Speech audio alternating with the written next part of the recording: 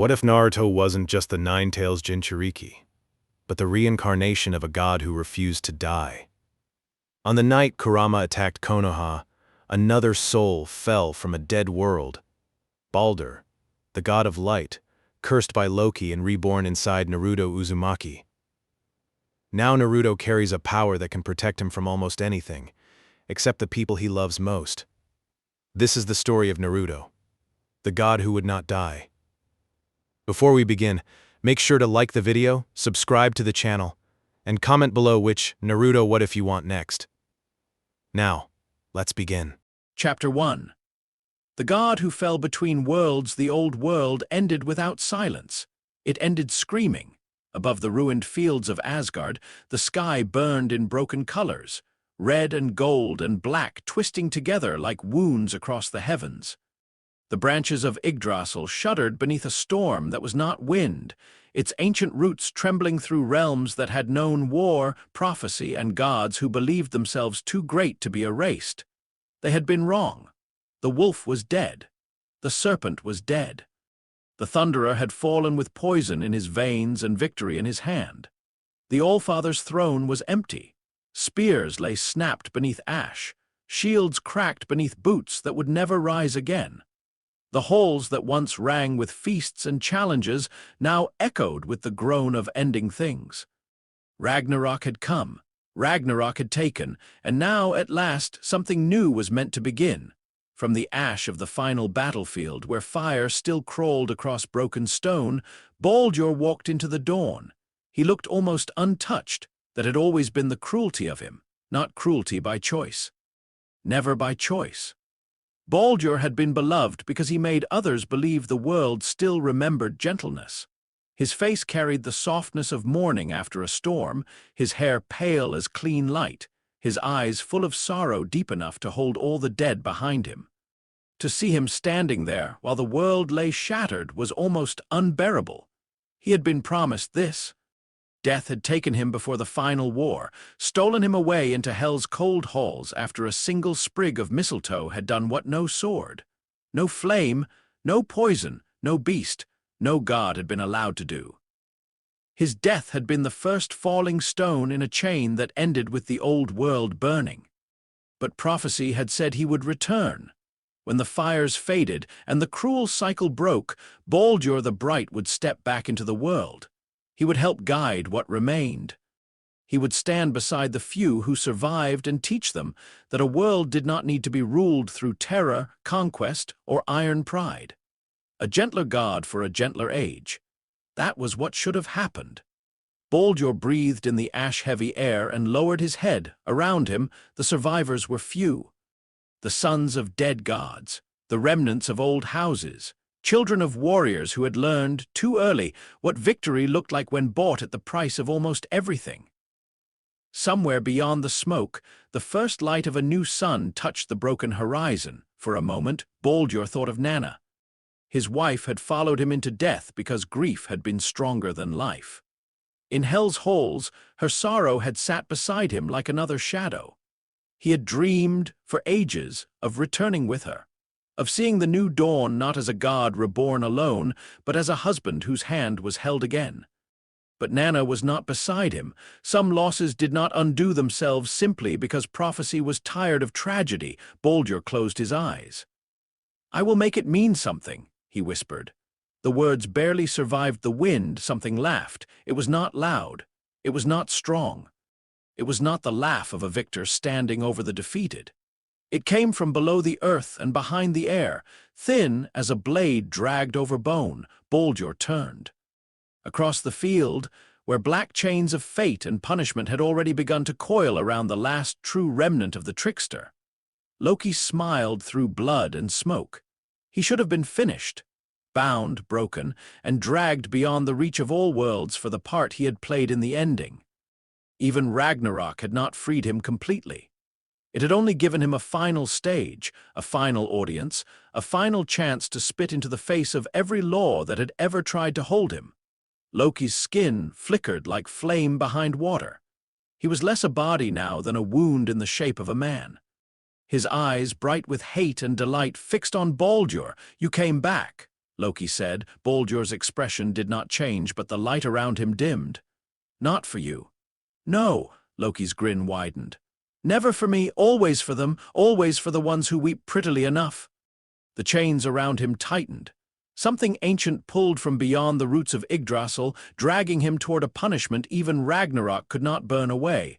Loki hissed, but the sound became another laugh. Baldur stepped closer. It is over. Is it? The question slipped between them like poison. Behind Baldur, the new sun rose higher. For one heartbeat, the battlefield seemed to hold its breath. Then Loki lifted a hand. It should not have been possible. The chains should have pinned him beyond action. His power should have been spent, his tricks ended, his last spite already written into the ash of a dead world. But Loki had always been most dangerous when he had nothing left to gain. Between his fingers rested a tiny green sprig, mistletoe. Baldur froze, not in fear of the plant itself. Not fully. That death had already happened, that weakness had already been used, but something about it struck deeper than memory, deeper than flesh. It was not merely the shape of his old ending, it was the idea of it, the impossible exception, the one thing love had forgotten to protect him from. Loki's smile softened almost tenderly. All the worlds loved you, he said. All things swore not to harm you, stone, steel, beast, sickness, flame, such a beautiful little lie, but love always misses something. Baldur took another step, light flaring around him. Do not. Loki's eyes gleamed. Too late. He crushed the mistletoe in his palm. The battlefield split open, not with sound, with direction. For one horrifying instant, Baldur felt every root of Yggdrasil turn toward him. The world tree, wounded but enduring, held all realms in its ancient body. Its branches touched heavens. Its roots drank from wells older than gods. It knew paths no living thing could walk and spaces no dead thing could name. Loki's curse did not kill Baldur. That would have been mercy. It tore him loose. Baldur's light convulsed. His soul, freed from hell only moments before, was ripped from the path prophecy had carved for it. The new dawn stretched before him, then vanished behind a curtain of black roots and screaming stars. He heard voices, the dead, the living, Nanna, or perhaps he only wished it was her. The last thing he saw of his world was Loki's face being dragged into darkness, still smiling. Let us see, the trickster whispered, what love makes of you somewhere else. Then Baldur fell down through roots that did not end, past realms that knew his name, past realms that did not. Past frost and fire, song and shadow, oceans without shores, skies without stars. The soul of a god tumbled like a spark through impossible dark, stripped of memory, stripped of certainty, stripped of every oath that had once wrapped around him like armor. He did not die. Baldur did not die. But piece by piece, he became less able to remember why. His name slipped first, then his holes, then his wife's face, though some grief remained where she had been. Then the sound of Loki's laughter became a shape without meaning, a hook buried in the deepest place of him. By the time the falling light broke through the last root and entered a universe that had never heard of Asgard, Baldur was no longer a god stepping into a promised dawn. He was a buried soul, a current of white fire, a divine instinct with no language left to explain itself. And below him, in a very different world, a village screamed beneath the shadow of a fox with 9 tails. Konoha burned orange, not sunrise orange, not festival lantern orange, not the warm color of ramen steam and autumn leaves beneath children's feet. This was the orange of disaster. Flames crawled over rooftops.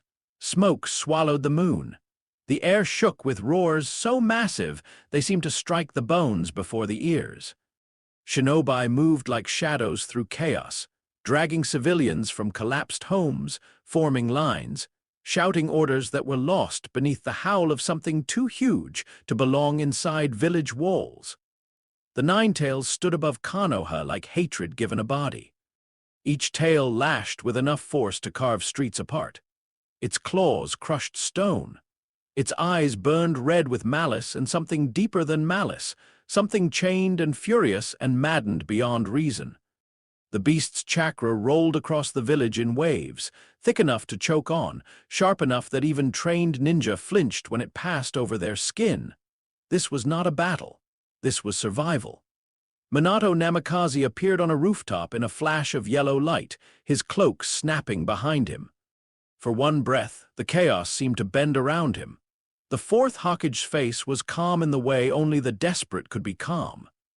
His eyes tracked the beast, the collapsing buildings, the injured, the dying, the seal marks already placed and the ones still needed. He was faster than fear, faster than most men could think, but even he could not be everywhere, not tonight. A masked man had already turned a berth into a battlefield. The seal on Kushina had weakened. The Ninetales had been ripped free. Their newborn son had been targeted before he had even learned to cry properly. Everything had gone wrong in a handful of stolen minutes, and Minato felt each failure like a blade beneath his ribs. Still, his hands did not shake. A Hokage could mourn later. A father could break later. Right now, he had to choose. He vanished again.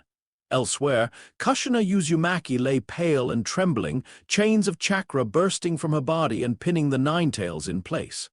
Her red hair spread around her like spilled fire. Blood marked her lips. Her breathing came in uneven pulls. Every moment a war between her will and a body pushed far beyond what it should have survived. In front of her, on the altar prepared by emergency and grief, their son cried. Naruto, so small. Too small for the weight already being placed upon him. Kushina forced her eyes open when Minato appeared beside them. For half a second there was no Hokage, no Jinchuriki, no village, no monster, only a husband and wife looking at the child they had barely been allowed to hold. Minato knelt beside her. Kushina, she knew. Of course she knew. Kushina had always understood him faster than he could explain himself. She saw the seal forming in his mind, saw the path, terrible and narrow, that led from this night to a future where their son lived and the village survived. Her tears came silently. "He's so little," she whispered. Minato closed his eyes. "I know." The Ninetales strained against Kushina's chains, roaring hard enough that stone cracked beneath them. The sound rattled through the chamber, through the broken trees, through the hearts of every shinobi still standing. Kushina reached toward the child. Her fingers brushed Naruto's cheek. The baby quieted for one tiny breath, as if some part of him recognized the touch. Then the world shifted. Neither Minato nor Kushina saw the white spark fall from the unseen sky. No shinobi sensor felt it approach. It did not move like chakra. It did not burn like natural energy. It did not carry killing intent or malice or any of the signatures this world knew how to name. It passed through the smoke above Konoha like a lost star. It crossed the barrier around the battlefield without touching it. It slipped between the red rage of the Ninetales and the desperate gold of Minato's chakra, and it entered the newborn child. Naruto gasped, not cried, gasped.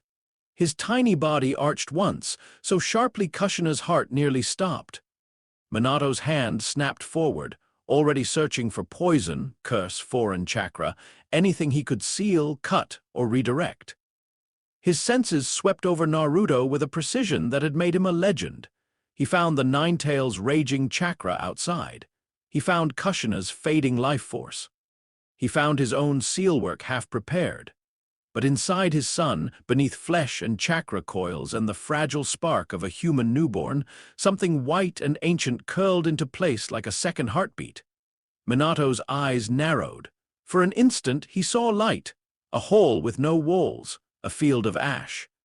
A green sprig falling from an unseen hand. Then the vision vanished. Naruto began crying again. Kushina tried to sit up. "What happened?" Minato looked down at their son. The answer should have mattered. A strange soul entering a newborn on the night of a Biju attack should have been impossible.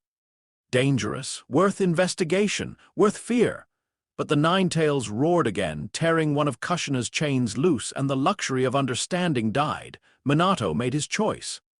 "Something," he began. The words failed him. "Something is helping him," he almost said. "Something is hiding inside him," another part warned. But there was no time. Minato placed a hand over Naruto's stomach. The seal began. Symbols spread in precise black lines, crawling across the child's skin with the terrible elegance of a technique no parent should ever have to use on their own son. The Reaper Death seal answered Minato's call. The air chilled, the boundary between life and death thinned. Kushina's chains tightened again, dragging the Ninetails down. The beast's eyes widened. It understood too late. "No!" The roar shook the forest. The Ninetails lunged, claws spearing toward the infant. Kushina moved first. Minato moved with her. Together, they placed their bodies between the monster and their child. The claw struck. Pain flashed across Minato's face, but he did not let go of the seal. Kushina coughed, her body failing, her will refusing to do the same. Naruto wailed beneath them. And deep inside him, the white current stirred. It did not understand parents. It did not understand sacrifice. It did not know Konoha or foxes or seals or shinobi. But it knew this. A blow meant to end a helpless life. A body placed in the way out of love. A grief so fierce it became protection. The current pulsed once. White light shimmered beneath Naruto's skin, faint and brief, almost swallowed by the crimson storm of Kurama's chakra and the black ink of Minato's seal. It did not stop the claw. It did not heal what could not be healed. It did not undo the choice already made. But it wrapped around the infant's heart. It held. Minato felt it. His eyes widened, not in fear this time, but in wonder. Naruto's heartbeat, which should have faltered beneath the pressure of the Ninetails' chakra, steadied. The seal took. Half of the Ninetails' vast chakra was drawn away by Minato's sacrifice. The other half, raging and immense, was forced into Naruto. The beast fought every inch, its hatred scraping against the walls of the forming prison. The white current recoiled. Kurama's chakra was not like the energies of gods.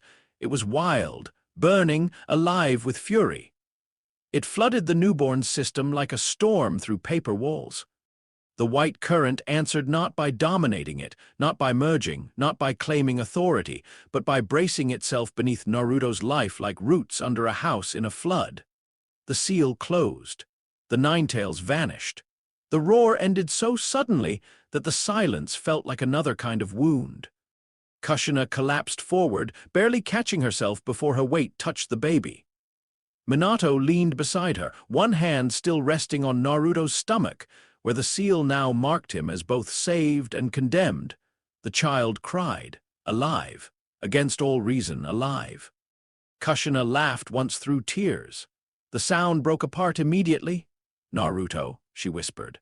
"My little Naruto." Minato looked at his son. There were so many things he wanted to say, that he was sorry, that he loved him, that none of this was fair.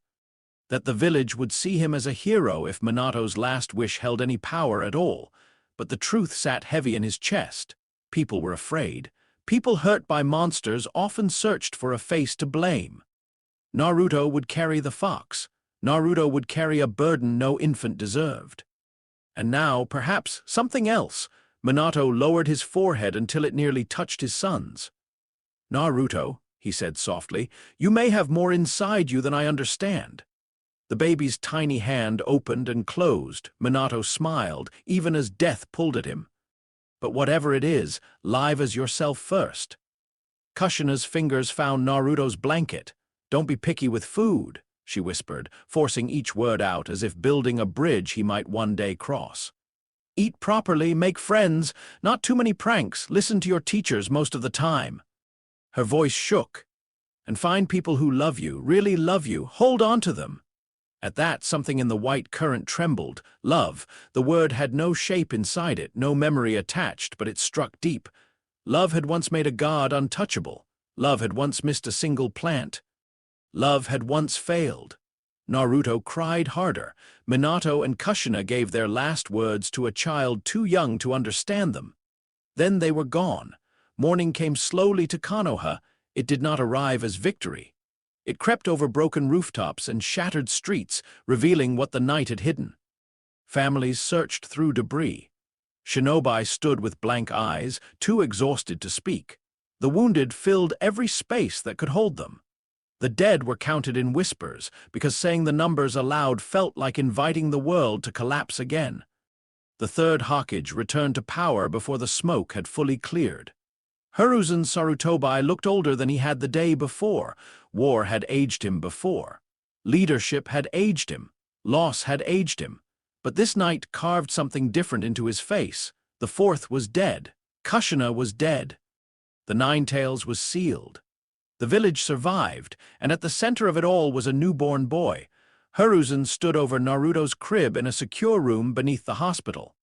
The child slept fitfully, tiny face scrunched as if even dreams were uncomfortable. A medic beside Hiruzen reviewed the notes with shaking hands. "He should not be stable," she said. Hiruzen did not look away from the baby. "Because of the seal, because of everything." The medic swallowed. The strain of containing even half the Ninetales chakra should have killed an infant outright. Lord Fourth's seal is brilliant, but a vessel this young, there should be organ failure. Chakra coil collapse, neurological damage, something? But, the medic hesitated, Hiruzen finally turned his head. "But he's healing," she said. "Not just stabilizing, healing. His chakra coils show stress, but they're adapting faster than they should. Minor tissue damage from the sealing process has already repaired itself. His heart rate dropped twice during the night, then recovered without intervention." Hiruzen's eyes sharpened. "Kurama's chakra?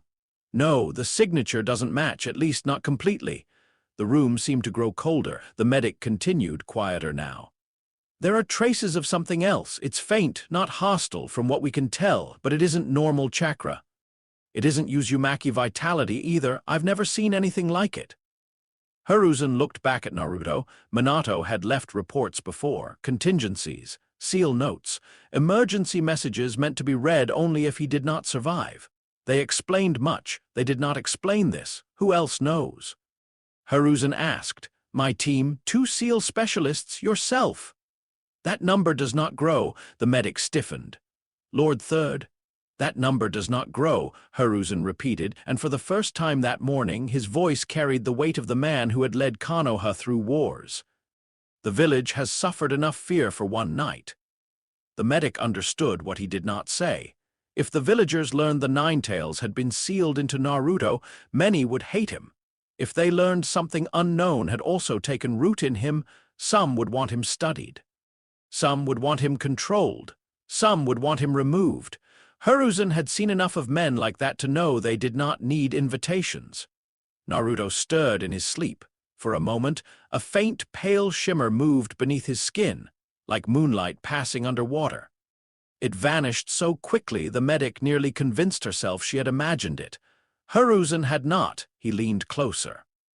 "What are you?" he murmured. Naruto did not answer. He was only a baby, only an orphan, only a Jinchuriki, only something more. Years would pass before he learned any of those words properly. For now, he slept beneath the weight of secrets chosen by adults, protected and endangered by the same silence. Far away from the hospital, in a chamber few knew existed, another man received a different report. Danzo Shimura read by candlelight. His bandaged face gave away nothing. His visible eye moved slowly across the page, absorbing every word about the Jinchuriki's unexpected survival, abnormal healing, unknown energy traces, and Hiruzen's immediate classification of all records. When he finished, he did not speak for a long moment. The root operative kneeling before him waited without moving. Finally, Danzo folded the report. "The fourth sentimentality continues to create problems from the grave," he said. The operative remained silent. Danzo's fingers tapped once against his cane. A weapon that survived beyond expected limits was useful. A weapon with unknown properties was dangerous. A weapon Hiruzen wished to hide was both. "Continue observation," Danzo ordered. "Quietly, no contact yet." "Yes, Lord Danzo." "And the additional signature?" "Unidentified." Danzo's eye narrowed. Nothing is unidentified forever. The operative vanished. Danzo sat alone with the candle and the report. Above him, Konoha mourned its heroes and cursed its monster. Beneath him, plans began to coil in the dark. Around all of them, unseen by censor, seal, or god, a thin shadow smiled from the corner of the world. It had no full body, not anymore. It was not Loki, not truly. The trickster had been bound beyond reach, dragged screaming and laughing into consequences older than mercy. But curses were clever things. Spite could splinter. A fragment of attention, a sliver of hunger, a last echo of a god who refused to leave a wound unpressed, had ridden the falling soul through the roots. Now it watched the village. It watched the old leader hide truth in the name of protection. It watched the bandaged man smell opportunity. Most of all, it watched the child. The bright soul was buried deep now, wrapped in mortal flesh, tangled with a fox's hatred, stripped of memory, stripped of name, placed in a world that did not know the rules of his blessing or the shape of his doom. Perfect.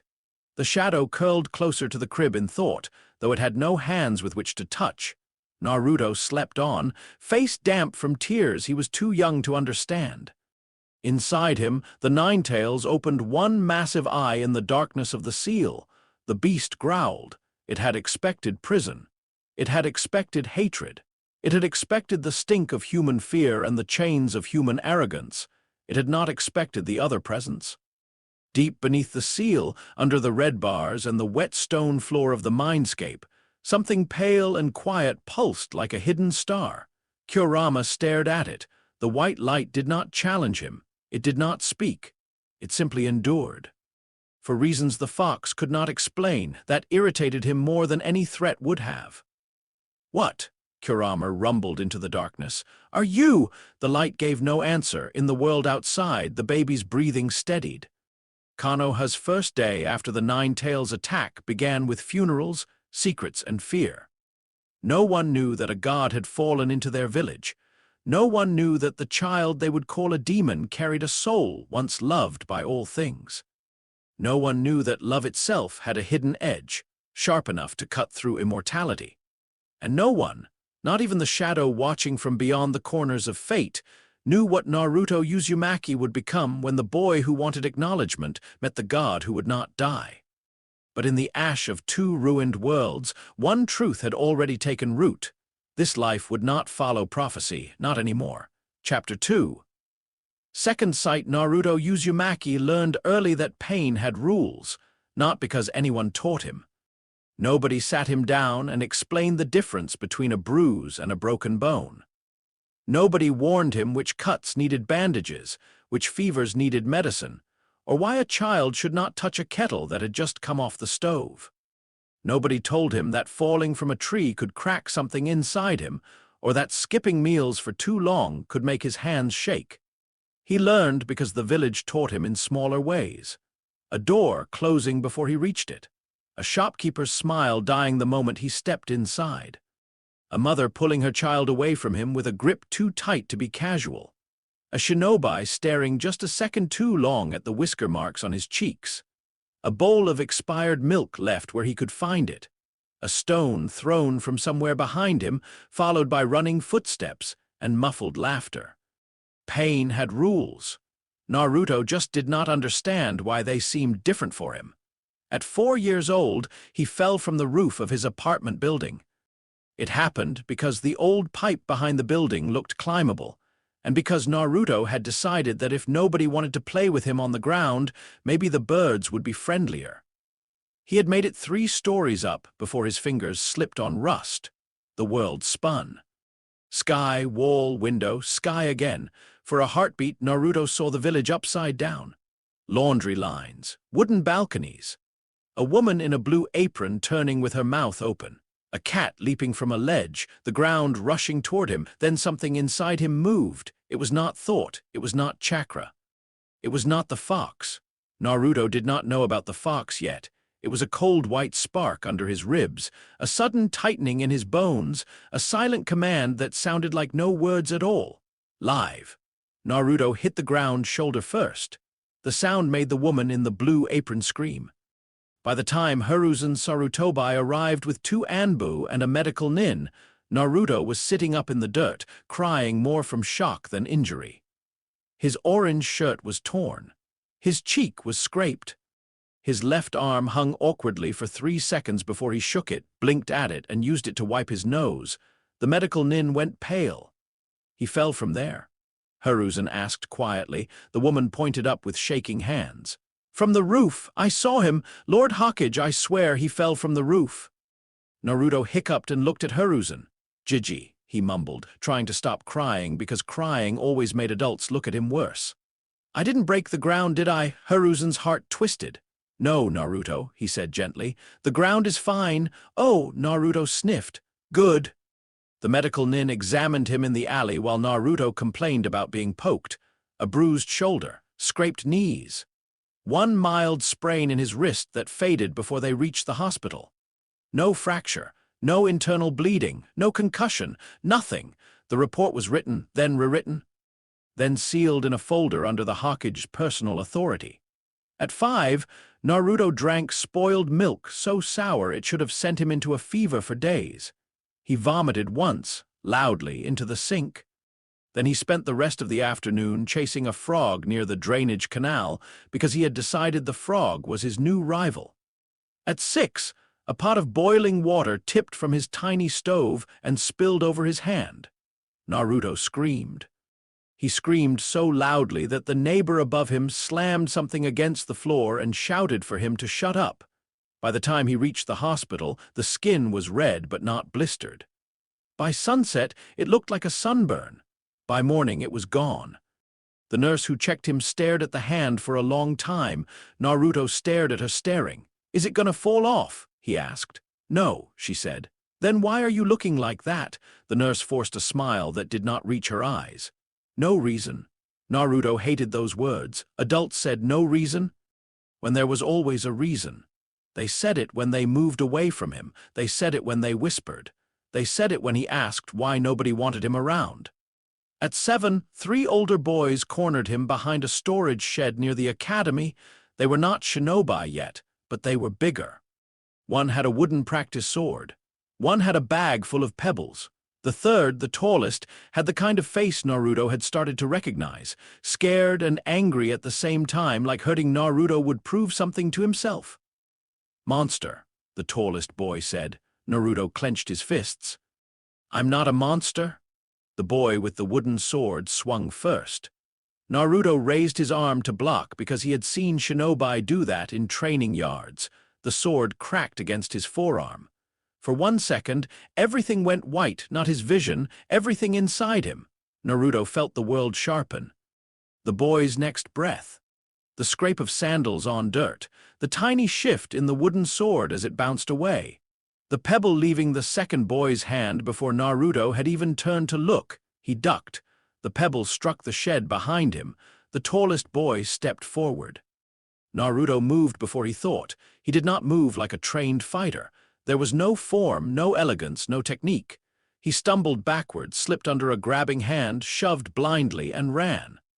But he ran at exactly the right moment. Every stone missed. Every swing cut through the space where he had been. A foot stuck out to trip him, and Naruto jumped before he knew it was there.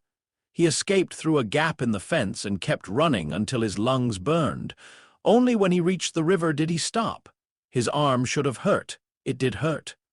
But not enough. Naruto pushed up his sleeve. A red line marked where the wooden sword had hit him. Even as he watched, the mark faded from angry red to pink. Naruto's breath caught. For the first time, the strangeness did not feel lucky. It felt lonely. He sat by the river until dark, knees pulled to his chest, staring at his arm like it belonged to somebody else. Inside him, far beneath thought, the white current settled back into silence. It did not know how to comfort a child. It only knew how to keep him alive. Hiruzen's pipe had gone cold.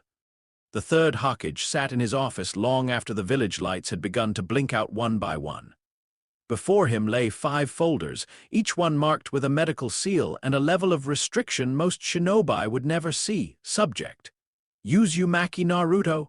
Incident: fall from residential roof. Incident: food poisoning exposure. Incident: burn trauma. Incident: blunt force injury. Incident: anomalous reflexive response. Hiruzen read the newest report twice. Then a third time. The academy incident had been easy to hide from the public. Children fought, children bullied, children lied. The injured party was Naruto. which meant too many adults were willing to look away before questions became inconvenient. But the Anbu shadow assigned to Naruto had seen enough. The report was careful. No offensive manifestation observed. No visible chakra flare. Subject displayed untrained evasion responses inconsistent with age and known skill level. Minor injury healed within minutes. Subject appeared emotionally distressed by healing anomaly. That last line bothered Hiruzen most. He leaned back in his chair and closed his eyes.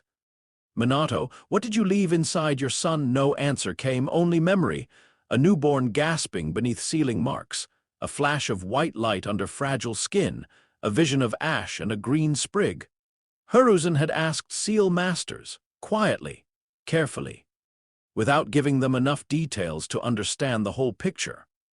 Every answer had made the mystery worse. It was not Kurama's chakra. It was not a secondary seal. It was not standard Uzumaki vitality. It did not behave like natural energy. It did not contaminate Naruto's chakra coils, did not feed on him, did not attack the seal, did not speak through him. It simply existed beneath him like a foundation older than the house built over it, and when Naruto was hurt, it woke. Only then, only to protect. That should have been comforting. It was not, because Konoha was a village of shinobi, and shinobi did not see an unexplained defensive ability in a Jinchuriki child and think only of protection.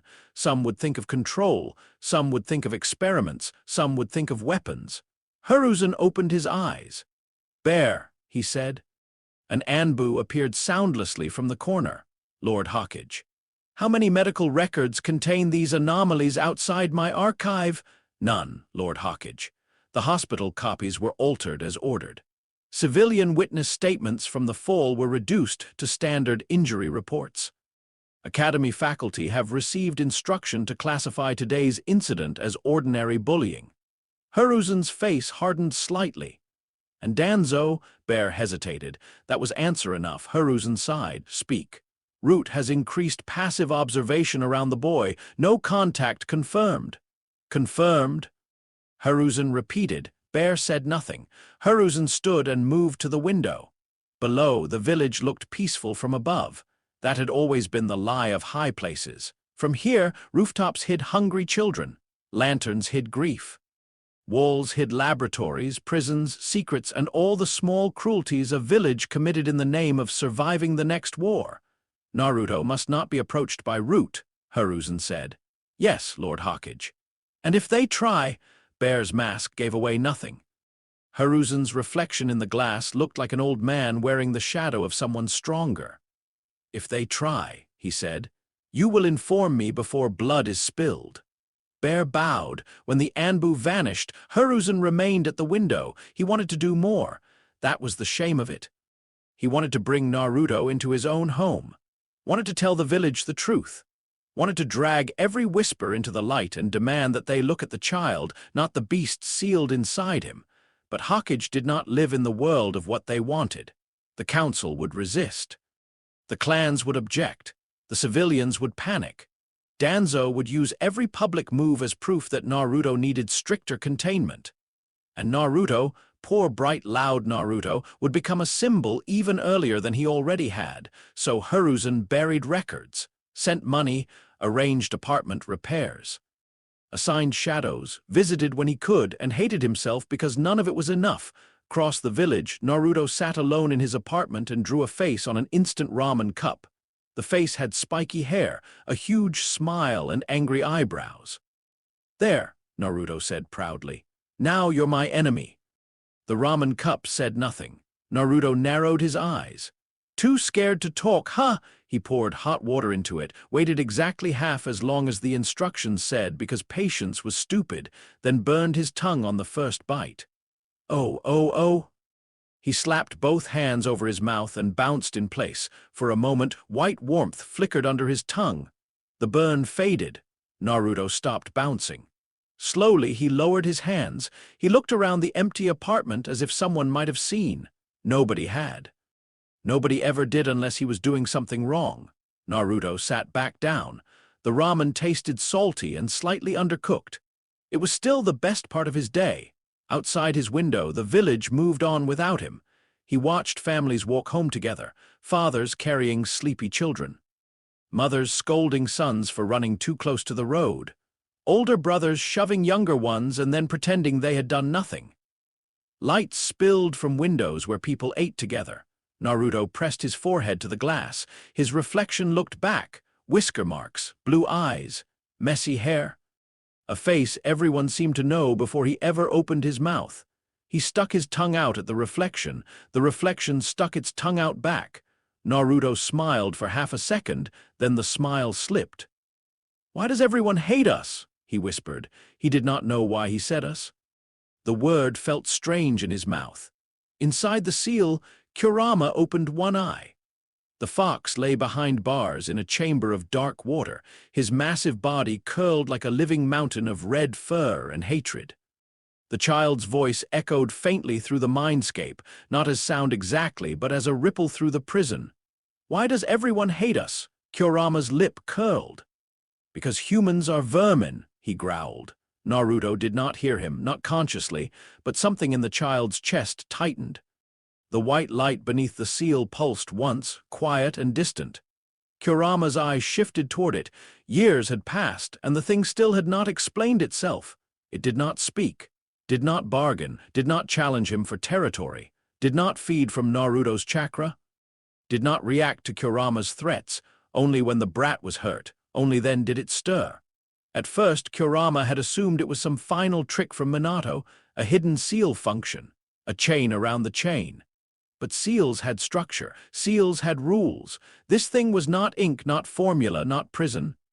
It was presence, white, still, unbearably patient. Kurama hated it, not because it was strong, because it was calm. "Whatever you are," the fox rumbled, "this body is my cage, do not forget that." The light gave no answer. Kurama snarled and closed his eye again. Naruto finished his ramen, placed the cup with the drawn face on the windowsill, and saluted it. "You were a worthy enemy," he said. Then he crawled into bed without brushing his teeth, because nobody had taught him why that mattered. That night Naruto dreamed of falling, not from a roof, from somewhere much higher. He fell through black branches bigger than mountains, past stars that looked like eyes, past roots that whispered names he could not understand. Something laughed above him. Something waited below. He tried to shout, but no sound came out. Then he saw a field of ash. A man made of light stood alone in the ruins. A green plant fell from someone's hand. Naruto woke with a gasp. His apartment was dark. His blanket was twisted around his legs. His heart hammered hard enough to hurt. For a moment he thought he could smell smoke. Then his stomach growled. The fear broke. Naruto scowled at the ceiling. "Stupid dream," he muttered. He rolled over, pulled the blanket up, and forced himself back to sleep. At the edge of the room, where moonlight did not reach, a shadow that was not fully a shadow watched with interest. It had followed him since birth. Not always closely. It could not. The fragment was weak, less a spirit than a splinter of attention caught in the wake of a curse too old for this world's language. It had no hands to push with, no mouth to whisper into living ears, no power to move pieces across the board, but it could watch. And sometimes, if the boy's dreams opened close enough to the old wound, it could let memory bleed through. Not enough to guide him, not enough to control him, just enough to remind the buried light that it had once been hurt. The shadow smiled without lips. Sooner or later, all blessings became traps. Naruto began the academy with more confidence than skill. He arrived loudly. He introduced himself loudly. He failed loudly. That, more than anything, became his shield. If he made enough noise, maybe nobody would hear the quiet parts. The other children learned quickly that Naruto was easy to laugh at. He mixed up basic theory. He fell asleep during history lessons because he had stayed up late painting the Hokage monument. He shouted answers before understanding questions. He called Uruka-sensei Scarface. Once got hit by an eraser and then spent the rest of the day insisting it had been worth it, but he also kept getting up. That was the part nobody liked to think about too deeply. During taijutsu practice, he lost often. His stance was sloppy. His guard was wide open. He charged in straight lines. He telegraphed punches from another lifetime away. Yet when things became dangerous, something changed. Not enough to win, never enough to make him look skilled, but enough to avoid the worst of it. A kick aimed too hard at his knee missed when Naruto stumbled at the perfect instant. A thrown kunai during weapons practice, released by a nervous student with bad aim, passed through his sleeve instead of his arm because he turned to yell at someone at exactly the wrong or right moment. Once, when a practice log cracked loose from its support and fell toward the back of his head, Naruto sneezed and bent forward to wipe his nose. The log smashed into the wall behind him. Everyone froze. Naruto looked up. What? Iruka stared at the broken log, then at Naruto, then at the log again. Class ended early that day. Iruka Umino did not hate Naruto. That made him unusual. It did not mean he understood him. In the beginning, Naruto was a problem student with too much energy, too little discipline, and a talent for finding every weak point in an instructor's patience. He disrupted lessons. He vandalized property. He picked fights he could not win and then acted shocked when he was punished. But Iruka had been an orphan too. He knew the difference between a brat who wanted attention and a child who was starving for proof he existed. Naruto was both. That was what made it difficult. After the falling log incident, Iruka visited the hospital under the excuse of updating academy safety records. He requested Naruto's injury history. The nurse at the desk went stiff. "I can provide standard school clearance records," she said. "I asked for injury history." "Those files are restricted." Iruka blinked. For an academy student, the nurse did not meet his eyes, by order of the Hokage. Iruka left with a polite nod and a bad feeling. That evening, he found Naruto sitting on the academy swing long after the other children had gone home. The swing moved slightly in the breeze. Naruto dragged one sandal through the dirt, drawing lines he immediately destroyed. Iruka stopped a few steps away. "You missed detention." Naruto jolted, then scowled. "No, I didn't, you did. I was doing secret training. On a swing. It's advanced." Iruka crossed his arms. Naruto looked away first. For a while, neither of them spoke. The academy yard was quiet in the way places became quiet after children left, as if the noise had soaked into the wood and dirt and was waiting for morning. Iruka sat on the swing beside him. Naruto glanced at him suspiciously. "Are you gonna yell? I'm thinking about it." "Oh, more silence." Then Naruto asked, very quietly, "Iruka-sensei, am I weird?" Iruka's first instinct was to say no. It was the kind answer. It was also a lie, and Naruto had been fed enough lies badly disguised as kindness, so Iruka chose carefully. "Yes." Naruto flinched. Iruka continued before the boy could run. "But not because of what people say." Naruto's hands tightened around the swing chains. "I'm not a monster. I know." The words came out firmer than Iruka expected. Naruto looked at him, really looked. Iruka saw the hunger there and felt something in his chest ache. This child did not need a lecture. He needed someone to say the obvious thing everyone had denied him. "You are not a monster," Iruka said again. Naruto swallowed. For one dangerous second, his face crumpled. Then he forced a grin so wide it looked painful. "Yeah. Obviously, I knew that." Iruka let him have the lie. "Good. Then you also know monsters still have to serve detention." Naruto groaned so dramatically that birds flew from the fence. Iruka almost smiled. Almost. From the roof of a nearby building, hidden behind a standard cloaking technique, an Anbu watched them both. Farther away, hidden better, Root watched the Anbu, and in the Hokage Tower, another report joined the growing stack. Danzo Shimura did not receive all of Hiruzen's secrets. But he received enough. A Coppet Academy safety incident, a hospital access denial, a field observation from a Root operative assigned to General Village Security, a note from a civilian informant about the Uzumaki boy not staying hurt right. Individually, the details meant little. Together, they formed a pattern. Danzo spread the reports across his desk. Subject survives severe falls. Subject heals minor trauma at abnormal speed. Subject displays reflexive avoidance without training. Subject's full medical records are sealed by Hokage authority. Subject contains the nine tails. Subject may contain additional asset. Asset. That was the word Danzo's mind chose, not child, not orphan, not Minato's son, asset. Konoha had enemies on every border. The other villages watched for weakness. The Uchiha grew restless under suspicion. Akatsuki, though not yet fully understood, moved in whispers beyond the fire country. Peace was always temporary. Sentiment was always expensive. An immortal Jinchuriki was not a child to be left painting monuments for attention. It was a strategic resource, or a future catastrophe. Either way, it required control. Danzo lifted his brush and wrote a single instruction on the bottom of the newest report, determine trigger conditions. He paused, then added another line, do not alert the Hokage. The next day, Naruto found a cat stuck on a roof. The cat was not grateful. It hissed at him from the edge of a narrow beam behind a dumpling shop, while 3 civilians argued below about whose responsibility it was. Naruto, who had been walking past with no particular destination and half a plan to steal discarded festival streamers, stopped immediately. "I'll save it," he announced. The shopkeeper turned pale.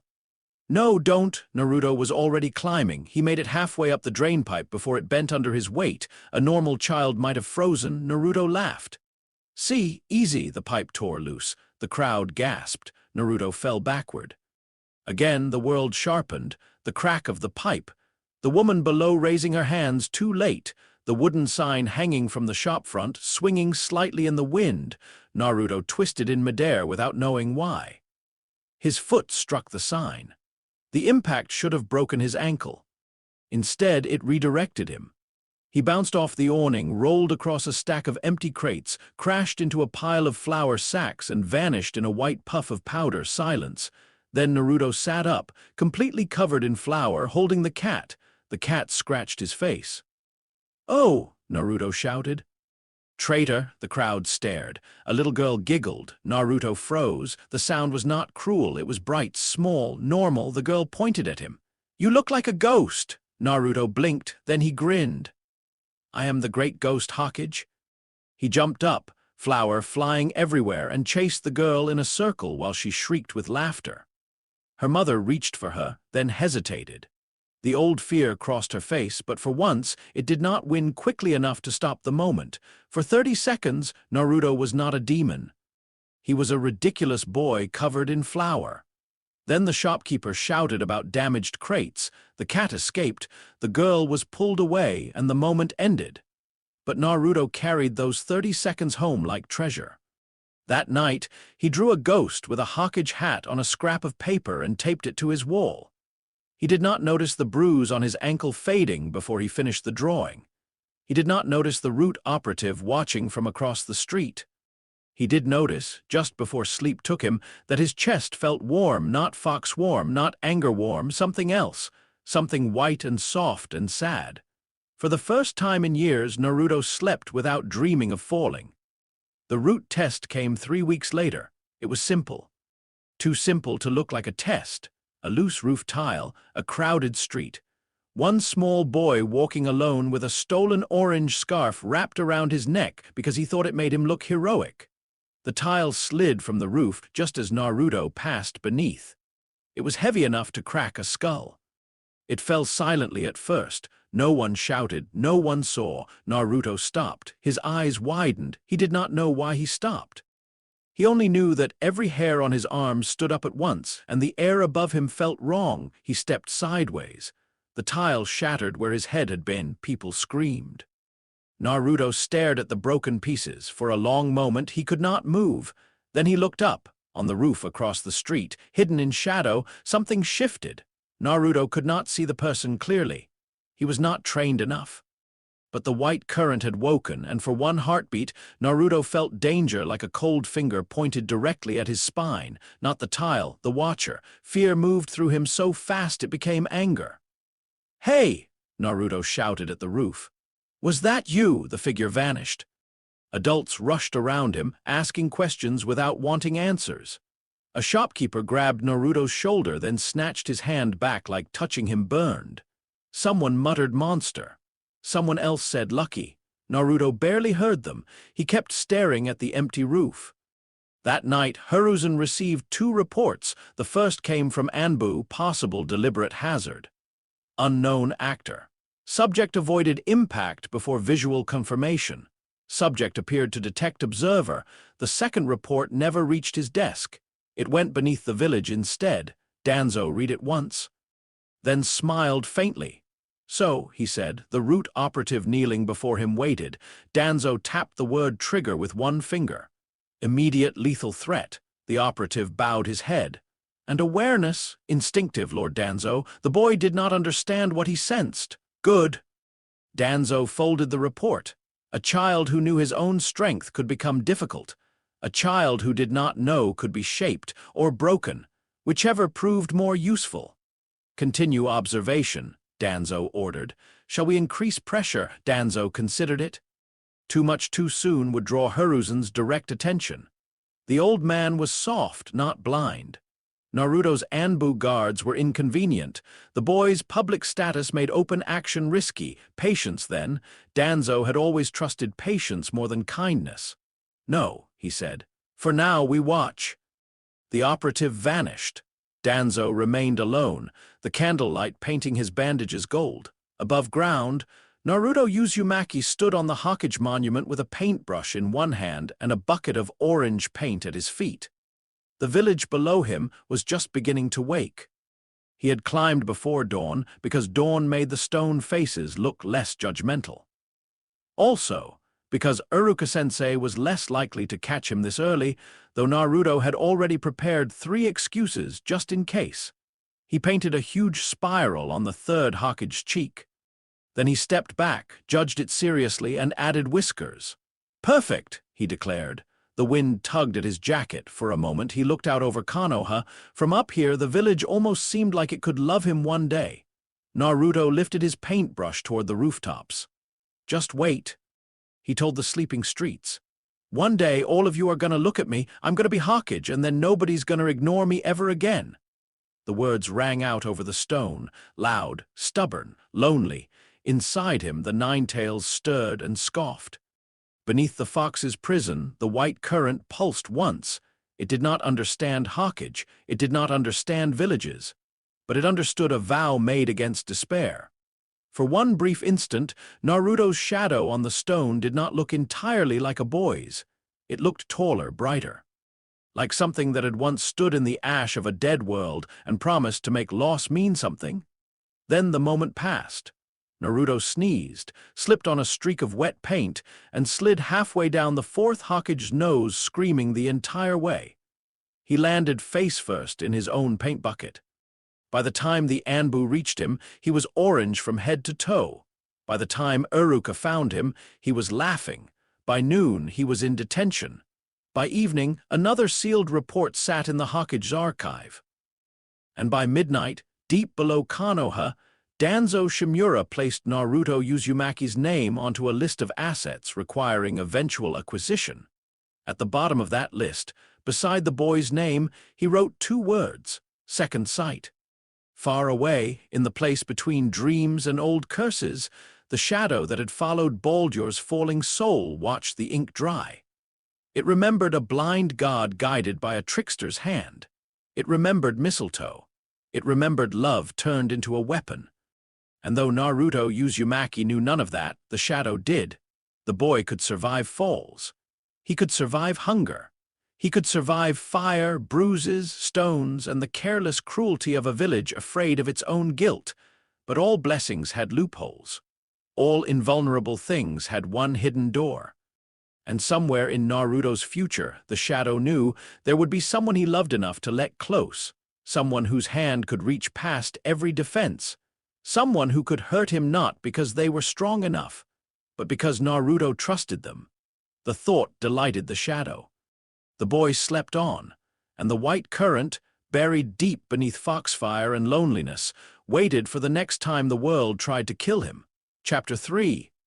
The boy who would not bleed Naruto Uzumaki failed the graduation exam with both feet planted firmly in disaster. Not halfway, not almost, completely. The clone jutsu was supposed to be simple. That was what everyone said. It was one of the first techniques Academy students learned, one of the basic three, the kind of thing even nervous students could manage with enough practice and a little luck. Naruto had practice. He did not have luck. He stood at the front of the classroom with Iruka-sensei watching from behind the desk. Mizuki beside him wearing that gentle smile Naruto never fully trusted, and every bit of hope in Naruto's chest squeezed tight enough to hurt. This was it. Pass, and he became a ninja. Pass, and the headband on the desk became his. Pass, and maybe the village would have to look at him differently. He formed the hand sign. Clone jutsu, smoke burst around him. Naruto grinned before it cleared, then the smoke thinned. On the floor beside him lay something that looked less like a clone and more like a melted scarecrow with Naruto's face. The room was silent. The clone twitched. Naruto's smile died. Iruka closed his eyes. Mizuki's smile barely changed. Outside, somewhere in the academy yard, other students celebrated. Their voices drifted through the open window like knives wrapped in sunshine. Naruto stared at the failed clone, his hands curled into fists. Again, he said. Iruka opened his eyes. Naruto, again! He forced the sign so hard his fingers hurt.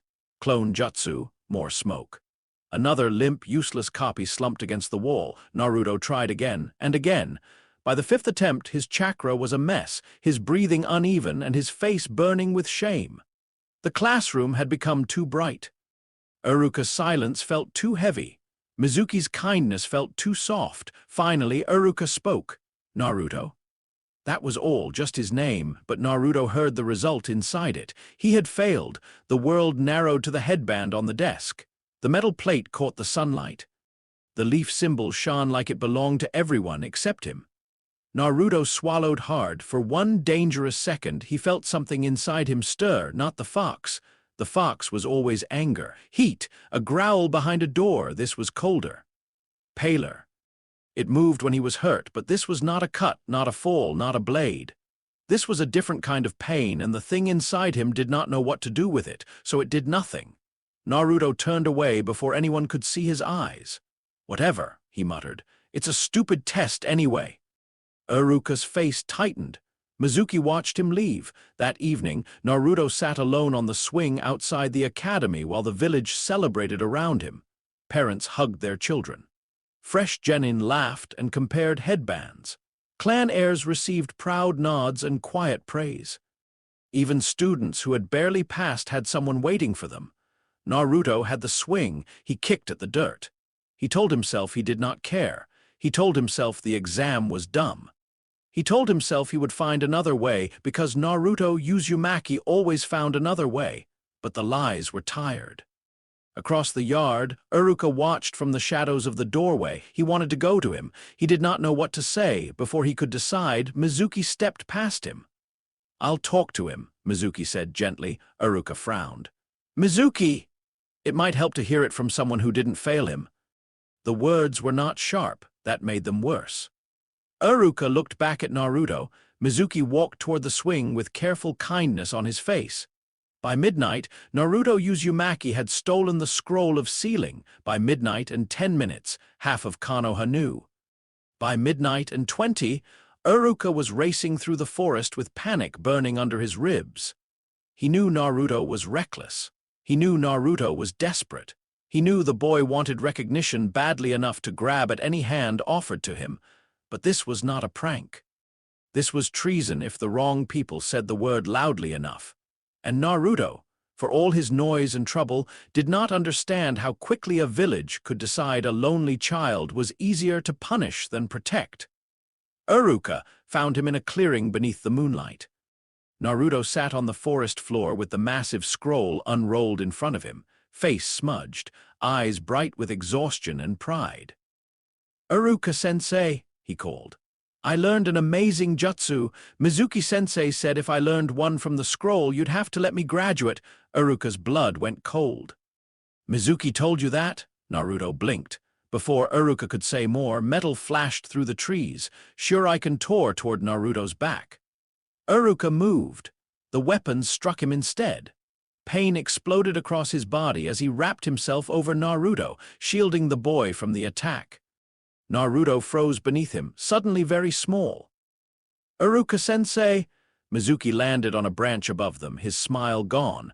The truth came after that, ugly, cruel, spat from a man who had hidden his hatred behind kindness because hatred was easier to use when wrapped in a soft voice.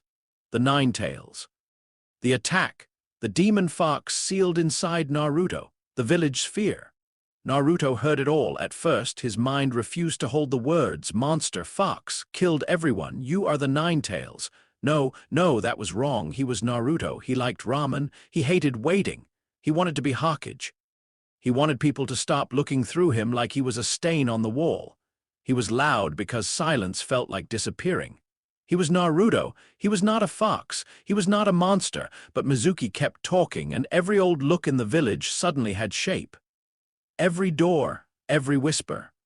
Every mother pulling her child away. Every shopkeeper throwing him out before he could even ask the price. Naruto stumbled back. The forest tilted.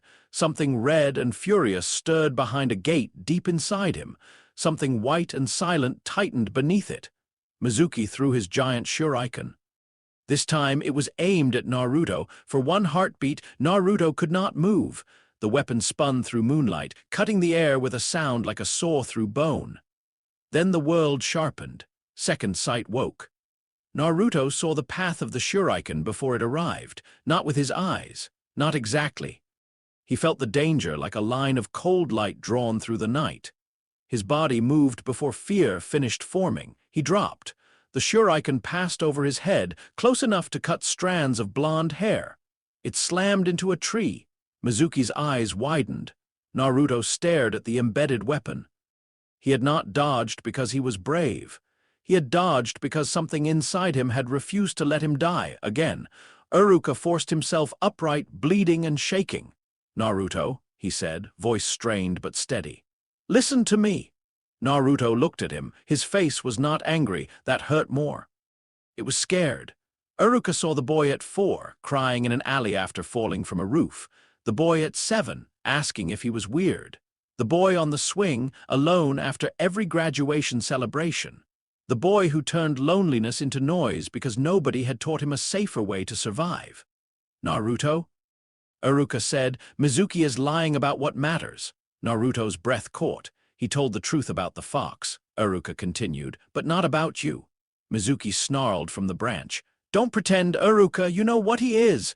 Iruka did not look away from Naruto. "I know exactly who he is." Naruto's eyes filled with tears he refused to let fall. "He's Naruto Uzumaki," Iruka said. "My student, a pain in my neck, the worst prankster in the village, and the boy who works harder than anyone when he thinks no one is watching." Mizuki's face twisted. Naruto shook. The white current beneath his heart trembled as if some old, buried part of him recognized the shape of protection spoken aloud. Iruka smiled weakly. "And he is not the Nine Tails." For the first time in his life, Naruto believed the words, not completely, not enough to heal the wound, but enough to stand. Mizuki attacked again. Naruto ran not away, forward. His hands formed the sign he had learned from the scroll. His chakra, chaotic and huge and badly controlled, surged through him like floodwater through broken doors. Multi-shadow clone jutsu, the forest exploded. Dozens became hundreds. Hundreds became a storm of orange and blonde under moonlight. Naruto's clones filled the clearing, packed onto branches, crouched on rocks, hanging upside down from trees, every one of them wearing the same furious grin. Mizuki went pale. This was not the white current. This was not divine light. This was Naruto's chakra, Naruto's stubbornness, Naruto's stolen technique. Naruto turning years of being ignored into a crowd too large to dismiss. The beating that followed was loud, messy, and deeply satisfying. By dawn, Naruto wore a leaf headband. Iruka tied it around him with careful hands. Naruto tried to grin. It wobbled. "Does this mean I passed?" Iruka laughed softly despite the pain in his side. "Yes, Naruto, you passed." Naruto touched the metal plate. For one moment, the rising sun caught it and painted his face gold. Behind the trees, unseen, an Anbu watched. Farther away, hidden deeper, Root watched the Anbu, and in the shadows between dreams, something old and amused watched them all. Team 7 began with disappointment. Naruto had imagined his future squad many times. Sometimes he was placed with people who immediately recognized his greatness. Sometimes he had an entire team of beautiful girls who fought over who got to sit beside him. Sometimes the Hokage personally announced that Naruto was so talented he did not need teammates at all. Reality gave him Sasuke Uchiha and Sakura Haruno. Sasuke sat with his chin resting on folded hands, looking like every minute spent near Naruto was a personal insult. Sakura sat beside Sasuke, glowing with admiration so obvious Naruto wanted to gag. Naruto sat behind them both and wondered if becoming a genin had been a mistake. Their Jonin instructor arrived late. Very late. By the time Kakashi Hatake slid open the door and offered a lazy excuse about getting lost on the path of life, Naruto had decided he hated him on principle. The feeling did not improve on the roof. Likes, dislikes, dreams for the future, Kakashi said, visible eye curved in something that might have been amusement. That sort of thing. Naruto went first because waiting was for people with weaker destinies. I'm Naruto Uzumaki. I like ramen. I hate the 3 minutes it takes to cook instant ramen. My dream is to become Hokage, so the whole village has to acknowledge me. Kakashi watched him carefully, not because of the words, because of the way Naruto said acknowledge, like it was food, like it was air. Sakura spoke of Sasuke and embarrassed herself. Sasuke spoke of revenge and made the air colder. Kakashi's smile did not change, but something behind his eye went still. The bell test came the next morning. Naruto charged first. Of course he did. He rushed Kakashi with a battle cry, fists raised, confidence completely unsupported by skill. Kakashi stepped aside, tripped him, and sent him face first into the dirt. Naruto bounced up. Kakashi knocked him down again, and again, and again. After the 6th time, Kakashi began to notice what Iruka's reports had failed to properly explain. Naruto was terrible at taijutsu, but he did not stay hurt. A chop to the shoulder that should have numbed his arm faded after a minute. A kick that launched him into a stump left no lasting limp. When Naruto set off a trap and logs swung toward him from 3 directions, he somehow ducked the first, rolled under the second, and got clipped by the third in a way that looked painful but not damaging. Kakashi's eye sharpened. Interesting. Naruto, pinned upside down from a rope trap 10 minutes later, shouted, "This doesn't count. The bells were intimidated by my strategy." Kakashi looked up from his book. Your strategy was eating lunch early and falling into a hole. A genius hole. Sasuke attacked with actual skill. Sakura hid and then panicked under genjutsu. Naruto shouted, struggled, and refused to stop. By the end, none of them had bells. By the end, Kakashi had seen enough to understand 3 things. Sasuke had talent sharpened by pain. Sakura had intelligence buried under insecurity. Naruto had endurance that made no medical sense and loneliness loud enough to damage everyone around him if left unanswered. So Kakashi tied Naruto to the post and told the team the real lesson: teamwork. Sasuke broke the rule first by offering food. Sakura followed.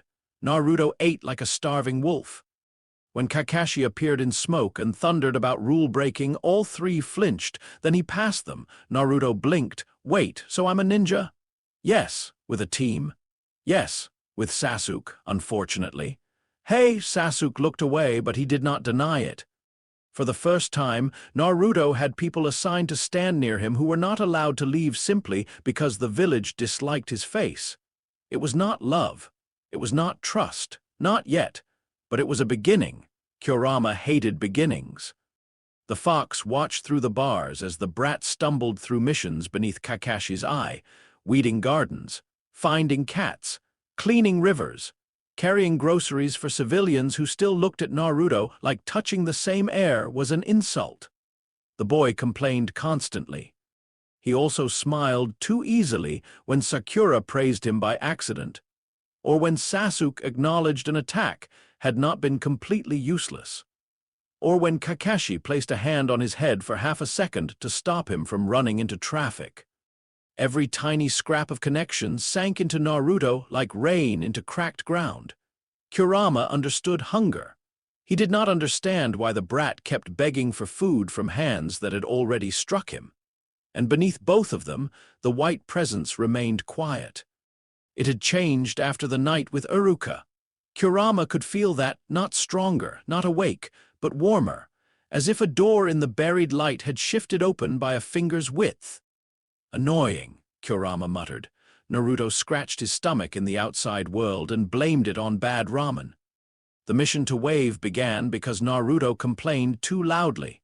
That was how he would tell it later. In truth, the pressure had been building for weeks. D-rank missions taught discipline, humility, and basic teamwork, but Naruto had all the patience of a lit firecracker. Sakura was bored. Sasuke was irritated. Kakashi was amused in the way adults became amused when they were secretly responsible for everyone's suffering. So Naruto shouted at the Hokage. The room went silent. Hiruzen looked over the mission desk at the boy in orange demanding a real ninja mission. And for one moment, his face was not the Hokage's. It was the face of an old man seeing a baby under sealing marks. Then he sighed. A C-rank escort, simple on paper, protect a bridge builder named Tazuna until he reached the land of waves. No enemy ninja expected. No serious combat. Nothing Team 7 could not handle with Kakashi present. That was the lie missions told before they turned into history. The demon brothers attacked on the road. Chains flashed from a puddle that should not have been there. Kakashi vanished in a spray of blood and cloth. Sakura froze around Tazuna. Sasuke moved beautifully. Naruto froze for all his shouting, all his declarations, all his dreams of being Hokage. The first true killing intent aimed at him felt nothing like the practice yard. It was thick and cold and real. The chain came for him. Second sight woke so hard his vision whitened at the edges. Naruto saw the links before they wrapped his body, saw the angle, saw the hook blades meant to tear into flesh, saw, somehow, the exact place where death waited. His body moved too late to dodge completely. The chain caught his arm. Metal teeth bit down. They should have opened him to the bone. Instead, they sparked. For a fraction of a second, pale light flashed under Naruto's skin. The demon brother holding the chain hissed as if the metal had burned him. Naruto stared at his arm. His sleeve was shredded.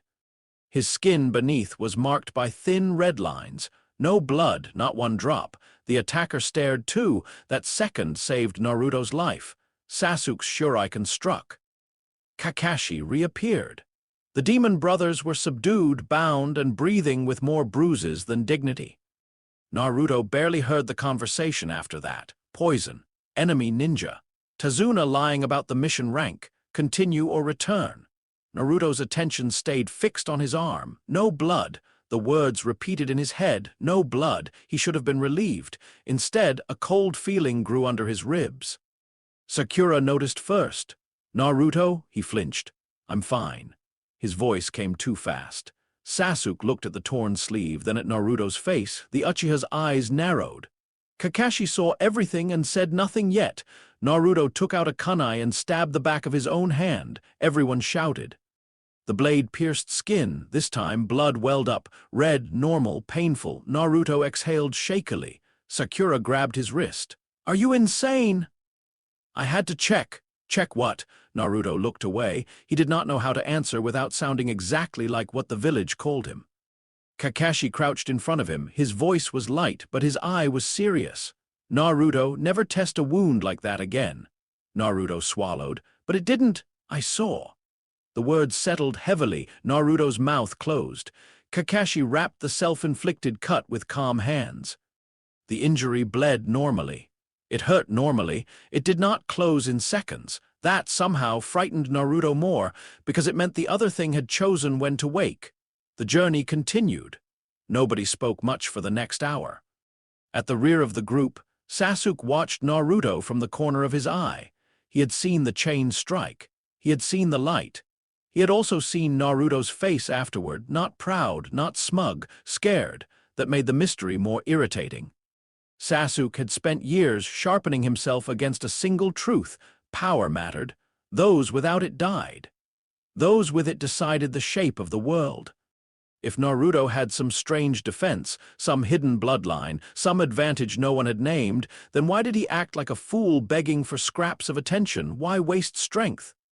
Why not use it? Naruto caught him staring. What? Sasuke looked away. Nothing. Liar. Echen. Don't Echen me, team. Sakura groaned. Can both of you not do this for 5 minutes? No, they said together. Then they glared at each other for agreeing. Kakashi walked ahead with his hands in his pockets, privately relieved. Arguing was better than silence. Waves smelled like mist and salt and fear. The country was poorer than Naruto expected. Houses leaned under weather and neglect. Roads were muddy. Faces watched from behind cracked doors. The name Gato moved through conversations like a sickness nobody wanted to catch by speaking it too loudly. Then Zabuza came. His sword arrived first. It spun through the mist like a slab of death and buried itself in a tree. Kakashi ordered them down. Naruto hit the ground hard enough to knock breath from his lungs. Above him, a man stood on the sword's handle, wrapped in bandages and killing intent so heavy it made the demon brothers feel like children playing with sticks. Zabuza Mamachi, demon of the hidden mist. The battle that followed taught Naruto the difference between scary and impossible. Kakashi's Sharingan came out. Mist swallowed the world. Killing intent pinned Naruto in place until he thought he would vomit. He saw himself dying a dozen ways before anyone moved. Cut open, drowned, crushed, forgotten. His knees shook. Sakura guarded Tazuna, pale but standing. Sasuke's breath came fast, his hands trembling around kunai he refused to drop. Naruto was terrified. Then he saw Sasuke afraid. Something in Naruto snapped sideways, not courage exactly, anger at fear. Anger that Sasuke, perfect Sasuke, could look like that and make Naruto feel even worse. Naruto stabbed his own hand with a kunai again, reopening the earlier cut. Pain cleared his head. "I'm not running," he said. His voice shook. He hated that, so he shouted louder. "I'm never running away again." The white current stirred, confused by the self-harm, but did not flare. This was not an enemy's blow, not a lethal threat. Not yet. Kakashi was trapped in the water prison. Zabuza's water clone attacked. Naruto and Sasuke moved together because neither of them wanted to admit the other had a good idea. It was not clean. It was not heroic in the way stories made teamwork sound. It involved insults, thrown weapons, transformed clones, and Naruto trusting Sasuke to understand a plan he had barely explained because he had barely understood it himself. But it worked. Kakashi broke free. Zabuza fell. Then the masked hunter nin appeared and took the body away. The mission should have ended there. It did not. Training began in the trees, chakra control, walking up trunks. Naruto hated it. Sakura mastered it first. Sasuke progressed through focus and irritation. Naruto slammed his face into bark repeatedly and accused the tree of cheating, but he kept going. That was the part Kakashi watched most closely. The strange defense did not help him climb. No white light corrected his chakra flow. No divine instinct taught his feet to grip bark. No hidden god whispered the answer. Naruto had to learn the hard way: fall, curse, stand, try again. By the third day, his hands were covered in splinters, his forehead had a bump that faded too quickly, and his pride had several deep wounds no healing factor could touch. By the fourth, he reached higher than Sasuke. By the fifth, Sasuke reached higher than him. By the sixth, they both collapsed at the top of a tree and pretended not to be impressed with each other. Sakura smiled from below. Kakashi read his book upside down and pretended not to be proud. In the quiet moments, Naruto met Haku not as an enemy, as a kind stranger gathering herbs in the forest. They spoke of precious people. Naruto did not understand everything Haku said, but he understood the center of it. Strength was not just wanting to win. Strength was having someone who made winning matter. That thought stayed with him. Uruka, Team 7, maybe even the village one day if he worked hard enough to drag its eyes toward him and make them see. The white warmth in his chest pulsed faintly. For once, It did not feel lonely. The bridge battle arrived in cold mist. Zabuza lived. The hunter nin had been his ally. Haku's mirrors trapped Sasuke and Naruto in a prison of ice. Senbon flew from every direction. Naruto moved until moving stopped making sense. Second sight screamed through him, too many lines of danger crossing at once. He dodged some needles. Others struck. Most were aimed to disable, not kill, and so the white current did little beyond keep his body from failing under pressure. Then Haku changed targets. Sasuke saw it before Naruto did. The needles were aimed for Naruto's throat, heart, and spine. Not all fatal individually, but together enough to end the loud blonde boy who kept standing up when he should have stayed down. Sasuke moved. He placed himself between Naruto and the attack. The Senbon struck him. Naruto caught Sasuke as he fell. For a moment, the world had no sound. Sasuke was heavy in his arms, too heavy, his eyes were half closed. Needles pierced his body. Blood marked his collar. His breathing was faint. Naruto stared, no, not Sasuke, not the arrogant jerk who called him dead last. Not the boy who looked at him like a rival, even when pretending he did not. Not the first person his own age who had moved to protect him without being ordered. Something inside Naruto broke open. Red chakra surged first. Hot, violent. Kurama's rage flooded the edges of the seal, answering grief with fury because fury was the only language the fox trusted. The ice cracked. Haku stepped back, but beneath the red, something white woke sharply, not as a shield, not as a ward, not yet. It rose through Naruto's bones like moonlight under skin, wrapping around the places where Senbon had pierced him, pushing against every injury that tried to slow him down. The needles embedded in Naruto's arms and shoulders trembled, then slid out one by one, falling to the ice with tiny metallic sounds. His wounds closed, visibly in front of Haku, in front of Sakura beyond the mirrors, in front of Kakashi's distant Sharingan, in front of Zabuza watching through mist. No blood remained. Naruto lowered Sasuke gently. His eyes were red. His skin glowed faintly white beneath the fox chakra's cloak. Two impossible energies refusing to mix but burning in the same body through sheer emotional force. Haku stared. "What are you?" Naruto's voice came out low. "I'm his teammate." Then he moved, not with skill, not with divine grace, with raw speed borrowed from Kurama and survival forced through the white current. He shattered mirror after mirror, not because his punches had become godlike, but because rage made him reckless and Kurama's chakra gave him force the white current never would. Haku could have died there. Naruto's fist stopped inches from his mask. The mask cracked. The face beneath was the kind stranger from the forest. Naruto froze. The red chakra flickered. The white glow dimmed. The moment passed into Kanon's mercy, but not unchanged, because everyone had seen. Sakura had seen the wounds close. Kakashi had seen the pale light beneath red chakra. Zabuza had seen a boy take Senbon and rise without bleeding. And Haku, gentle Haku, had seen enough to understand that Naruto's strength was not what frightened him.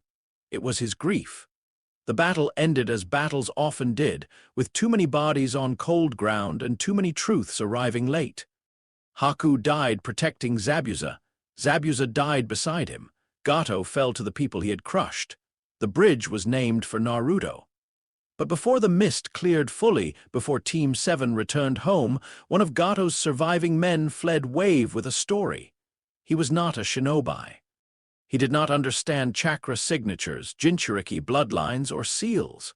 He only knew what he had seen from behind a broken support beam on the bridge, a blonde leaf genin struck by needles, a boy glowing white beneath demon-red chakra, wounds closing, blood vanishing, eyes burning. A child standing where a corpse should have fallen.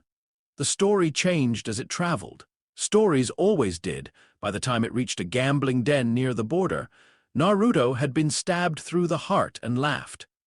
By the time it reached a missing nin contact 2 countries away, he had survived decapitation. By the time it reached ears connected to darker networks, the details were nonsense, but the center remained. Konoha had a boy who would not bleed. In the hidden rain, A messenger wearing a straw cloak delivered a coded report to a man with strange eyes. In the shadows of another place, men wearing black cloaks marked with red clouds began to pay attention. Not enough to move openly, not yet, but enough for Naruto Uzumaki's name to be written beside the Nine Tails with a second note attached: unusual survivability, possible secondary power source. Observe, in Konoha, Kakashi submitted his own report directly to the Hokage. He did not include everything, not because he was careless. Because he knew the weight of secrets around Naruto was already crushing the boy, and he knew enough about villages to understand that truth in the wrong file could become a blade. Hiruzen read the report in silence. Kakashi stood before the desk, hands in his pockets, posture lazy, eye serious. "You saw it?" Hiruzen asked. "Yes, Kurama's chakra, partly, but not all of it." Hiruzen aged another year in the space between breaths. Kakashi looked toward the window. "He doesn't know what it is." "No, does anyone?" Hiruzen did not answer immediately. Then he said, "Perhaps someone did once." Kakashi's visible eye narrowed. "Lord Hokage, I have no answers for you tonight, Kakashi, only instructions. Protect him." Hiruzen looked down at the report. "Teach him," he said. "Protecting him will mean nothing if he never learns how to stand as himself." Kakashi thought of Naruto in the ice mirrors, glowing with two lights that did not belong together, stopping his fist because the enemy had a human face. He nodded. "I can do that." That night, Naruto lay in his apartment with his headband on his pillow and the wave bridge builder's thanks still echoing somewhere warm inside him. Sasuke was alive. That mattered more than Naruto wanted to admit. He had tried to act normal on the way back. He had argued. He had complained. He had demanded ramen. But whenever Sasuke looked away, Naruto had checked to make sure he was still breathing. Now, alone, Naruto raised one hand in front of his face. He remembered the needles sliding out. He remembered Haku's question. "What are you?" Naruto curled his fingers into a fist. "I'm Naruto," he whispered. It sounded like an answer. It also sounded like a plea. Inside the seal, Kurama watched the white current pulse beneath the floor of his prison. For the first time, the fox was not merely irritated. He was wary. The brat's grief had pulled on both of them. Red rage above. White endurance below. Two powers that should have rejected each other had risen in the same moment, not united, but forced side by the boy's refusal to lose someone. Kurama knew hatred. He knew chains. He knew humans and their endless hunger to own what they feared. But this white thing did not act like a weapon. It acted like an oath that made it dangerous in a way Kurama did not understand. "What are you?" he growled again. This time, deep in the buried light, something answered, not with words, with an image. Ash, a field after the end of the world. A man of light falling to his knees with a green sprig buried in his chest. Kurama's ears flattened, the image vanished. The fox stared into the darkness for a long time. Outside, Naruto slept. At the edge of the dream, the shadow smiled. The boy had been seen now. That mattered. Fear spread faster than truth. Wonder twisted faster than memory. A single witness could become a rumor could become a hunt, and somewhere ahead bonds would grow. Bonds were beautiful things. Bonds opened doors armor could not. The shadow waited in the dark, patient as old spite, while the name Naruto Uzumaki began traveling beyond Konoha's walls. The boy who wanted acknowledgement was finally being noticed. He had no idea how dangerous that could be. Chapter 4. Breda Blick's ward, the Chunin exams began with a hallway full of liars. Naruto did not realize that at first. He saw a crowd of older genin, too many weapons, too many sharp eyes, too many people trying to look like they were not nervous. The air outside room 301 felt thick with sweat, pride, and the kind of excitement that made Naruto's fingers twitch. This was it, not cats, not weeds, not carrying groceries for old ladies who still checked their purses after he walked by. A real exam, a real chance. He would fight. He would win. He would show everyone. The whole village would finally have to admit that Naruto Uzumaki was not just some loud kid in orange. He was going to be Hokage. Then Lee kicked Sasuke through a wall. That changed the mood. Naruto stared at the green-clad boy standing with one leg raised, bowl-cut hair shining with confidence and eyebrows so powerful they deserved their own mission rank. Sasuke pushed himself upright, breathing hard, pride bleeding worse than his lip. Sakura looked horrified. Naruto pointed at Lee. "Hey, thick brows, fight me next." Lee turned toward him with absolute seriousness. "I would be honored, but first I must challenge Sasuke Uchiha again." "Why does everyone want to fight him first?" Sasuke wiped blood from his mouth and glared. "Because they have standards." Naruto's jaw dropped. "Oh, that's it. I'm fighting both of you." Kakashi was not there to stop him. Iruka was not there to sigh, so naturally, chaos followed. Only the arrival of a very angry older boy with a turtle stopped it from becoming a three-way disaster in the hallway. By the time Team 7 reached the real exam room, Naruto was vibrating with frustration. Sasuke was silent in the cold way that meant he was thinking too hard, and Sakura looked like she was already regretting every life decision that had led her here. Inside, the room was worse. Dozens of genin from every hidden village filled the seats. Sand, sound, rain, grass, leaf teams Naruto recognized from the academy and teams he did not. Kiba grinned from one side of the room. Hinata looked down the moment Naruto noticed her. Shino stood still enough to make Naruto wonder if he was secretly furniture. Then Naruto felt it, not killing intent, not exactly. A pressure, a lot of people in one room, all carrying fear they tried to hide under arrogance. Weapons under sleeves, poison in pouches, secrets behind eyes. Everyone measured everyone else and found possible enemies. Second sight did not fully wake. There was no immediate attack, but the white current stirred beneath Naruto's ribs like a sleeping thing turning over. Naruto pressed a hand to his stomach. Sakura noticed. "Are you okay?" "Yeah," Naruto said quickly. "Just hungry. You ate 3 rice balls outside. They were tiny. They were normal. My destiny requires fuel." Sasuke looked away, but Naruto caught the corner of his mouth twitch. That tiny, almost smile stayed with Naruto longer than he would admit. The written exam was torture disguised as paper. Naruto understood nothing. He stared at the questions until they started to look like an enemy language. Equations, tactical scenarios, code breaking. Things academy teachers had definitely mentioned while Naruto had been busy drawing tiny Hokage hats on his desk. Around him, other genin cheated, not badly, beautifully. Eyes tracked pencil movements. Bugs whispered answers. Dogs sniffed ink, sand shifted. Mirrors reflected. Needles carried messages. The room became a battlefield where nobody threw a punch. Naruto had no technique for that. He had stubbornness. So he gripped his pencil, sweated through the entire test, and answered almost nothing. When the final question came, when Ibiki Morino offered them the chance to quit or risk never becoming Chunin, fear rolled through the room. People left. Naruto stayed. His hand shot into the air, not to quit, to shout. "I don't care if I'm stuck as a genin forever." He yelled, voice cracking through the room. "I'm still gonna become Hokage someday, so bring on your stupid question." The room went silent. Second sight quieted completely. The pressure broke. For a moment, the fear of everyone else shifted into something else. Surprise, annoyance, some small sparks of courage. Even Sasuke looked at him differently, not kindly, but not dismissively either. Ibiki stared. Then he smiled. They passed. Naruto did not understand how shouting had beaten a written exam, but he decided not to question a miracle. The forest of death smelled wrong. Naruto knew forests. He had hidden in them, trained in them, gotten lost in them, and once spent 6 hours trying to catch a squirrel because he believed it had insulted him. Konoha's forest smelled like leaves, dirt, animals, and sometimes old training equipment rusting in the rain. This forest smelled like hunger.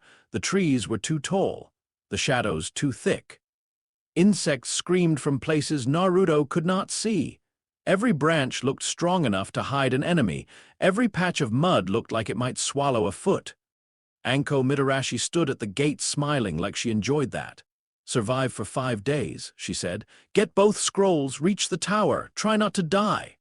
Naruto raised a hand. Anko pointed at him. No, you don't even know what I was going to ask. It was going to be stupid. Naruto lowered his hand. Sakura whispered, "She's not wrong. Traitor." The gate opened. Team 7 entered the forest. For the first few hours, things went almost well. That was the first warning. Kakashi was not with them. No Jonin, no safety net. Just Naruto, Sasuke, Sakura, one scroll, and a forest designed to remind children that the world did not care how young they were. They avoided one team, lost track of another. Naruto complained about needing to pee at exactly the wrong time. Then something swallowed him. It was a snake. A giant snake. Naruto had enough time to shout, "I hate this exam!" before the jaws closed and darkness crushed around him. Inside the snake, everything became heat, slime, and panic. His body slammed against muscle. Acid burned his jacket. The air was wet and foul. The pressure should have broken ribs.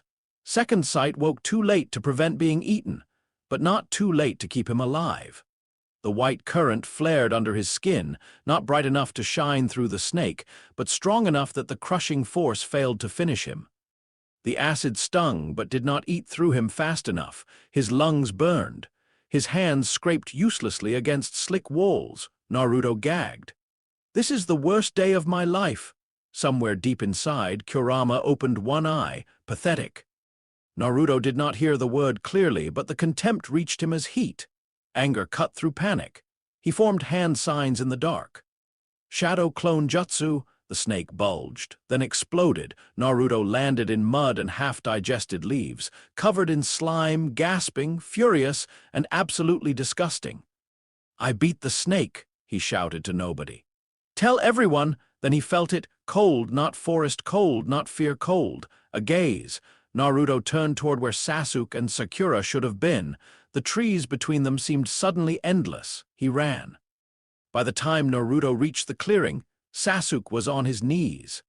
Sakura stood frozen nearby, shaking, kunai in hand, and in front of them stood a grass ninja who was not a grass ninja at all. Naruto did not know Orochimaru's name. He did not know Sannin, or forbidden jutsu, or the way old monsters sometimes wore human faces because the world was easier to enter when people mistook you for one of them. He only knew that the person in front of him felt wrong. Second Sight did not simply wake. It screamed. Every instinct in Naruto's body begged him to run, not dodge, not fight. Run. The danger was too large, too old, too sharp. His skin prickled. His stomach twisted. The white current recoiled, then tightened around his heart like a shield that did not know where the blow would land. The grass ninja smiled. What an interesting little team. Naruto stepped in front of Sasuke without thinking. Sasuke's eyes widened with rage and embarrassment. "Move, idiot!" Naruto's voice came out rough. "No!" Orochimaru's gaze settled on him. For a moment the smile changed, not vanished. Deepened. "You," he said softly. "The noisy one." Naruto swallowed. "I'm Naruto Uzumaki, remember it." "Oh, I think I will." The killing intent struck. Naruto saw himself die not once, many times, cut open, crushed, poisoned, buried under roots, torn apart by snakes. Lying on the ground while Sakura screamed and Sasuke stared with eyes too wide. He shook so hard his teeth clicked, but he did not move away. That mattered. Not because it made him strong, because something ancient inside him recognized the shape of standing between harm and someone else. White light pulsed beneath his skin. Orochimaru noticed. His tongue slipped over his lips. "There you are." Sasuke forced himself upright, sharing a newly awakened and spinning.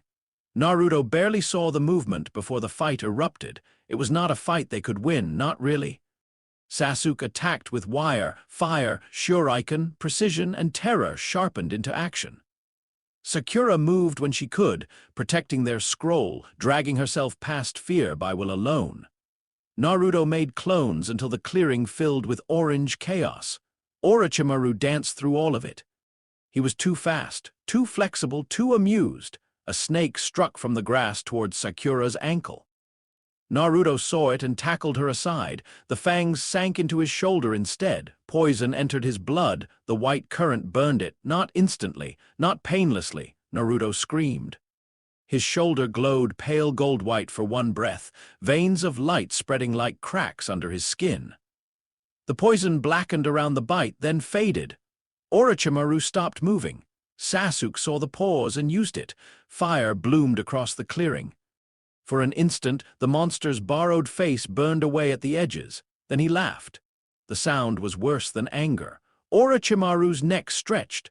Sasuke froze a heartbeat too long. The bite landed. Curse mark. Sasuke screamed. Naruto saw red. Kurama's chakra surged, violent and immediate, but Orochimaru's hand struck Naruto's stomach before it could rise properly. 5 symbols burned into Naruto's seal. The world lurched. Kurama roared behind the bars.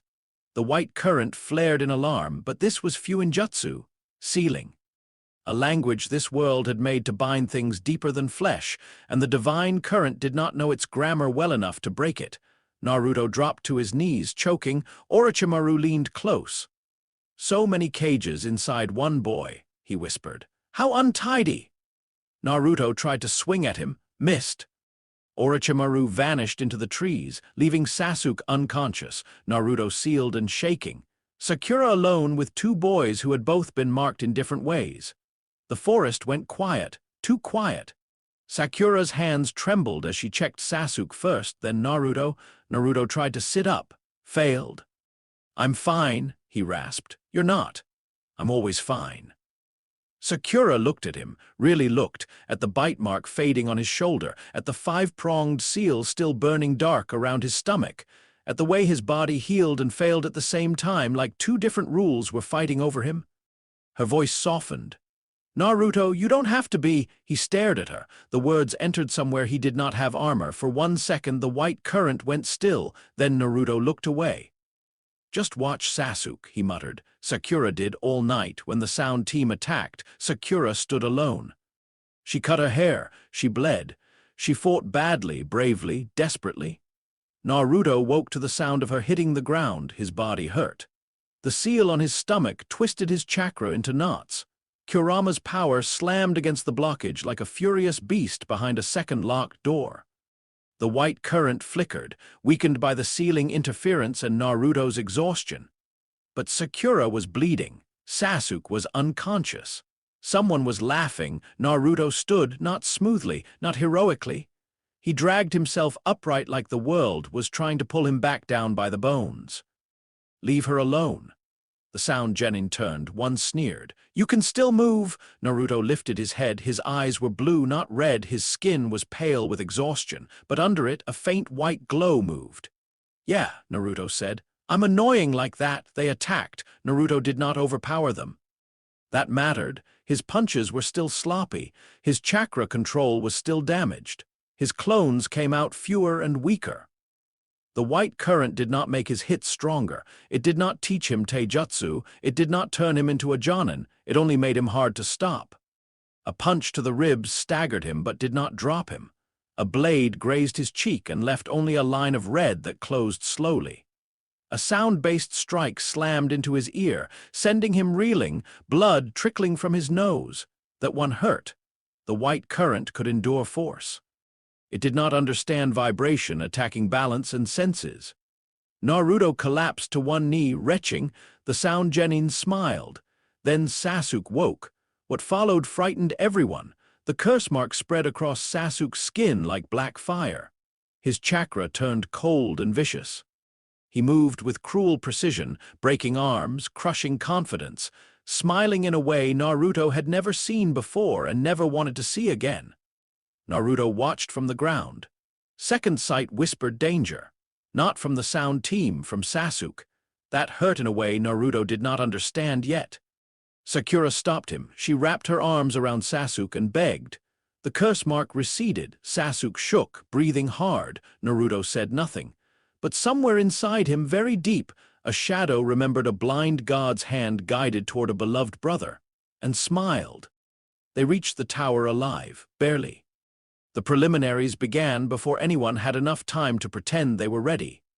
One match after another, Genin were called down into the arena beneath the watching eyes of examiners, jonin, village leaders, and too many people with hidden motives. Sasuke fought first, despite the curse mark.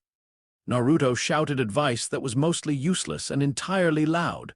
Sakura fought Ino to exhaustion. Kiba laughed when his name appeared against Naruto's. Finally, Kiba said, dropping into the arena with Akamaru on his head, "I get to shut you up." Naruto pointed at him. "You and your dog are going down," Akamaru barked. "Yeah, same to you." The match started exactly as badly as most people expected. Kiba was faster, much faster. He moved like a spinning blade wrapped in fur and confidence. Akamaru blurred beside him. Fang over fang tore across the arena floor, forcing Naruto to dodge by instinct more than skill. Second sight worked in flashes. Left, down, jump too late. Kiba slammed into Naruto's side. The impact should have cracked ribs. Naruto bounced, rolled, and came up coughing. The crowd muttered. Kiba frowned. "What are you made of? Future Hokage material? That doesn't even mean anything." "It will when I'm Hokage." Kiba attacked harder. Naruto endured. But endurance was not victory. That became clear quickly. Naruto could take hits, but he could not land enough of his own. Kiba's nose tracked the real one among clones. Akamaru disrupted his footing. Each impact drained him. The white current did not glow yet, not fully, but it burned beneath his skin, spending something Naruto did not know how to measure. His breathing grew heavy. His limbs slowed. Nana's grief did not have a name in this world, but its shadow reached him early. Fatigue deep enough to make his bones feel hollow, Kiba noticed. "Guess you do go down eventually." Naruto wiped his mouth. No blood. That fact did not comfort him anymore. Kiba and Akamaru launched together. Naruto saw the attack line. Too wide to dodge, too fast to counter. Too strong to take cleanly. Something in him shifted. Not automatic this time, not fully. Naruto did not understand what he reached for. He only knew that the cold white thing inside him had been waking all exam long, and if it could protect him when he fell, when snakes bit, when blades struck, then maybe, just maybe, he could ask it to protect him now. Not with words, with need. Naruto planted his feet. The air went still. Kiba's spinning attack closed in. Naruto raised both arms. White gold light burst outward. The arena flashed. Kiba and Akamaru slammed into a radiant curve of energy that appeared inches from Naruto's body. It was not a wall of chakra, not wind, not earth, not anything the sensors in the room recognized. It shimmered like sunlight caught in glass, bright and clean and painfully visible. The impact shook the floor. Naruto's sandals skidded backward. His arms screamed. The barrier cracked but held. Kiba and Akamaru rebounded, tumbling across the arena. For 1 second, nobody spoke. Naruto stared at his own hands. The light remained around him in a faint outline, trembling, then flickered out. His knees nearly followed it. Up in the stands, Kakashi's visible eye widened. Guy stopped mid-cheer. Asuma's cigarette fell from his mouth. Kurenai leaned forward, expression sharpening. Hiruzen gripped the railing. Danzo, watching from behind a screen where he had no official reason to be, did not blink. In the arena, Kiba pushed himself up slowly. "What was that?" Naruto forced a grin. "No idea." Then, because Naruto was still Naruto, he won the match with a trick so stupid and effective that half the room refused to discuss it afterward. Kiba lost. Naruto advanced, but the match did not end in anyone's mind when Kiba fell. It ended at the flash of light. Breidablik's ward had appeared before witnesses, and there was no hiding it now. After the preliminaries, Naruto slept for 14 hours. Not trained, not celebrated, slept. He collapsed almost immediately after reaching home, one shoe still on, headband crooked. Body heavy with a fatigue that Ramen could not fix. In his dreams, he stood in a hall made of light. No walls, no ceiling, only warmth and sorrow. Far ahead, a palace shone white and gold across a field that had never known shadow. Its doors were open, but Naruto knew without knowing how that he was not ready to enter. A woman's voice cried somewhere beyond it. Not his mother. Not anyone he knew still. The grief in it made his chest hurt. Nana, the name surfaced like a bubble from deep water, then burst before he could understand it. Naruto reached toward the palace. A green sprig fell between his fingers. He woke with a gasp. His room was dark. His body ached so badly that moving felt like punishment. For a moment, Naruto wanted to cry, not because of pain. Because he had won and still he felt afraid. The light had answered him. That meant it was real, not luck, not imagination, not just weird healing. Something was inside him. Something that could wake when he called, even if he did not know its name. Naruto curled around his stomach. "What am I?" he whispered. Inside the seal, Kurama heard. For once, the fox did not immediately insult him. The five-pronged seal still disrupted the prison, distorting the flow between boy and beast. But beneath that interference, Kurama felt the white current shudder with exhaustion. It had protected the brat consciously. That was new and costly. Good, Kurama thought with satisfaction. Let the shining thing pay. Yet even as he thought it, unease curled beneath his hatred. Because the barrier had not felt like domination. It had felt like home, not Kurama's home. Something older than this village, older than shinobi villages entirely. A place of brightness. A palace whose name Kurama did not know and did not want to know. "Brat," he muttered, though Naruto could not hear him. "You keep collecting cages." The month of training began. Jiraiya entered Naruto's life with a dramatic pose, terrible priorities, and more power than Naruto first understood. At first, Naruto called him a pervert. Then he called him a super pervert. Then, after Jiraiya removed Orochimaru's seal and Naruto felt his chakra move properly again, he upgraded him to useful super pervert. Jiraiya took this as progress. Training was brutal, water walking. Chakra control. Summoning, falling off cliffs, being yelled at, yelling back. Nearly dying often enough that Naruto began to suspect all legendary ninja taught through attempted murder. But the white current did not help him sign the summoning contract. It did not teach him how to mold chakra. It did not make Gamabunta respect him. When Jiraiya shoved him off a cliff to force out Kurama's chakra, the white current flared halfway through the fall, trying to protect him from impact. Kurama's chakra surged at the same time, angry at being demanded, angrier at being needed. The two powers scraped against each other. Naruto screamed all the way down. He summoned Gamabunta by desperation, luck, and a stubborn refusal to become a stain at the bottom of a ravine. When he woke later, bandaged and aching on top of the giant toad's head, Jiraiya stared at him longer than usual. "What?" Naruto groaned. "You're a weird kid. Everyone says that." "Yeah, well, this time it's professional." Naruto turned his head away. Jiraiya's expression softened. He was not good at soft, but he tried. "Weird doesn't mean worthless, kid."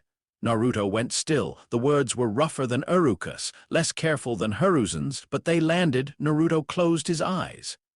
"Yeah," he muttered. "I know." He did not fully, but he was beginning to. The finals brought noise back to Konoha. Crowds filled the stadium. Nobles watched from shaded seats. Shinobi from allied and rival villages pretended politics were not sitting beside them with knives under the table. Naruto stood across from Neji Hyuga and felt the weight of every eye. Neji's gaze was calm. That annoyed Naruto immediately. People who looked calm before fights always acted like they already knew the ending. Naruto hated that more than being underestimated. At least underestimation was rude enough to punch. Neji spoke of fate, of fixed paths, of losers and geniuses, of cages people could not escape. Naruto listened. Then he thought of seals, of village whispers, of a fox behind bars, of a white light inside him that had come from somewhere nobody could explain, of Hiruzen's sad eyes, of Iruka's belief, of Sasuke stepping in front of needles, of Sakura cutting her hair because nobody else was standing. Naruto's fists tightened. "Maybe fate's real," he said. Neji's eyes narrowed slightly. Naruto grinned. "But I'm gonna punch it anyway." The fight began. Neji was everything Naruto was not: precise, disciplined, efficient. Every strike had purpose. Every step closed an option. The Byakugan saw through clones, through feints, through the messy flood of Naruto's attacks. Gentle fist struck his chakra points. The first hit numbed his arm. The second stole strength from his leg. The third sent pain through his coils like needles made of ice. The white current did not stop it completely. That shocked Naruto. This was not ordinary blunt force. Neji's attacks touched the chakra network directly, shutting doors inside Naruto's body. The white current could keep tissue from breaking. It could reinforce bone. It could burn poison. It could throw up a barrier against impact.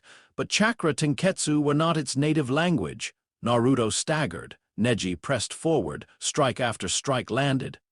The crowd watched the loud boy get dismantled. Naruto hit the ground. Neji stood over him. "This is the difference between us," Neji said. "You cannot change what you are." Naruto's fingers dug into the dirt. What he was, demon, dead last, Jinchuriki, something else, a boy who healed wrong. A boy who would not bleed.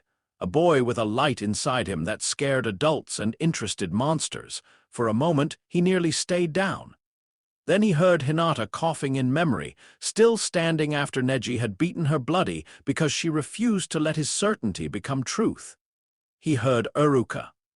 "You are not a monster." He heard Jiraiya.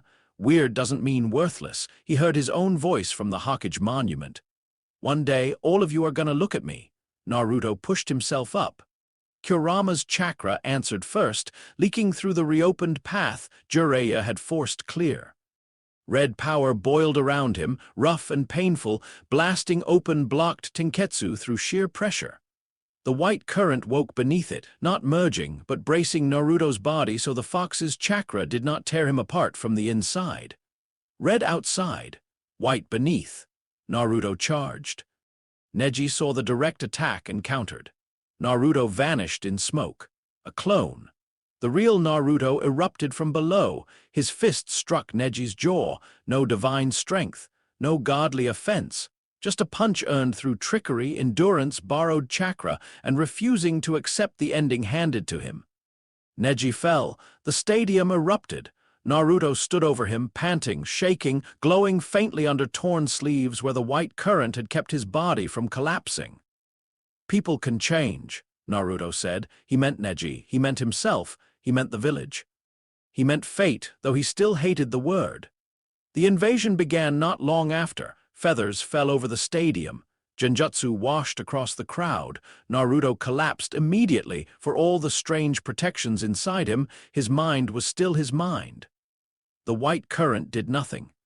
It did not understand illusions. It could not guard thoughts. Sakura had to release him. He woke sputtering. "What happened? You got caught in Genjutsu?" "What? That's cheating." "It's ninja." The battle spilled across Konoha. Sand and sound revealed their trap. Orochimaru hunted his old teacher. Gaara, unstable and cracking under the weight of Shukaku's hatred, became the center of a disaster moving toward the forest. Naruto followed because Sasuke had gone. Because Sakura was in danger.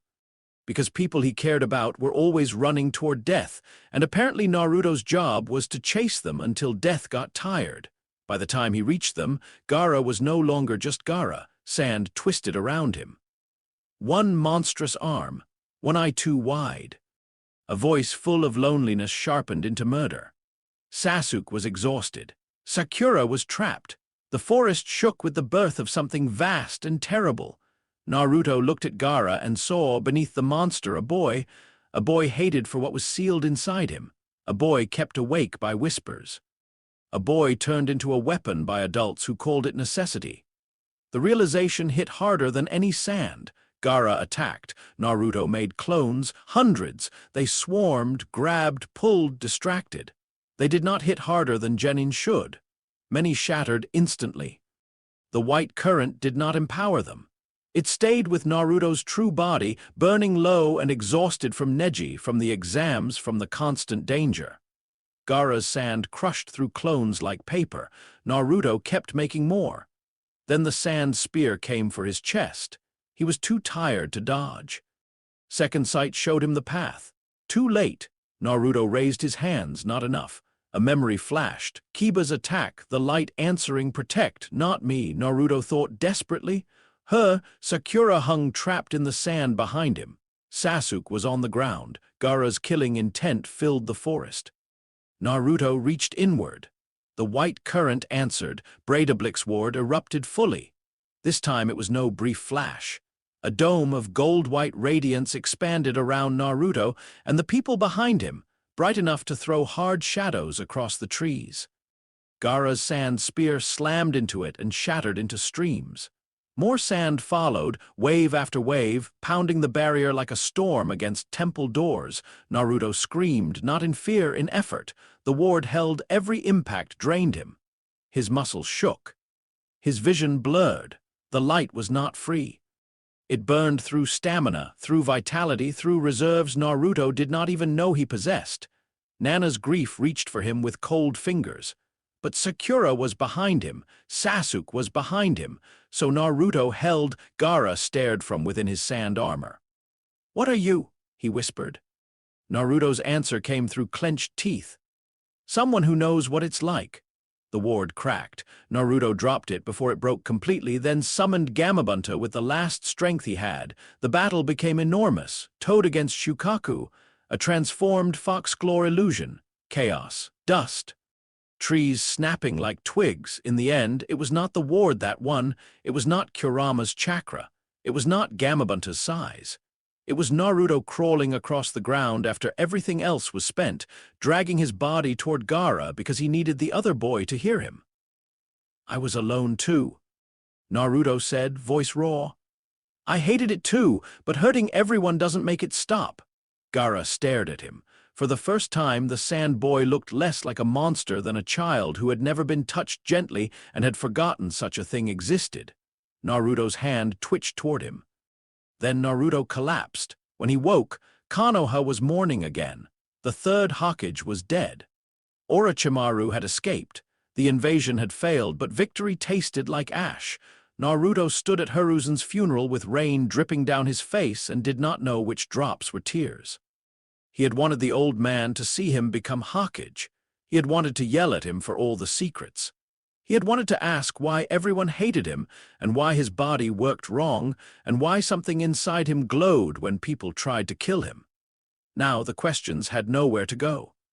Iruka stood beside him, Kakashi behind him, Sakura nearby, Sasuke farther away, silent, eyes shadowed by something Naruto could not reach.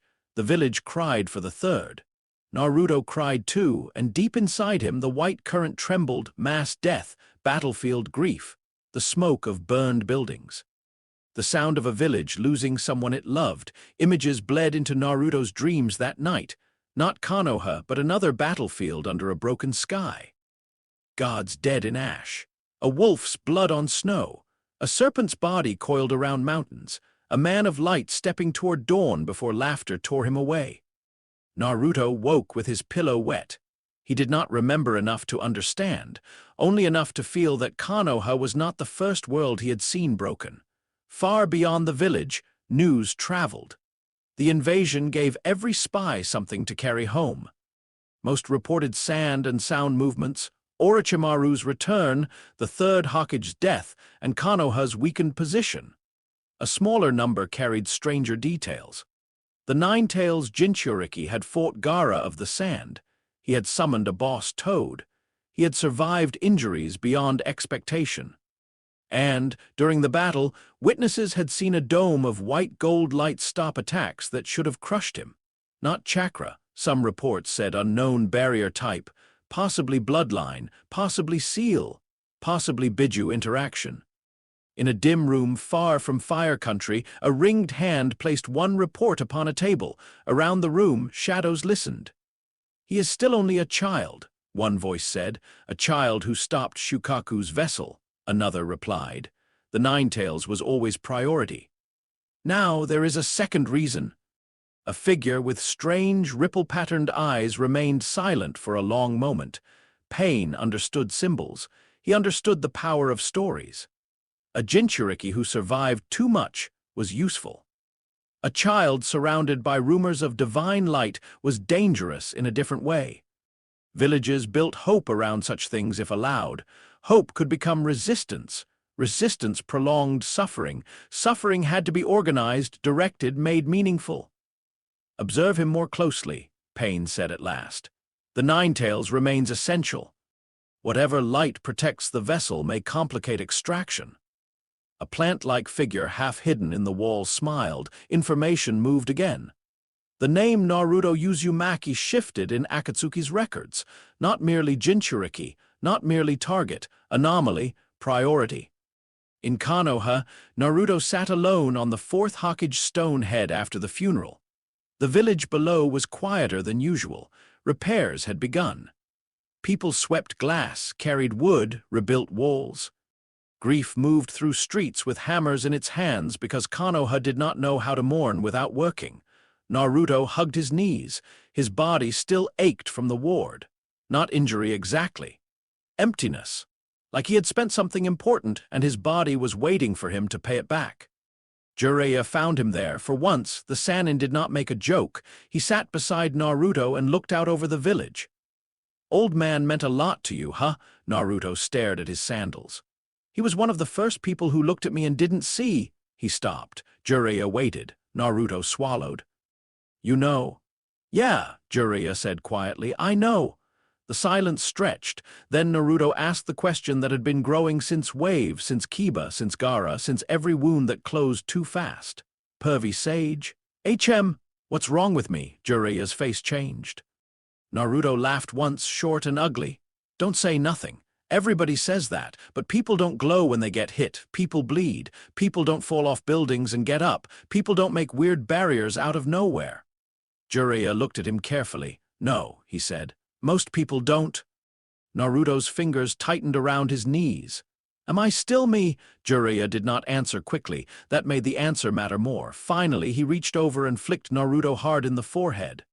"Oh, what was that for?" "To check." "Check what?" "If you were still annoying." Naruto stared. Jiraiya grinned. "Good news, definitely still you." Naruto tried to glare. Instead, his face crumpled a little. Jiraiya looked away, giving him space to hide it. "Listen, kid," he said. "Power doesn't decide who you are. What you do with it gets closer. Who you protect gets closer than that." Naruto rubbed his forehead. "And if I don't understand it?" "Then we learn." Jiraiya stood, stretching. "Unfortunately, yes, your weirdness has become my problem," Naruto sniffed. "You're bad at comforting people." "I'm legendary at many things. Comforting is not one of them." Despite himself, Naruto smiled. Small, tired, real. The white current pulsed faintly beneath his heart. Not because he was in danger, because for a moment he was not alone with the question. Far below in the dark corners where old curses nested, the shadow watched and waited. The ward had woken. The boy had learned to call protection with intent. That made him stronger. It also made the loophole more precious. The brighter the shield, the more meaningful the hand that could pass through it. And somewhere, far from Konoha, Sasuke Uchiha sat awake in the dark, touching the curse mark on his neck and remembering Naruto's light, remembering the way the crowd had roared for him, remembering his own body frozen beneath Orochimaru's killing intent, remembering his brother. Power mattered. Naruto was changing, the world was changing. And Sasuke, trapped between envy and grief, began to fear that everyone was moving forward except him. The shadow smiled. Bonds were growing exactly as they should, so were the cracks. Chapter 5. The trickster's shadow. After the third Hokage's funeral, Konoha learned how to breathe with a wound in its chest. The village did not stop. That was the cruel thing. Naruto had expected grief to freeze everything.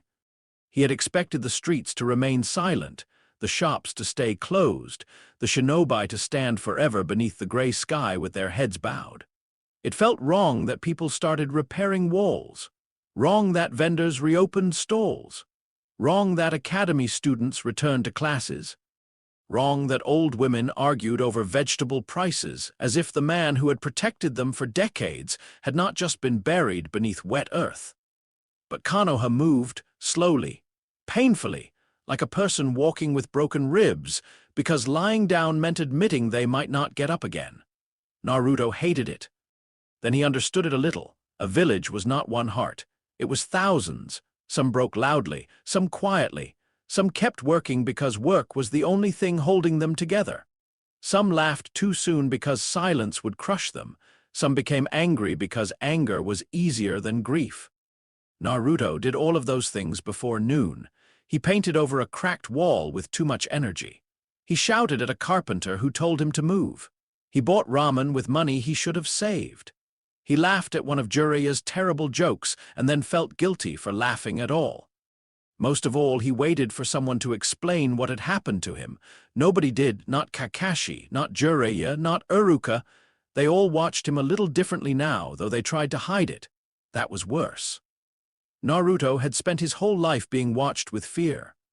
This new look had fear too, but mixed with concern, and concern was harder to fight because it did not give him a clean target. The light had come when he called Breidablik's ward. Naruto did not know that name yet. To him it was just the glow. The shield. The thing under his skin that woke when he needed to protect someone and left him feeling hollow afterward. Jiraiya tried tests. Naruto hated tests. Again, the Sannin said. Naruto stood in a clearing beyond the village, knees bent, arms raised, sweat dripping from his chin. I already did it 3 times. You flashed like a lantern and fell over twice. That doesn't count.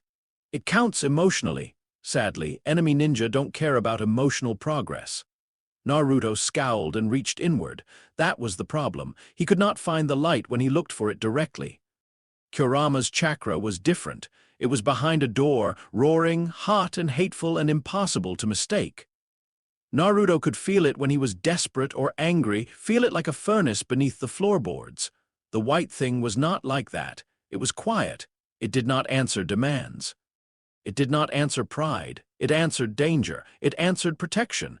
It answered the moment between someone he cared about and the blow meant to take them away. Naruto squeezed his eyes shut and imagined Gaara's sand spear. Sakura behind him. Sasuke on the ground, the feeling of refusing to move. Warmth stirred. A pale glow crawled over his hands. Jiraiya's eyes narrowed. Good, hold it! Naruto gritted his teeth. The glow shaped itself into a thin curve before him, barely wider than his shoulders. Jiraiya flicked a pebble. It bounced off the light. Naruto grinned. Ha! Jiraiya threw a larger stone. The barrier cracked like ice.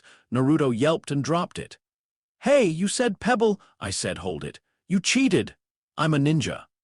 Naruto opened his mouth to argue, then swayed. Jiraiya caught him before he hit the ground. The Sannin's expression darkened. Naruto's skin had gone pale. His pulse fluttered too fast beneath Jiraiya's fingers, not dying, not even badly injured, but drained, deeply drained, the kind of exhaustion that did not come from muscles alone. The glow protected him, yes, but it charged interest. Jiraiya lifted him under one arm like a sack of rice. Naruto groaned. Don't carry me like this. Stop fainting like luggage. I didn't faint. You became floor-curious. I hate you. Good, hatred builds stamina. But as Jiraiya carried him back toward camp, the joking faded from his face. Whatever lived under Naruto's chakra was not an endless gift. That mattered. It meant the boy could still be hurt. It meant the boy could still be pushed too far. It meant the village, the Akatsuki, Danzo, Orochimaru, or any other fool who looked at Naruto and saw only a useful immortal weapon could kill him through exhaustion even if blades failed. That thought made Jiraiya's hand tighten. Naruto mumbled against his shoulder, half asleep. Pervy sage. What? When I glow, do I look scary? Jiraiya looked down. Naruto's eyes were barely open. The question had no prank in it, no grin, no deflection. Jiraiya exhaled. No, he said. You look like a kid trying too hard not to lose anyone. Naruto was quiet, then he whispered, That's worse. Jiraiya did not know what to say to that, so he kept walking. The first nightmare came that night. Naruto stood in a field where the ground was not dirt but ash. The sky above him burned with colors he had never seen in Konoha. Red like fresh blood, gold like dying fire. Black like smoke, thick enough to bury the sun. Around him lay weapons too large for human hands, broken shields, cracked stones, and the bodies of things his mind refused to name clearly. A wolf's corpse stretched across a valley. A serpent's dead coils circled mountains in the distance. Somewhere, thunder rolled without clouds. Naruto took one step. Ash puffed around his sandal. Hello, he called. His voice sounded small. A man stood ahead of him, tall, pale, wrapped in light that looked tired. Naruto could not see his face clearly. Every time he tried, it blurred, as if the dream itself refused to let him remember. But the sadness was impossible to miss. The man looked toward a sunrise beyond the ruin. I will make it mean something, he said. Naruto did not know the language. Somehow he understood. Then laughter cut across the field. Naruto spun, chains dragged through the ash. A shape knelt in the distance, thin and broken and smiling too widely. Its hair moved like black flame. Its eyes found Naruto through the dream, not the man of light. Naruto? There you are, it whispered. Naruto stepped back. The ash beneath him became water. Cold, black, the field vanished. He stood in a hole of shadows, ankle-deep in still water, with gates stretching endlessly on both sides. Behind some gates were voices. Behind others, only breathing. At the far end of the hall, a woman sat upon a throne made of bone-white wood and dark roots. Half her face was beautiful. Half looked like death had begun, and then politely stopped halfway through. Her eyes rested on Naruto with no surprise at all. Lost again, she said. Naruto swallowed.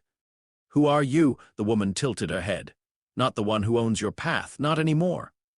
I don't understand. No, she said. You rarely do at first. Something green fell into Naruto's hand, a tiny sprig, harmless-looking, soft, almost stupid. The moment his fingers closed around it, pain exploded through his chest. Naruto screamed. He woke with Jiraiya shaking him. Naruto! The campfire had burned low. The forest around them was dark. Naruto's shirt clung to his back with sweat. His hand was pressed over his heart so tightly his nails had dug into skin. Jiraiya's face hovered above him, sharp with concern. Naruto gasped for air. It stabbed me. What did? I don't know. Naruto's voice cracked. A plant! Jiraiya stared. Naruto knew how it sounded. He sat up too fast and nearly vomited. I'm serious. I know. That made it worse. Jiraiya checked him for genjutsu. Nothing. Poison. Nothing. Seal disturbance. Not exactly. Kurama's chakra had surged, then settled. The white current had flared during sleep without outside threat. A nightmare had triggered a defensive response, or a memory. Jiraiya did not like either possibility. Tell me everything, he said. Naruto did, not well. Naruto told stories the way he fought, loudly, out of order, with too much emotion and not enough structure. Ash field, dead giant animals. Light man, laughing chain guy, half-dead lady, weird plant, chest pain, bad vibes. Jiraiya listened without interrupting. By the end, his face had gone unreadable. What? Naruto demanded. You know something? I know myths, Jiraiya said slowly. A lot of them. Shinobi myths, summoning clan myths. Old stories from before villages. But what you're describing doesn't match anything from the elemental nations. Naruto hugged his knees. So I'm weird from somewhere else too, Jiraiya winced. That's one way to put it. Great, fantastic. Maybe next I'll find out my hair is illegal. Naruto? The seriousness in Jiraiya's voice cut through the joke. Naruto looked up. Whatever this is, Jiraiya said, it doesn't change the first thing that matters. Naruto's mouth twisted. Which is, you're Naruto Uzumaki. For once, Naruto did not smile. I keep saying that, he whispered. Why does it feel like I'm trying to convince myself? Jiraiya had no answer that would not sound too small, so he placed one large hand on Naruto's head. Naruto did not pull away. Inside the seal, Kurama was awake. The fox had seen the dream, not clearly. The five-pronged seal had been removed, but Naruto's mind was still a messy, chaotic place, and the white presence did not open itself easily. Yet for the first time, the images had bled through strongly enough for Kurama to smell them. Ash, death, a tree larger than worlds, gods. Kurama knew old things. He was old by human measure. Born from the Ten-Tails chakra divided by the Sage of Six Paths, he had watched villages rise, clans destroy each other, humans name monsters after the sins humans committed first. He knew the taste of divine chakra from this world's legends. This was not that. The white presence beneath his prison belonged to a different order entirely, not stronger than everything, not greater than the sage, different. That difference unsettled him. The brat slept again near dawn, exhausted. Kurama lowered his head toward the pale glow beneath the mindscape floor. You were worshipped, the fox said. The light pulsed faintly. You were killed. Another pulse. Images flickered. A shining hole, a blind figure, an arrow or not an arrow, a sprig, laughter, grief. A woman falling beside a funeral pyre. Kurama's lip curled. Humans, gods, spirits, all the same, they love until love becomes a chain. For the first time, the white current answered with something almost like sorrow. Kurama pulled back. He hated that too. The search for Tsunade gave Naruto something to do, and that helped.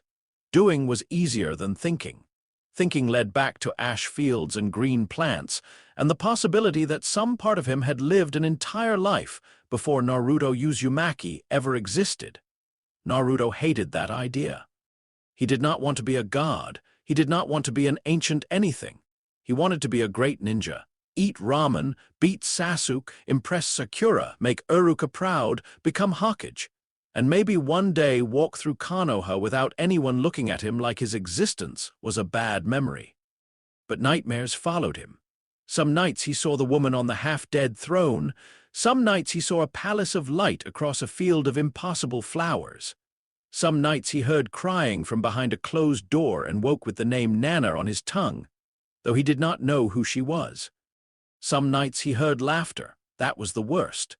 The laughter did not feel like memory. It felt present, watching, waiting. During the day, Jiraiya trained him. The Rasengan gave Naruto a problem big enough to hate properly: rotation, power, containment, no hand signs, no shortcuts. No white current. That last part mattered most. The glow inside him could stop a stone. It could hold against sand. It could help his body survive Kurama's chakra when desperation forced both energies into the same frame. But it did not spin chakra in his palm. It did not shape the Rasengan. It did not teach patience. Naruto failed. He failed with water balloons. He failed with rubber balls. He failed so dramatically that Jiraiya began keeping distance when Naruto shouted, "I think I got it this time!"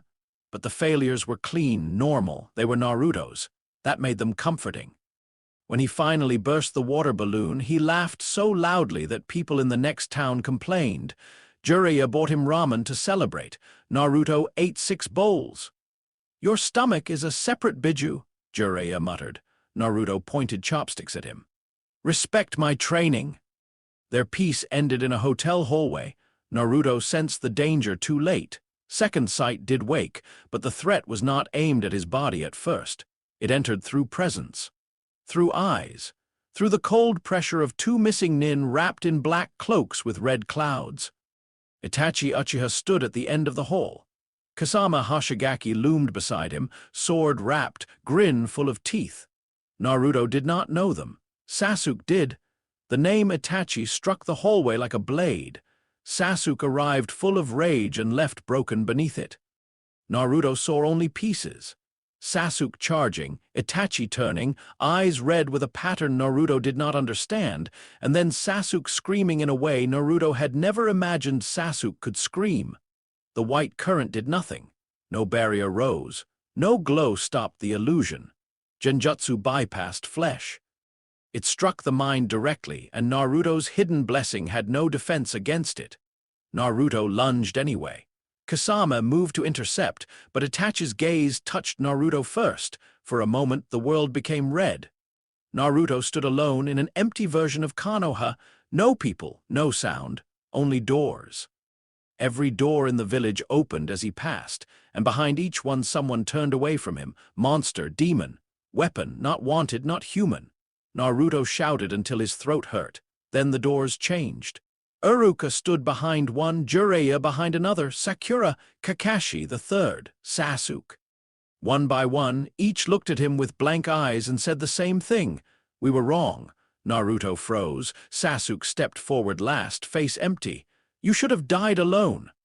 The words cut deeper than any blade. Inside Naruto, the white current surged wildly, trying to protect a place it could not reach. The illusion cracked. Not because the white current broke Genjutsu, it could not. The crack came from outside. Jiraiya's chakra slammed into the technique, disrupting it before Itachi chose to deepen the trap. The hallway returned in a rush of sound.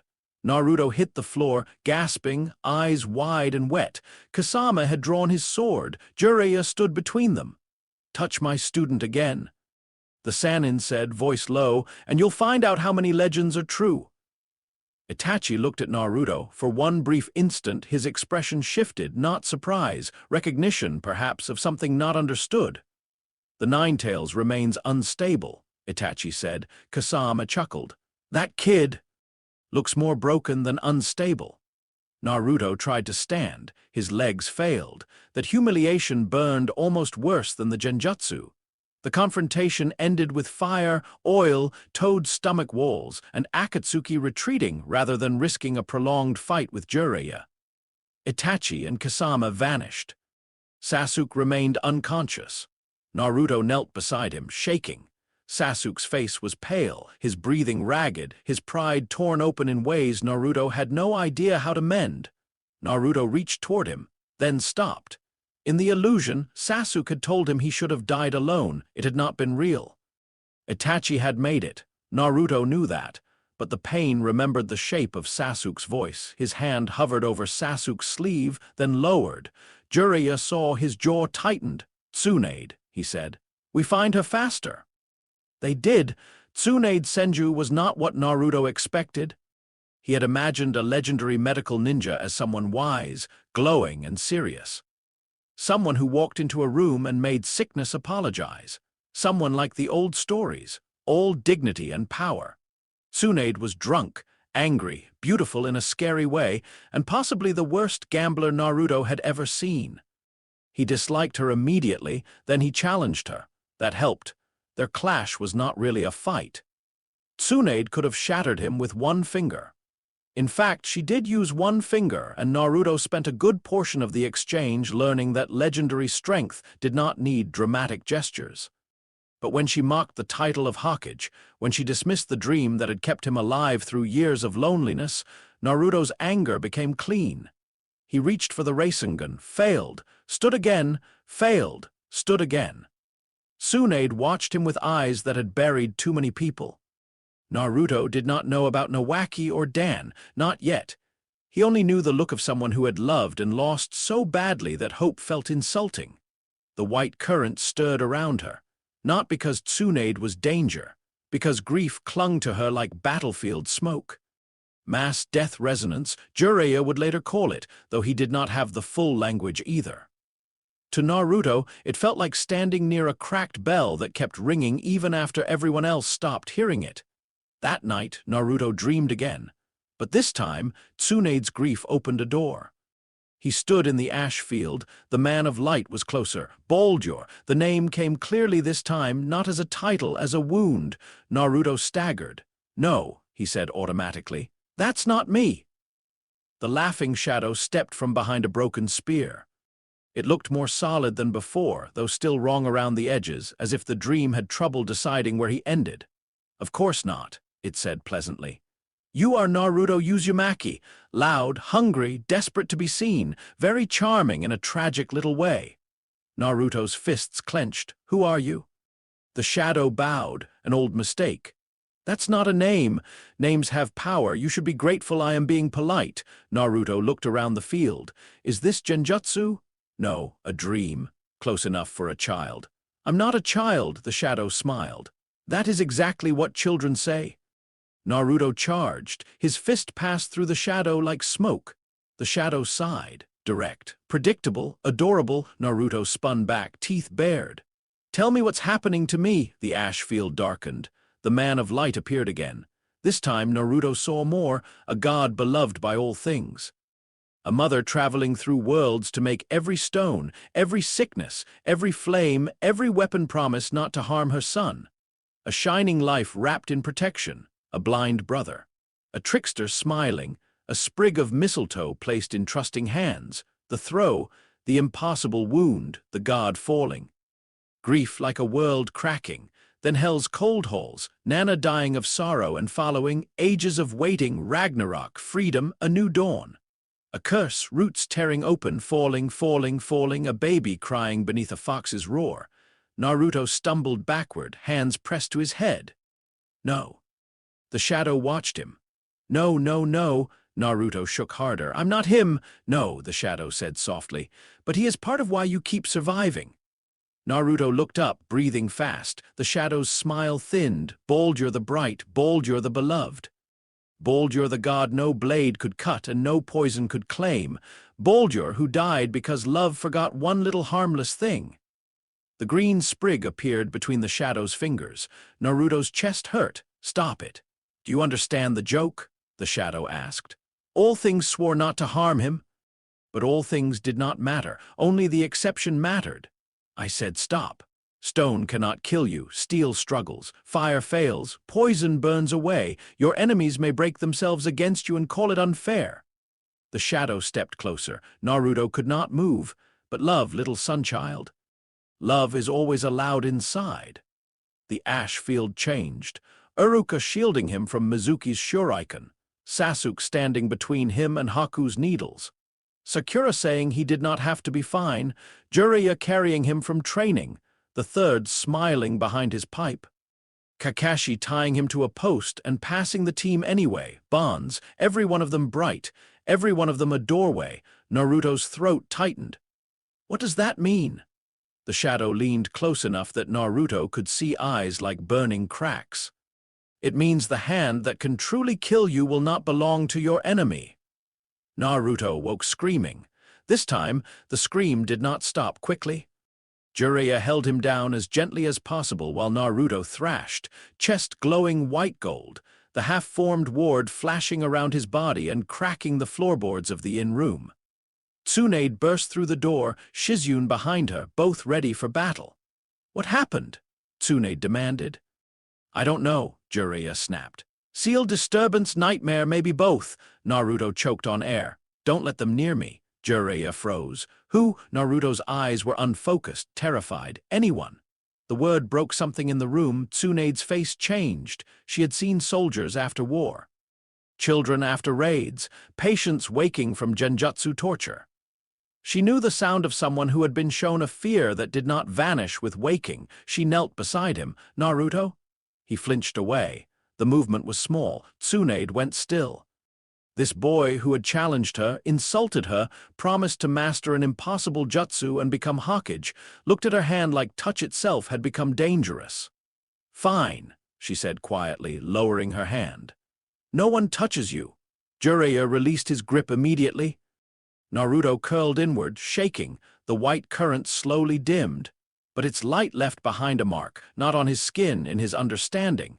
Enemies could hurt him, seals could bind him, genjutsu could break him, exhaustion could drop him, but none of those were the hidden door. The true exception required trust. That knowledge sat in Naruto's chest like a blade waiting for its owner. The next day, Naruto trained until his hands shook. He did not talk about the dream. Jiraiya did not force him. Tsunade watched from the shade with a cup of sake she barely touched. Naruto forced the Rasengan again and again, using clones, bruising his palms, tearing his focus apart and rebuilding it. The white current stayed quiet. Good. Naruto wanted something that was only his. Not Kurama, not Baldur, not the glow, not a dead god's stolen survivability, his chakra. His jutsu, his stubbornness. When Kabuto and Orochimaru found them, Naruto was exhausted but ready to be angry at something real. The battle was chaos. Jiraiya drugged and weakened. Tsunade frozen by blood memories. Shizune down. Kabuto precise and dangerous. Orochimaru smiling with dead hands and old poison in his voice. Naruto fought Kabuto and learned that survivability was not the same thing as winning. Kabuto's medical strikes cut function without needing to break bones. He sliced muscles, disrupted nerves, struck places the white current healed slowly because it did not understand the attack until damage had already translated through the body. Naruto dropped, stood, dropped again, stood again. Kabuto's expression shifted from amusement to calculation. You really don't stay down. Naruto grinned through blood on his lip. People keep complaining about that. Kabuto drove a kunai toward his heart. Second Sight screamed, the white current surged, but Naruto did something else.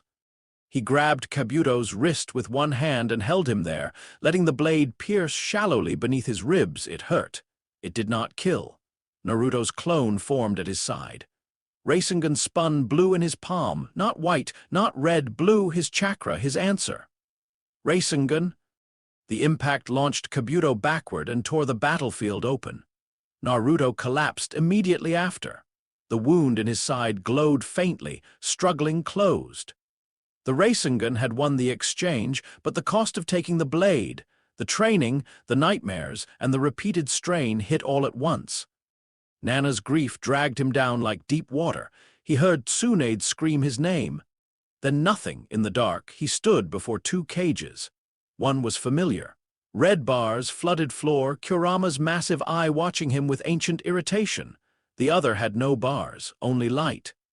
A palace far away across still water. Between them stood the shadow.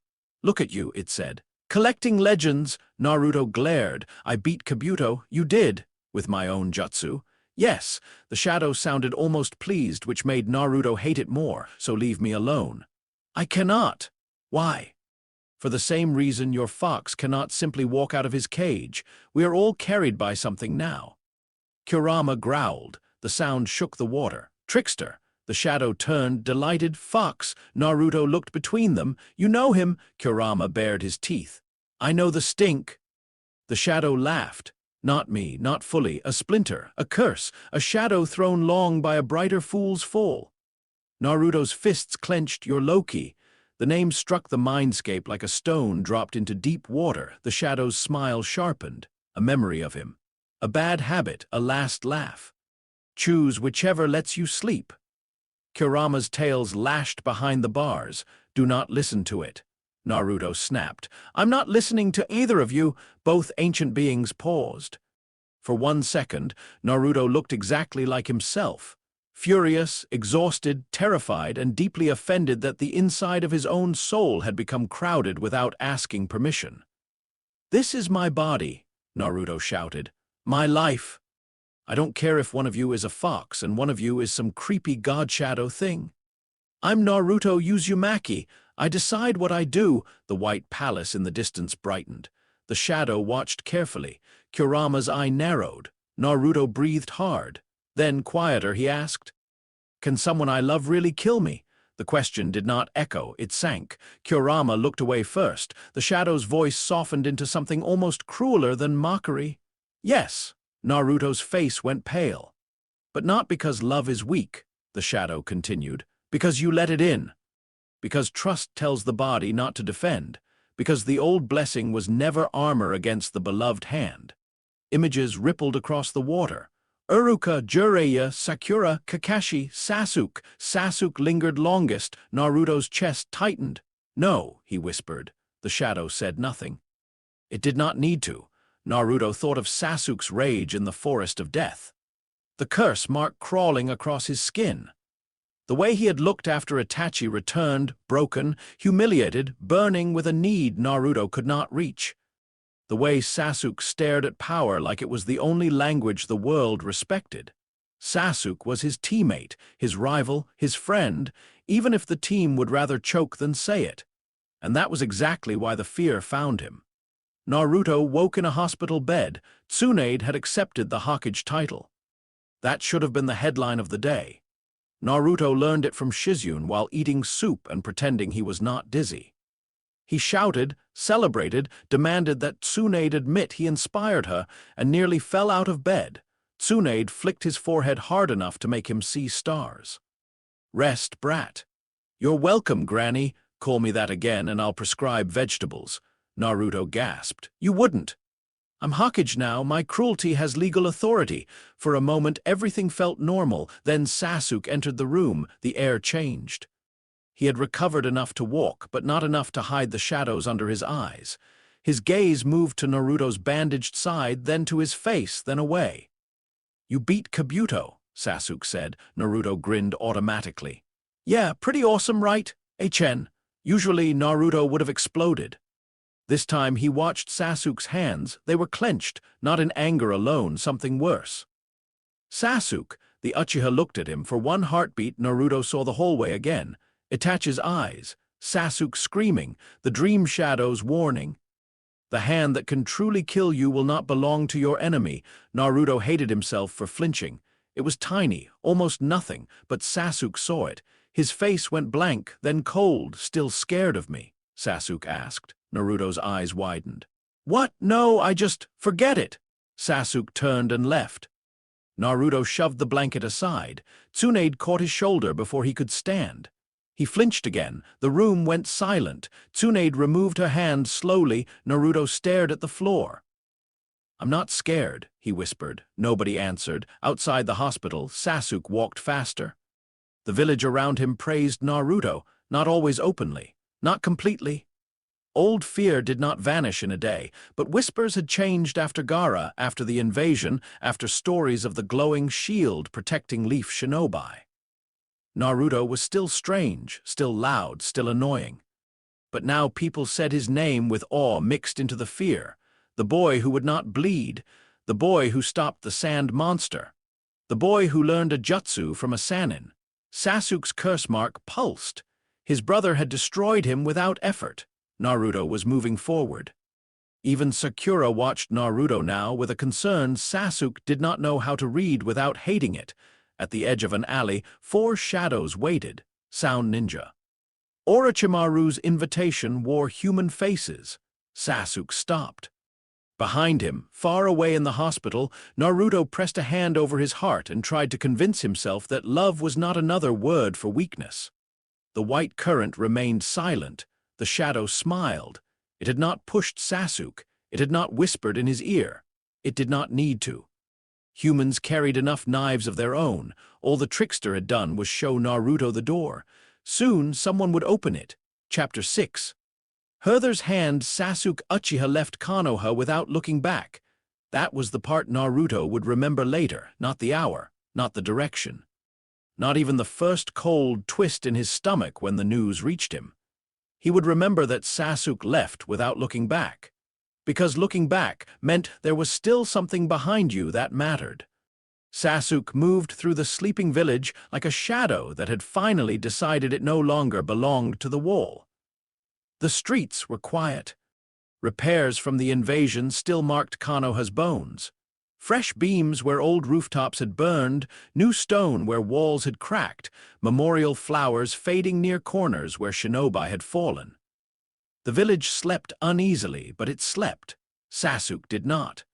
He had not slept properly since Itachi returned. Every time he closed his eyes, the hallway came back. The red pattern in his brother's gaze, the helplessness, the scream torn from his own throat, the knowledge that all his training, all his pride, all the years of sharpening himself had meant nothing. Then Naruto's face would appear. Naruto, glowing white in the exams. Naruto, defeating Neji. Naruto, crawling toward Gaara and changing him with words Sasuke would have mocked if they had not worked. Naruto, learning the Rasengan. Naruto, lying in a hospital bed after beating Kabuto. Naruto, flinching. That last memory burned worst. Sasuke had seen it. A tiny movement, a flicker. Almost nothing. But Sasuke was an Uchiha. He noticed small things. He noticed weakness. He noticed fear. Naruto had flinched from him, not from the curse mark, not from Orochimaru, from him. Sasuke's hands tightened. Good, he told himself. Let him be afraid. Fear meant power was working. But the thought tasted wrong. At the village gate, Sakura waited. Sasuke stopped. For a moment the night held both of them in silence. Sakura stood in the road, hair stirring in the faint wind, eyes red as if she had been crying before he arrived. She looked younger than she did in missions. Smaller. Not weak, Sasuke had seen her bleed in the forest of death, seen her cut her hair and stand when both boys were down, but hurt in a way no kunai could defend against. "You're leaving," she said. It was not a question. Sasuke looked past her. "Go home." "No," his eyes narrowed. Sakura's hands trembled, but she did not move aside. "You don't have to do this." Sasuke almost laughed, not because it was funny, because those words belonged to people who still believed choices were clean things. As if he had woken up one day and casually decided to walk toward darkness. As if the path had not been carved into him the night he came home to a clan of corpses and his brother standing beneath a red moon. "You don't understand," he said. Sakura's voice broke. "Then explain it to me." "Explain it? How?" How could he explain the weight of every dead Uchiha name pressing against his spine? How could he explain the humiliation of Itachi's return? The way Orochimaru's promise of power had sounded less like temptation and more like the first honest answer anyone had offered him. How could he explain that staying meant watching Naruto climb, watching everyone else heal, watching himself remain too weak to matter? He could not, so he made his voice cold. "There's nothing for me here." Sakura flinched as if he had struck her. Sasuke hated that he noticed. "What about Team 7?" she asked. "What about Kakashi-sensei? What about Naruto?" Naruto's name cut sharper than it should have. Sasuke's face hardened. "He'll chase me." Sakura stared. "You know he will." "Yes. And you're still going." Sasuke did not answer. That was answer enough. Sakura stepped closer. "If you go, I'll scream." "You won't." "I will." "No," Sasuke said quietly. "You'll hesitate because you still think you can reach me." Tears slid down her face. "I love you," she whispered. The words should have felt like victory or comfort or maybe nothing at all. They felt like another chain. Sasuke appeared behind her and struck the back of her neck with 2 fingers. Sakura collapsed. He caught her before she hit the ground. For a second, he held her weight. Then he laid her gently on a bench by the gate. "You should forget me," he said. But he knew she would not. That was the problem with bonds. They lingered. Sasuke turned away. 4 shadows waited beyond the road. The sound 4 smiled. Sasuke walked toward them by his own choice. No god pushed him. No curse whispered the first step. Orochimaru had offered power, but Sasuke chose to take it. That choice belonged to him by dawn. Sakura's scream tore through the village. Naruto woke before anyone reached his door. He did not wake because of the scream. He woke because second sight snapped through his body like ice water. Danger. Not immediate, not a blade at his throat, something worse. A bond pulling tight until it hurt. Naruto sat upright, breathing hard. For one confused second, he saw a green sprig falling through darkness. Then someone pounded on his door. "Naruto?" He was moving before he recognized Shikamaru's voice. The retrieval team formed in a rush of orders, panic, and too little time. Shikamaru led them because he was the only one newly promoted to Chunin, which Naruto loudly declared was ridiculous right up until Shikamaru told him to shut up and listen. Kiba came with Akamaru, restless and ready. Choji stood quieter than usual, hands near his snack pouch but not eating. Neji arrived calm, eyes unreadable, still carrying the weight of being changed by the boy he now had to help. Naruto bounced on his heels, every second of delay feeling like betrayal. "We have to go now." Shikamaru's gaze sharpened. "We go smart, or we don't bring him back at all. He's getting away. He left hours ago. Running stupid won't rewind that." Naruto's fists shook. He wanted to shout. He wanted to punch something. He wanted Sasuke to appear from behind a tree and call him an idiot for believing a stupid rumor. But Sakura's face when she told them had destroyed that hope. Sasuke had left. Sasuke had gone to Orochimaru. Sasuke had walked away from them, from him. Naruto pressed a hand over his heart. The white current was quiet, too quiet. Ever since the nightmare, Naruto had been afraid of that silence, afraid of what it knew, afraid that the shadow had told him the truth and that some part of him had recognized it before his mind could deny it. The hand that can truly kill you will not belong to your enemy, no. Naruto clenched his jaw. That was stupid. Sasuke was his rival, his teammate, his friend. Friends hurt each other all the time. They yelled, they fought. They said things they did not mean, but they came back. Naruto would drag him back if he had to. That was all. Simple. He could make it simple if he ran fast enough. They entered the forest. The Sound 4 did not make it easy. The first battle broke the team's rhythm. Traps, barriers, taunts, and cursed power forced them into choices too sharp for children. Shikamaru understood before the others wanted to. They would have to split up. Naruto hated it. "Are you crazy? We're supposed to stay together." "That's why they're slowing us down," Shikamaru snapped. "Their job is to make us waste time. Sasuke keeps moving while we argue." Kiba rolled his shoulders. "Then we don't argue." Choji looked at Shikamaru. Something passed between them. A friendship older than teams, older than missions, built from lazy afternoons and shared chips, and the kind of loyalty Naruto understood too well. Choji stayed behind first. Naruto tried to protest. Choji smiled at him. Bring Sasuke back. That was all, no dramatic speech, no fear, just trust. Naruto ran because stopping would insult it. One by one, the team broke apart. Neji stayed behind. Kiba fell away into another fight. Shikamaru stopped to hold the line. Each time, Naruto felt the separation like a hook tearing through him. These were not just names on a roster. They were people choosing to stand between him and danger, between him and delay, between Sasuke and whatever waited ahead. Protection. The white current stirred with every sacrifice. It wanted to turn back. It wanted to shield. It wanted to stand in every doorway at once. Naruto forced himself forward until his lungs burned, because bringing Sasuke back was the only way those choices meant something. Then Kimimaro arrived, pale, calm, deadly, a boy made of bones and devotion so absolute it felt inhuman. Naruto attacked with clones, hundreds. Kimimaro cut through them, not with anger, not with effort, with a sad, quiet certainty that made Naruto's skin crawl. Bones slid from his body like weapons from a living armory. Each movement was efficient. Each strike removed clones by the dozens. Naruto's real body took a hit across the shoulder. The bone blade should have opened him badly. White light flashed beneath his skin. The wound became shallow. Kimimaro noticed, "You are difficult to damage," Naruto panted. "Yeah, you're difficult to like," Kimimaro tilted his head. "You fight for Sasuke." "Obviously. He has chosen Lord Orochimaru." "He chose wrong." Kimimaro's eyes narrowed slightly, not offended, but curious. To deny someone's chosen path is arrogance. Naruto's clones gathered around him again. To let your friend walk into a snake's mouth is worse. They clashed. Naruto could not beat him. That became clear fast. The white current kept him standing longer than he deserved. It dulled cuts, braced bones, turned killing blows into painful glancing strikes. But it did not make his clones smarter. It did not let him read Kimimaro's style. It did not change the gap between stubborn genin and dying, monster-loyal genius.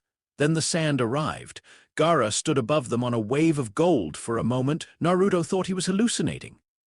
"Gaara!" The red-haired boy looked down, calm in a way that no longer felt empty. "Go!" Naruto stared. Gaara's eyes softened by a fraction. "You reached me once. Let me help you reach him." Naruto's throat tightened. The white current pulsed, warm and sad. Naruto nodded. "Thanks." He ran. Behind him, sand crashed against bone. Ahead, Sasuke's presence waited like a storm behind the trees. By the time Naruto reached the Valley of the End, the sun had begun to sink. The statues rose from the earth like old giants locked forever in the moment before violence. Hashirama Senju and Madara Uchiha faced each other across the waterfall, stone hands forming the seal of confrontation. Water thundered between them. Mist rose in cold sheets. The whole valley felt like a memory Konoha had failed to learn from. Sasuke stood on Madara's statue. Naruto stopped on the opposite side. For several breaths, neither moved. The distance between them was not far. It felt endless. Sasuke looked different, not in clothing. Not only in the curse mark creeping faintly at his neck, it was his eyes. Something had closed behind them, or maybe something had been forced open. Naruto's chest hurt. "Sasuke?" His voice cracked against the stone. Sasuke looked down at him. "You're late." Naruto's fists clenched. "I had to beat up a bunch of creepy sound guys because you decided to be stupid. I didn't ask you to follow." "Too bad." Sasuke turned away slightly. Naruto jumped across the water and landed on the stone near him. Mist dampened his jacket.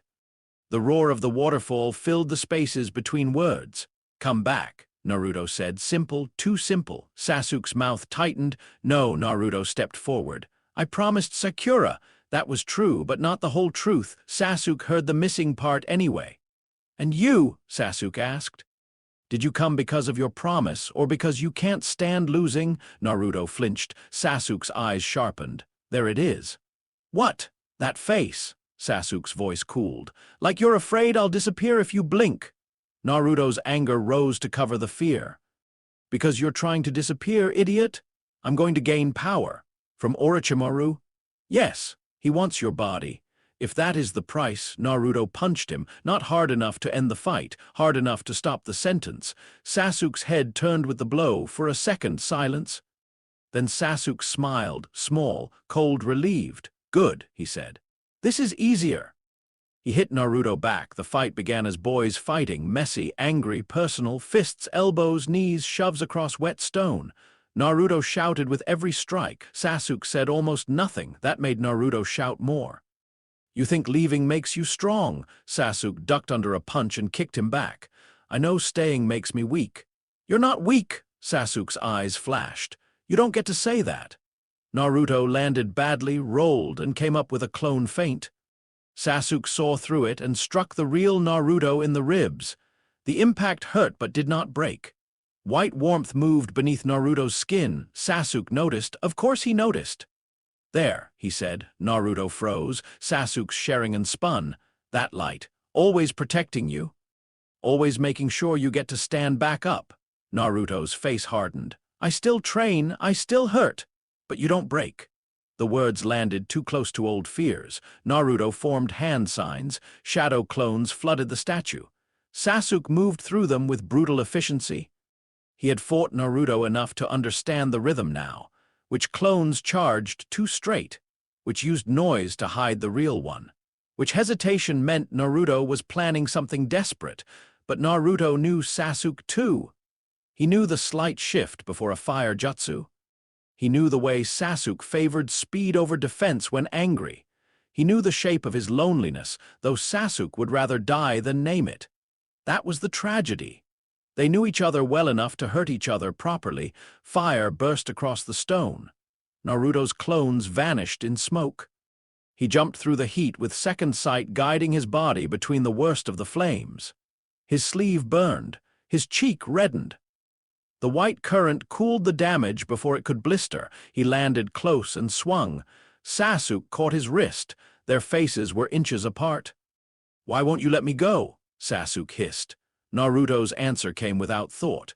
Because you're my friend. Sasuke's grip tightened. For one heartbeat, the curse mark at his neck pulsed, not controlling him, reflecting him, a door to power that answered the darkness he willingly carried.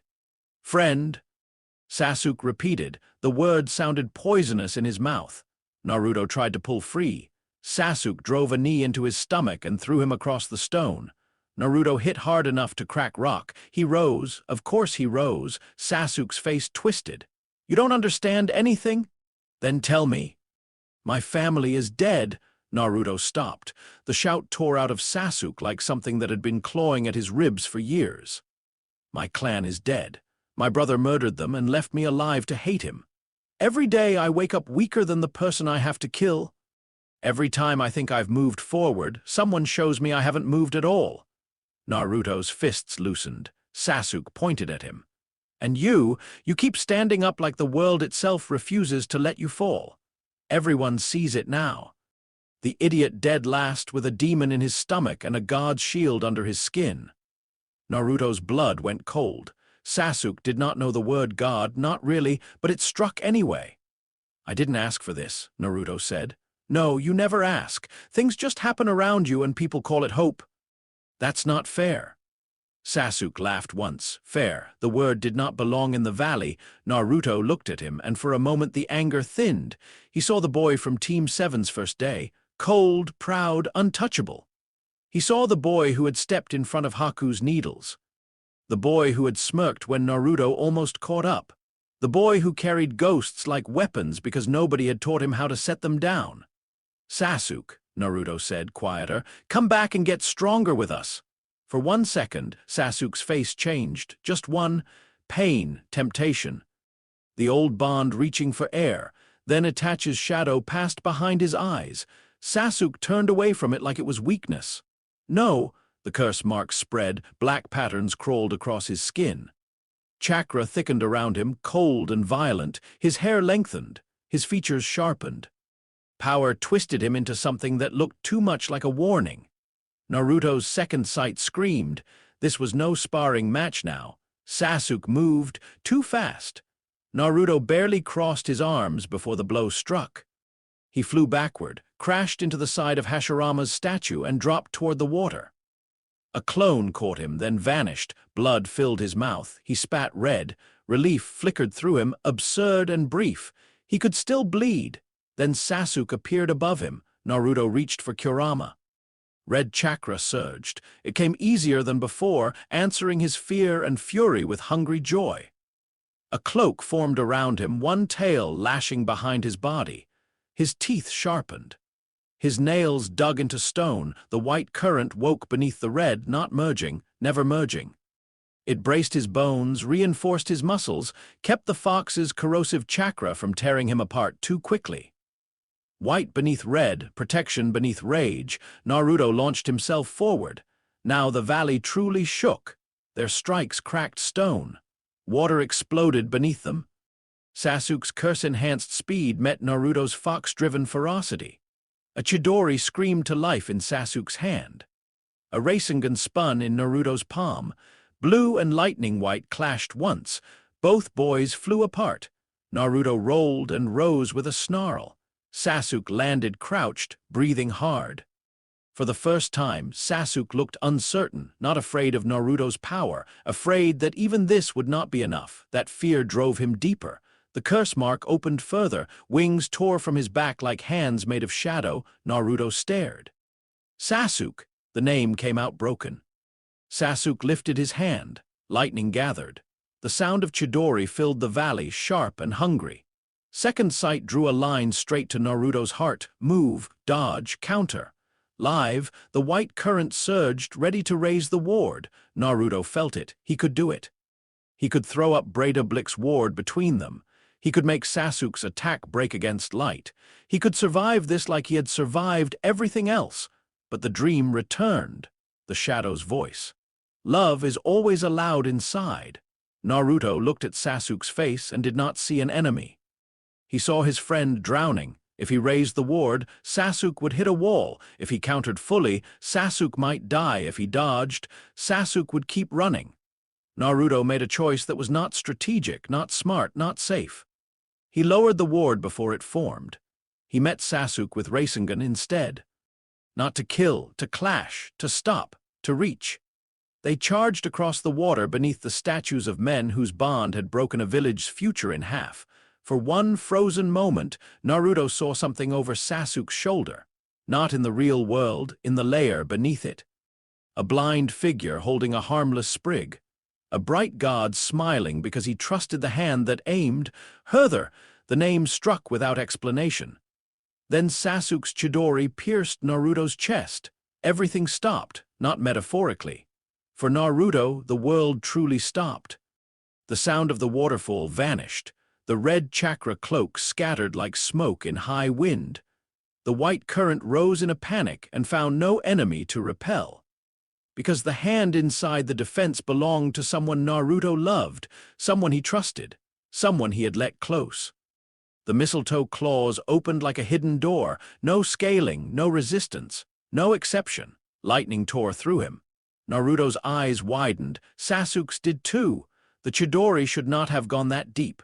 Some part of Sasuke knew at the instant it happened. Some part of him had expected the light.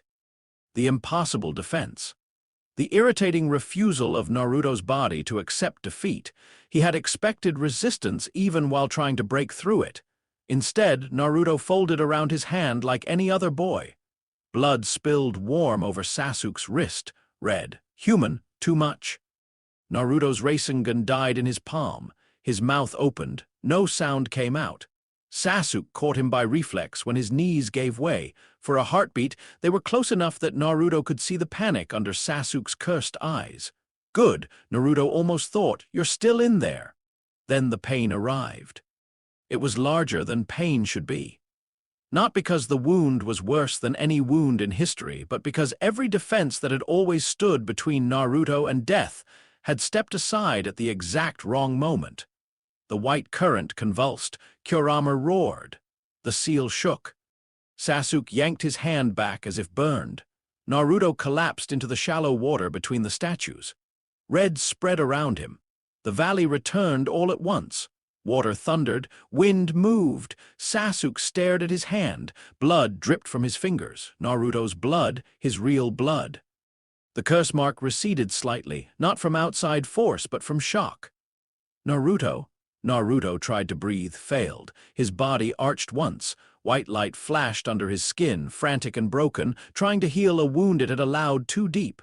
The Chidori had not simply pierced flesh. It had passed through the loophole, through trust, through the place where protection became surrender. The wound did not close. Kurama slammed against the bars inside the seal with a force that shook Naruto's mind apart. "Brat!" Naruto heard him from very far away. That was strange. Kurama sounded afraid. Sasuke stepped back, then forward, then back again, his face twisted with a war Naruto was too far gone to read. "Finish it." One part of Sasuke whispered. If Naruto lived, he would follow. If Naruto followed, Sasuke might turn back. If Sasuke turned back, Itachi would remain beyond him forever. But Naruto lay in the water, one hand weakly reaching toward him, not attacking, reaching. Sasuke clenched his teeth. Naruto managed. Blood touched his lips. Sasuke froze. Naruto's fingers trembled. "I won't give up, of course." Of course those would be his words. Sasuke's expression broke, only for a second.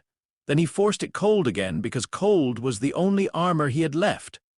"I know," he turned. Naruto's hand fell into the water. Sasuke walked away. This time he did look back, just once. At the boy in orange lying beneath the statues, at the blood spreading through the river, at the friend he had struck down because friendship had become the one chain he could not afford. Then Sasuke vanished into the trees. He did not feel victorious. That made him angrier. In Naruto's mind, the world became water and darkness. He stood, somehow, though his body lay dying elsewhere. The sewer of the seal stretched around him, flooded higher than usual. Red chakra boiled through the water. Kurama battered the bars, claws tearing sparks from metal. "Get up!" The fox snarled. "Get up, you stupid brat!" Naruto looked down. There was a hole in his chest. Light poured from it, not blood, light. It spilled into the water in white streams, fading as it spread. Kurama's eye fixed on the wound. For the first time since Naruto had known him, the fox did not look angry first. He looked trapped. "Use my chakra," Kurama growled. "Take it!" Naruto tried. The red chakra reached for him. The white wound rejected it, not because Kurama was too weak, because the damage had not been made by force alone. It had been made by trust. Kurama's hatred could flood broken flesh, but it could not answer the rule that had opened the wound. A laugh echoed down the corridor. Naruto turned slowly. The shadow stood beside the second, light-filled doorway. Loki's fragment looked almost solid now, not powerful, satisfied. "Oh," it said softly, "there it is." Kurama roared, the bars bent, the shadow did not even glance at him. Naruto stared. "You knew. I warned you. You wanted this. I wanted to see if love still worked the old way." The shadow tilted its head. "It does." Naruto's fist shook. He tried to step forward, but his knees buckled. Light continued to pour from his chest. The palace across the water appeared beyond the corridor, white, distant, beautiful. Its doors opened, cold air flowed from within, not evil, not cruel, final. Naruto felt tired, so tired, more tired than after the ward, more tired than after Gaara, more tired than every lonely night in his apartment stacked together. "Naruto?" A voice echoed from somewhere above, not Kurama, not the shadow, Sakura. Another voice, Kakashi, then Kiba. Shikamaru, Choji, Neji, far away, growing closer. Naruto looked toward the sound. The shadow's smile faded by a fraction. Interesting. Kurama's tails lashed. "Brat, listen to them." Naruto coughed light. "I can't." "You can." "I'm tired." Kurama's eye narrowed. "Do not make me share a grave with you." Naruto almost laughed. It hurt too much. The White Palace called again. For a moment, Naruto saw the half-dead woman from the dream standing at its threshold. Hell, she did not beckon, she only waited. Behind her stood the man of light, Baldur, not separate, not fully.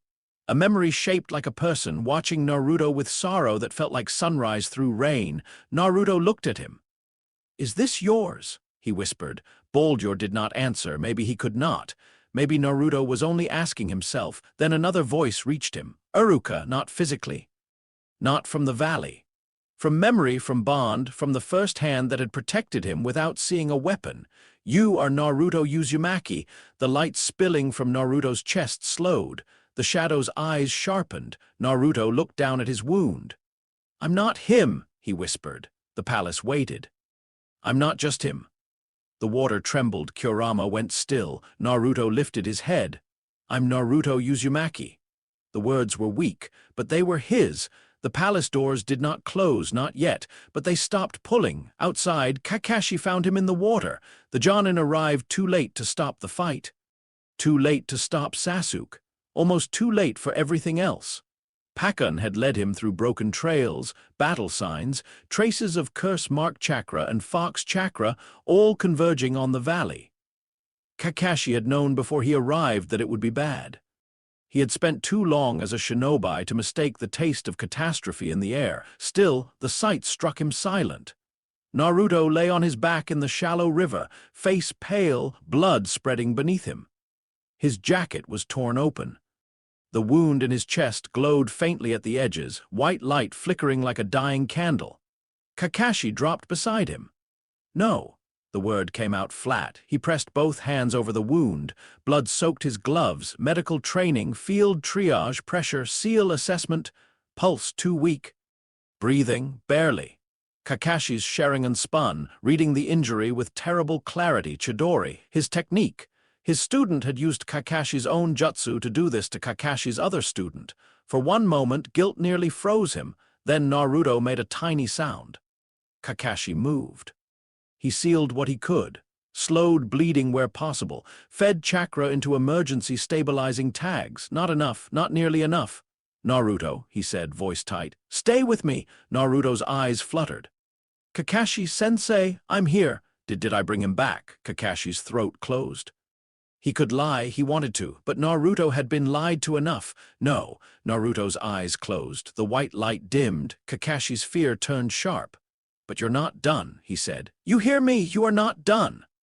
The words did not reach Naruto alone. They carried through water, through blood. Through the bond between teacher and student. In the mindscape, Naruto heard them like a rope thrown into darkness. Then more voices came.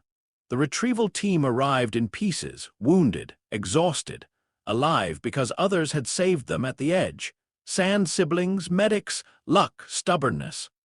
Choji barely conscious, Neji carried by medics later, still breathing.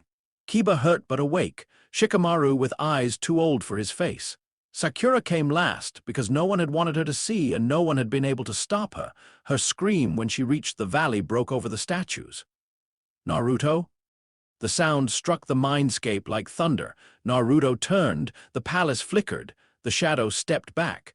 Sakura fell beside him in the real world, hands hovering uselessly because the wound was too frightening to touch.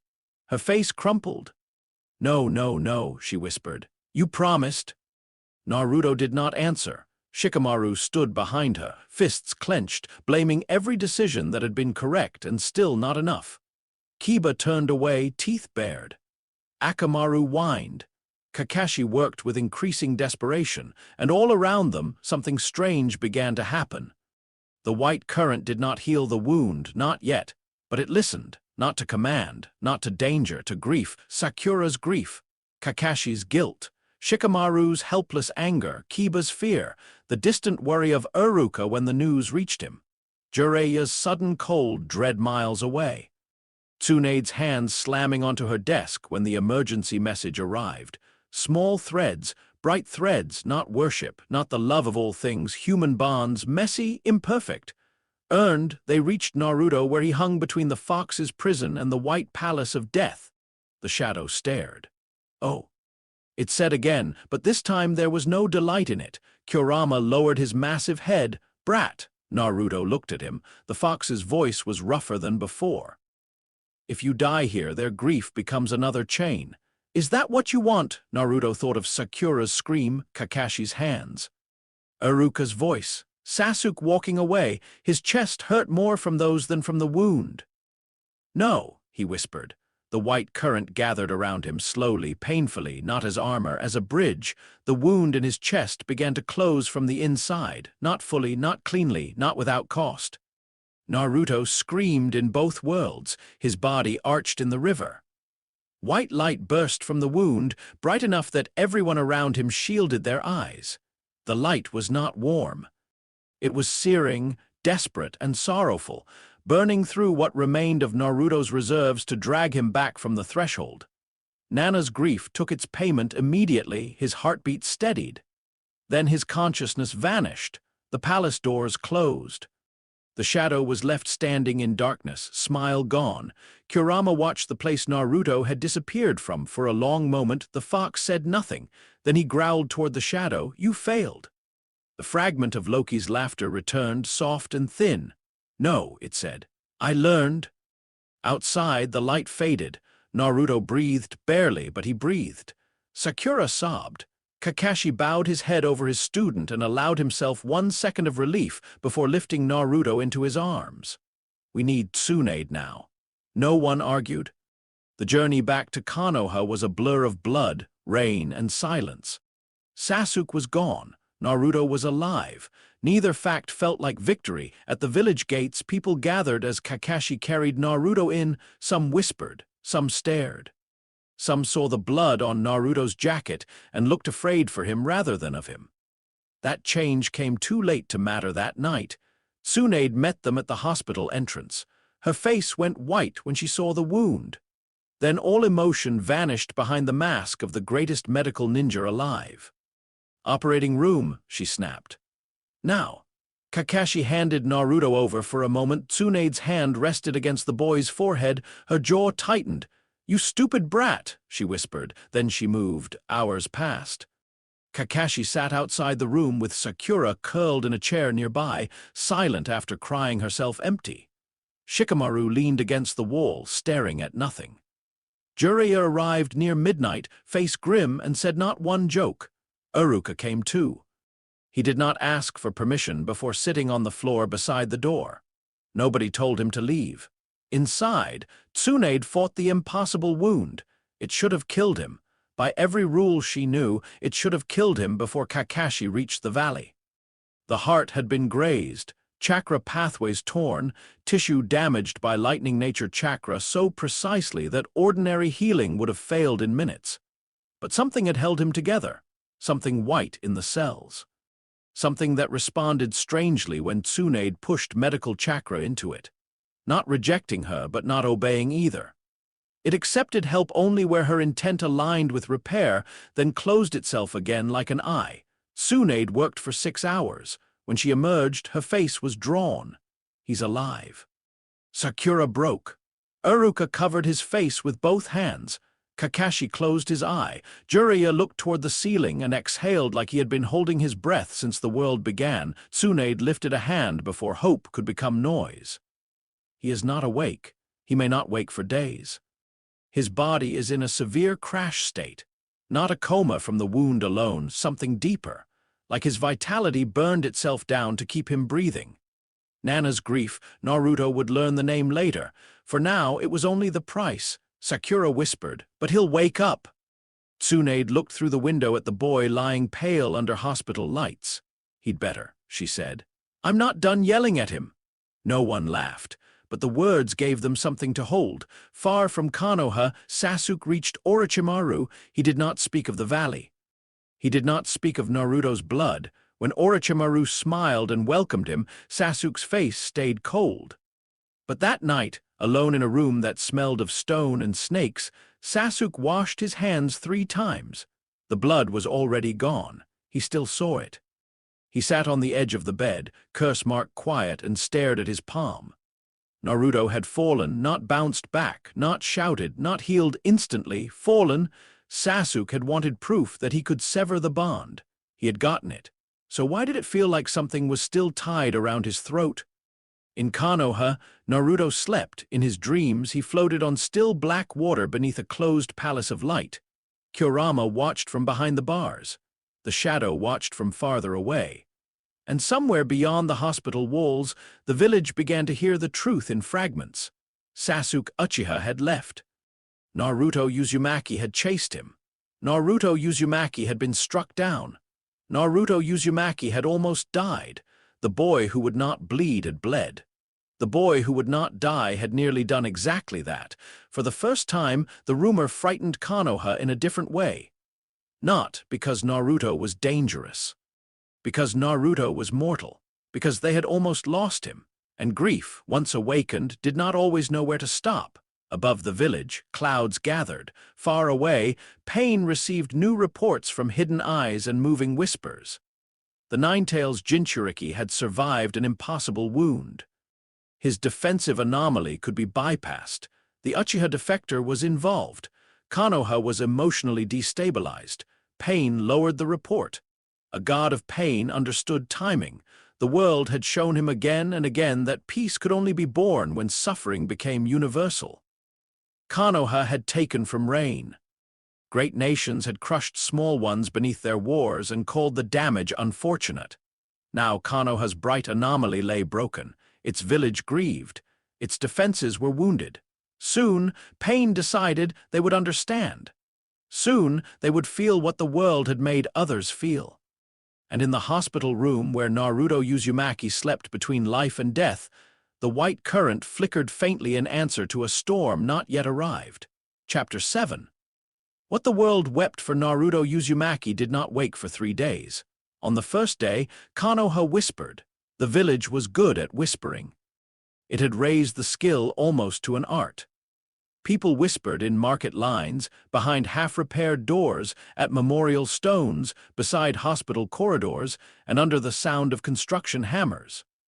They whispered because speaking clearly meant accepting the shape of what had happened. Sasuke Uchiha had abandoned the village. Naruto Uzumaki had chased him. Naruto had come back bleeding. That last part spread fastest, not because it was the most important, because it was the most impossible. For years, people had built stories around the boy in orange. Some were cruel, some fearful, some almost admiring, though nobody wanted to admit that too loudly. He fell and rose. He burned and healed. He took blows that made adults flinch and walked away grinning. He became, in the village's imagination, less a child than a strange fact of life. Naruto survived.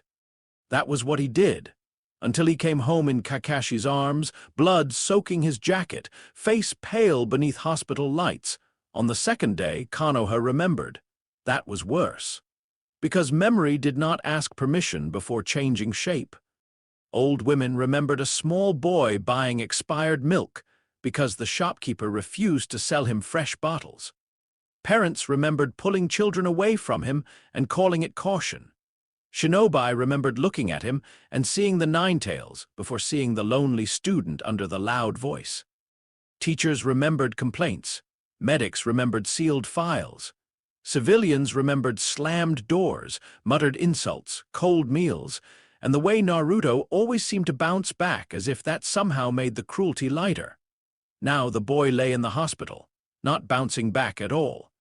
On the third day, Konoha became afraid, not of Naruto for Naruto. That was new. It moved awkwardly through the village, like a person learning to walk on unfamiliar legs. People came to the hospital and did not know what to do with their hands. Some brought flowers and left them with the nurses. Some left ramen coupons, which made no medical sense but felt correct. One baker delivered sweet buns and refused payment. A mother who had once dragged her daughter away from Naruto stood outside the hospital doors for 10 minutes, crying too hard to enter. Tsunade noticed everything. She hated that she noticed. The fifth Hokage stood at Naruto's bedside with arms crossed, eyes sharp, and exhaustion carved deep beneath her makeup. 3 days of monitoring, emergency treatment, seal review, and chakra stabilization had left even her near the edge. Naruto looked too still. That was the part she hated most.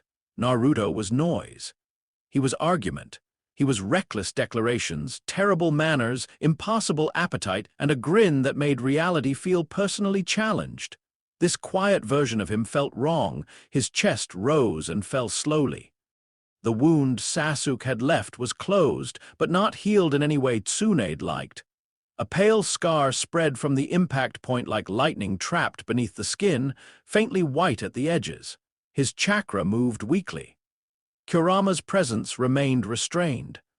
The unknown current under Naruto's life force flickered, dim and defensive, as if it had retreated deep after burning too much of itself. A vitality crash. That was the closest medical term. It was insufficient. The boy had not merely exhausted chakra. He had spent something more fundamental, something tied to the reason he had survived impossible things since birth. Nana's grief. Jiraiya had brought the phrase after forcing Naruto to describe the dreams.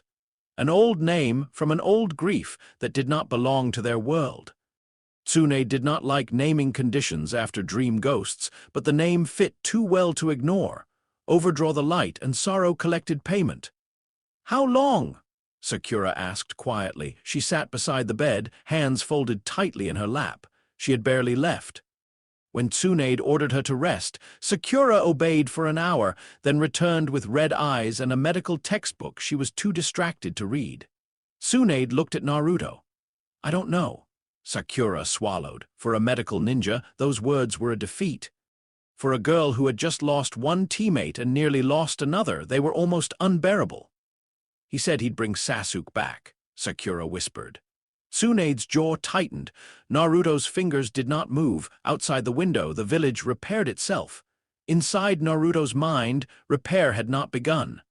He stood on black water beneath a pale sky. The water reflected nothing, no clouds, no face, no village, no hospital room where people watched over a body he could not feel. Ahead of him stood the White Palace, Breidablik. He knew the name now, though nobody had taught it to him. It rose from the far side of the water like a memory of sunrise, its walls bright and open, its doors closed since the moment he had refused to disappear in the valley. Behind him, somewhere beyond mist, Kurama's prison waited. To his left, the shadow watched. Loki's fragment had become patient again. That annoyed Naruto more than open mockery would have. "You're enjoying this," Naruto said. The shadow stood ankle-deep in the black water without making ripples. Enjoying is too simple a word. Naruto glared. "Then use a simple one. I'm not in the mood." "Fascinated," the shadow said. "That is closer." Naruto looked down at his chest. The wound remained here, not bleeding now, but open as a circle of dim, white light that refused to close fully. He had tried pressing his hands over it, tried yelling at it, tried ignoring it. None worked. Every time he thought of Sasuke's hand inside the Chidori, the wound brightened not with anger, with hurt. That made Naruto angrier than anger would have. "He didn't mean to kill me," Naruto said. The shadow's smile was small. "No," Naruto's fists clenched. He was angry. He was stupid. He wanted to leave, but he didn't. "Did he not aim for your heart?" Naruto stepped forward. The water remained still. "Shut up." "Did he not gather lightning in his hand?" I said, "Shut up."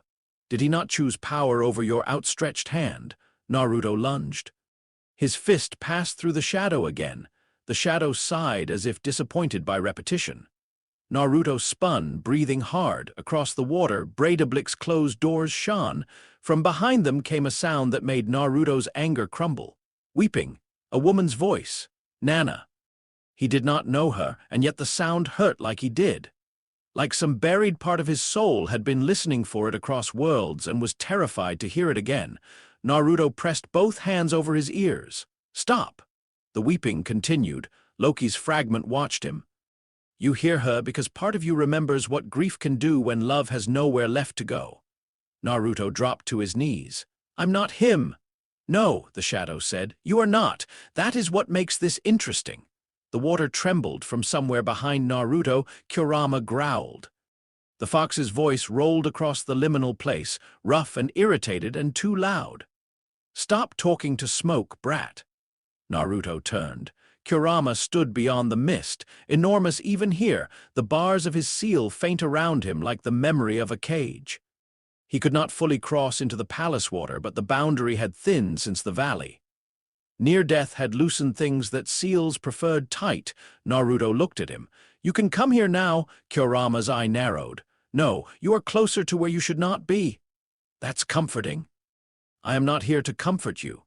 "Yeah, noticed." The shadow chuckled. Kurama's gaze snapped toward it. "Laugh again." The shadow smiled wider. Naruto looked between them, exhausted. "Great. Even in my almost death dream, everyone argues." Kurama lowered his massive head until one red eye filled half the mist. Listen carefully. Your body lives. Barely. The woman with the gambling problem is keeping it that way. Tsunade. I know who I mean. Naruto almost smiled, almost. Kurama continued, harsher. But you are not waking because you are waiting. For what? The fox's lip curled. For permission to still care about the one who struck you. Naruto's face went still. The shadow's expression sharpened with interest. Kurama did not soften. You think if you wake angry, you lose him? You think if you wake hurt, you betray your promise. You think if you admit he nearly killed you, then your bond becomes something ugly. Naruto looked away. Kurama's voice dropped into a growl. Humans are fools. Bonds are not clean, they are claws. They hold, they tear, sometimes both. Naruto whispered, "He's my friend." "Yes, he hurt me. Yes, I still want to bring him back." Kurama's eye remained fixed on him. Yes, the three truths sat together, none erased the others. Naruto hated that, before he could speak, pain flashed through the black water, not his pain. Someone else's. A familiar chakra brushed the edge of the liminal space, old and rough and full of laughter that had always hidden too many regrets. Jiraiya. Naruto stood so fast the water splashed for the first time. Pervy sage, the mist ahead split. A vision opened, rain, endless rain, a tower. Metal pipes, dark water. 6 figures wearing the same strange eyes. Jiraiya stood alone against them. Naruto's breath stopped. No. The vision moved in fragments, Jiraiya fighting in sage mode, Jiraiya recognizing pieces too late, Jiraiya wounded. Jiraiya sinking beneath dark water with rods through his body and a message carved into flesh by final will. No joke, no dramatic escape, no impossible return. Only a teacher choosing to send truth forward even as his life ended in enemy rain. Naruto screamed. In the hospital, his heart rate spiked. Tsunade shouted orders. Sakura grabbed his hand and called his name. In the mindscape, Naruto ran toward the vision, but the black water stretched endlessly under his feet. Jiraiya! Kurama's roar shook the mist behind him. The shadow watched in silence now. The vision ended with bubbles rising through rain's dark water. Jiraiya smiled in memory, the kind of smile he never wore when people could see him properly. Then he was gone. Naruto fell forward. The wound in his chest split wider, white light spilling into the black water. For a moment, Breidablik's doors opened a crack. Nana's weeping became louder. The shadow stepped closer, voice soft. Another bond. Another door. How many losses can one boy carry before he chooses the palace? Naruto's shoulders shook. Kurama moved before the shadow could say more. He slammed one enormous paw down between Naruto and Loki's fragment. The water exploded outward in red steam. Enough. The shadow's smile returned slowly. Protective, fox? Kurama bared his teeth. Possessive? Call it what you like. I do. Naruto barely heard them. Jiraiya was dead. The words did not fit. Jiraiya was annoying. Jiraiya was perverted. Jiraiya was legendary and ridiculous and terrible at comfort, and somehow always there with a lesson hidden behind nonsense. Jiraiya could not be dead, but the grief said otherwise. It entered Naruto's chest and found the open wound Sasuke had left. It did not replace it. It settled beside it. 2 losses, one living and gone, one dead and gone forever. Naruto curled around himself on the black water and made no sound at all. In the real world, Tsunade received confirmation before dawn. The coded message had come through. Jiraiya of the Sannin was dead. For one moment, the Hokage's office became a room from the past. Tsunade saw a younger man laughing too loudly, a teammate trying to hide kindness under bravado. A fool who had loved her badly, loyally, from a distance he had mostly chosen himself. A legend who had gone alone into rain because somebody had to. Her hand closed around the report until the paper tore. Shizune stood nearby, tears running silently down her face. Tsunade did not cry, not then. Konoha needed a Hokage, and Hokage did not get to collapse when the knife went in. Prepare defenses, she said. Shizune looked up. My lady. Tsunade's eyes were cold now. If Jiraiya found pain and died there, pain will move. Maybe not today, maybe not tomorrow, but he will move. He'll come for Naruto. Tsunade looked toward the hospital district. Naruto still slept. "Yes," she said, "and he will not have him." The village prepared under the weight of two secrets and one public grief. Jiraiya's death could not be hidden completely. Too many people had known he left. Too many had waited for his return. The official announcement was careful, honorable, painfully brief. Konoha mourned again. This time, Naruto could not stand in the rain with them. He lay in bed, body alive, mind trapped under black water. People came to his room in turns. Iruka came first after hearing about Jiraiya. He sat beside Naruto and told him stories from the academy. Small ones, stupid ones. The time Naruto glued all the erasers to the ceiling and acted offended when gravity betrayed him. The time he tried to convince the class that orange was a stealth color because enemies would assume no ninja could be that obvious. The time he failed a quiz so creatively that Iruka had kept the paper as proof that wrong answers could have personality. His voice broke twice. He kept talking. Sakura came every day. Sometimes she read medical notes aloud because Tsunade had started training her more seriously, and Sakura was terrified of wasting the chance. Sometimes she apologized. For Sasuke, for not stopping him, for asking Naruto to bring him back, for being angry when he failed. Naruto did not wake. Kakashi came at odd hours, often after missions or defense meetings. He never stayed long. He stood by the window, orange book closed in one hand, and said very little. One night he said, "I taught him that jutsu." No one answered. Kakashi looked at Naruto's scar.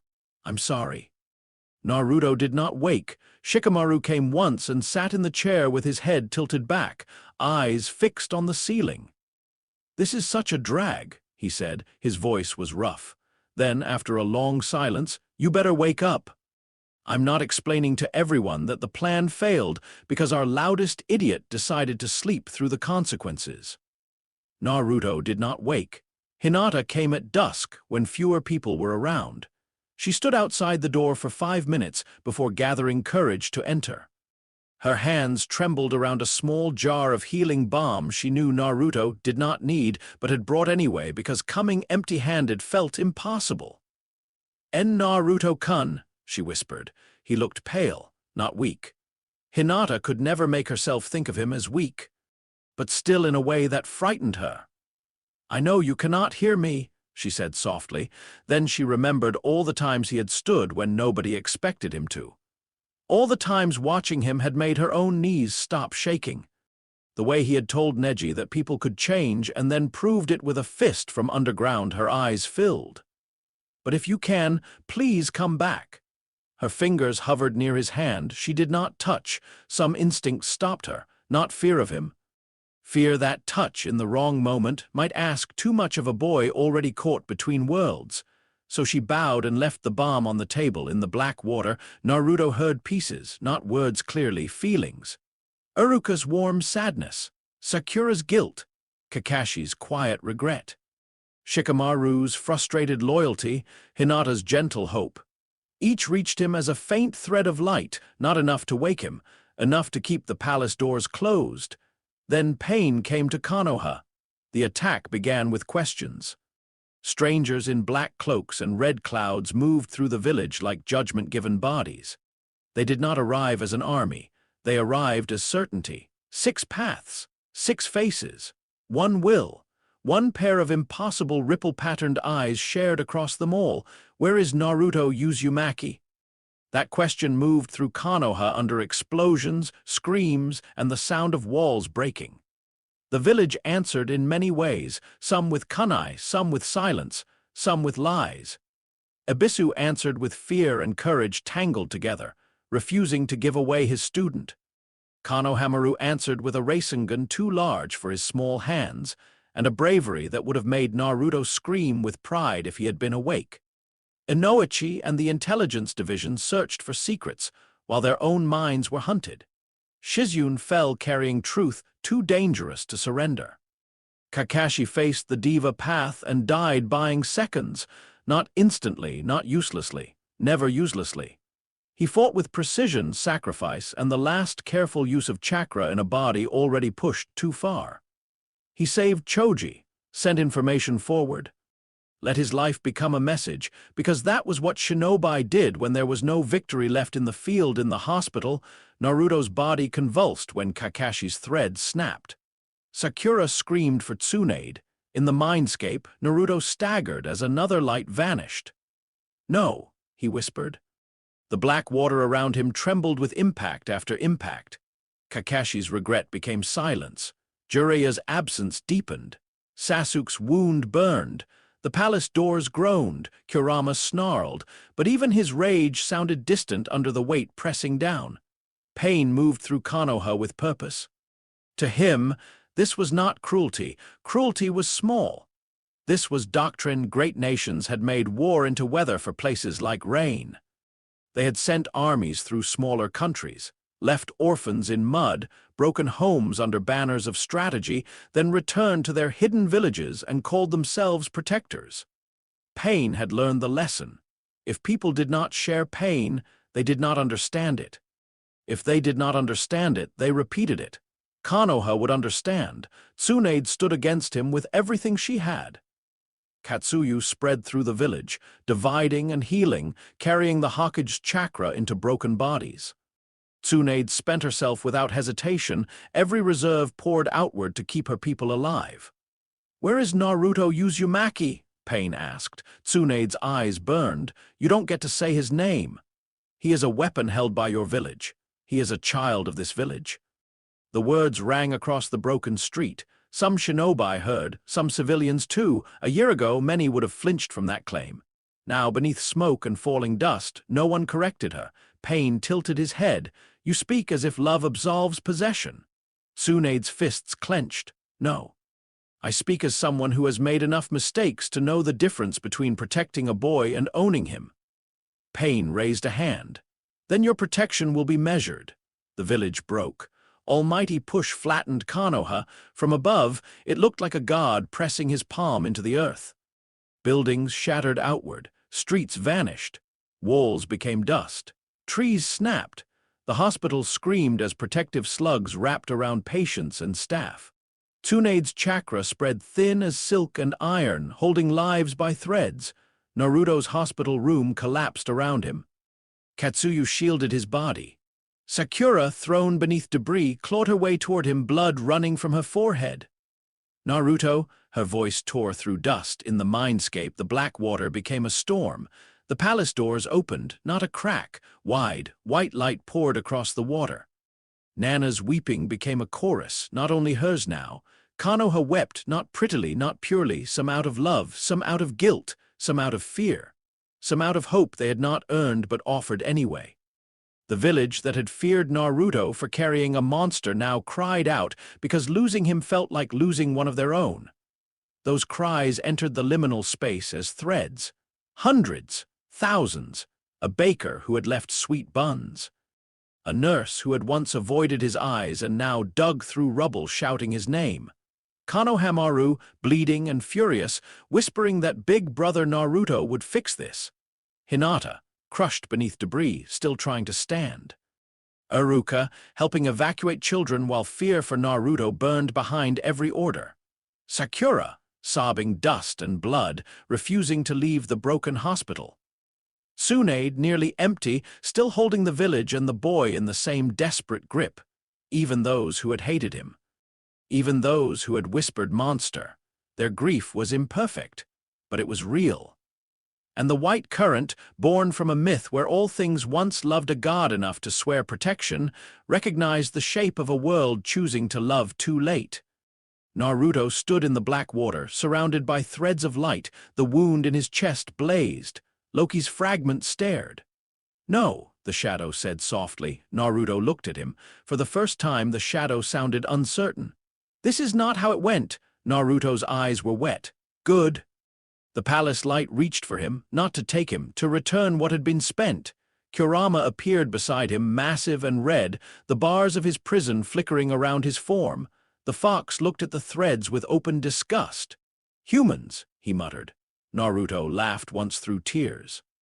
"You're emotional too." "I am furious." "That's your emotional." Kurama growled, but there was no heat in it. Across the water, Baldur's shape appeared before the palace doors. The god memory looked at Naruto, not commanding, not claiming, only offering the truth of what they shared. Invulnerability had not saved Baldur, love had killed him. But love had also mourned him so deeply that worlds remembered his name after fire. Naruto understood then. The white current had never been only armor, it was response. To harm, yes, to threat, to protection. But beneath all of that, it answered bonds. The old blessing had been made of the world's love. Naruto's new life had been starved of love for years, so the current had slept, protecting only flesh because flesh was all it had been given to understand. Now Konoha's grief reached him, not worship.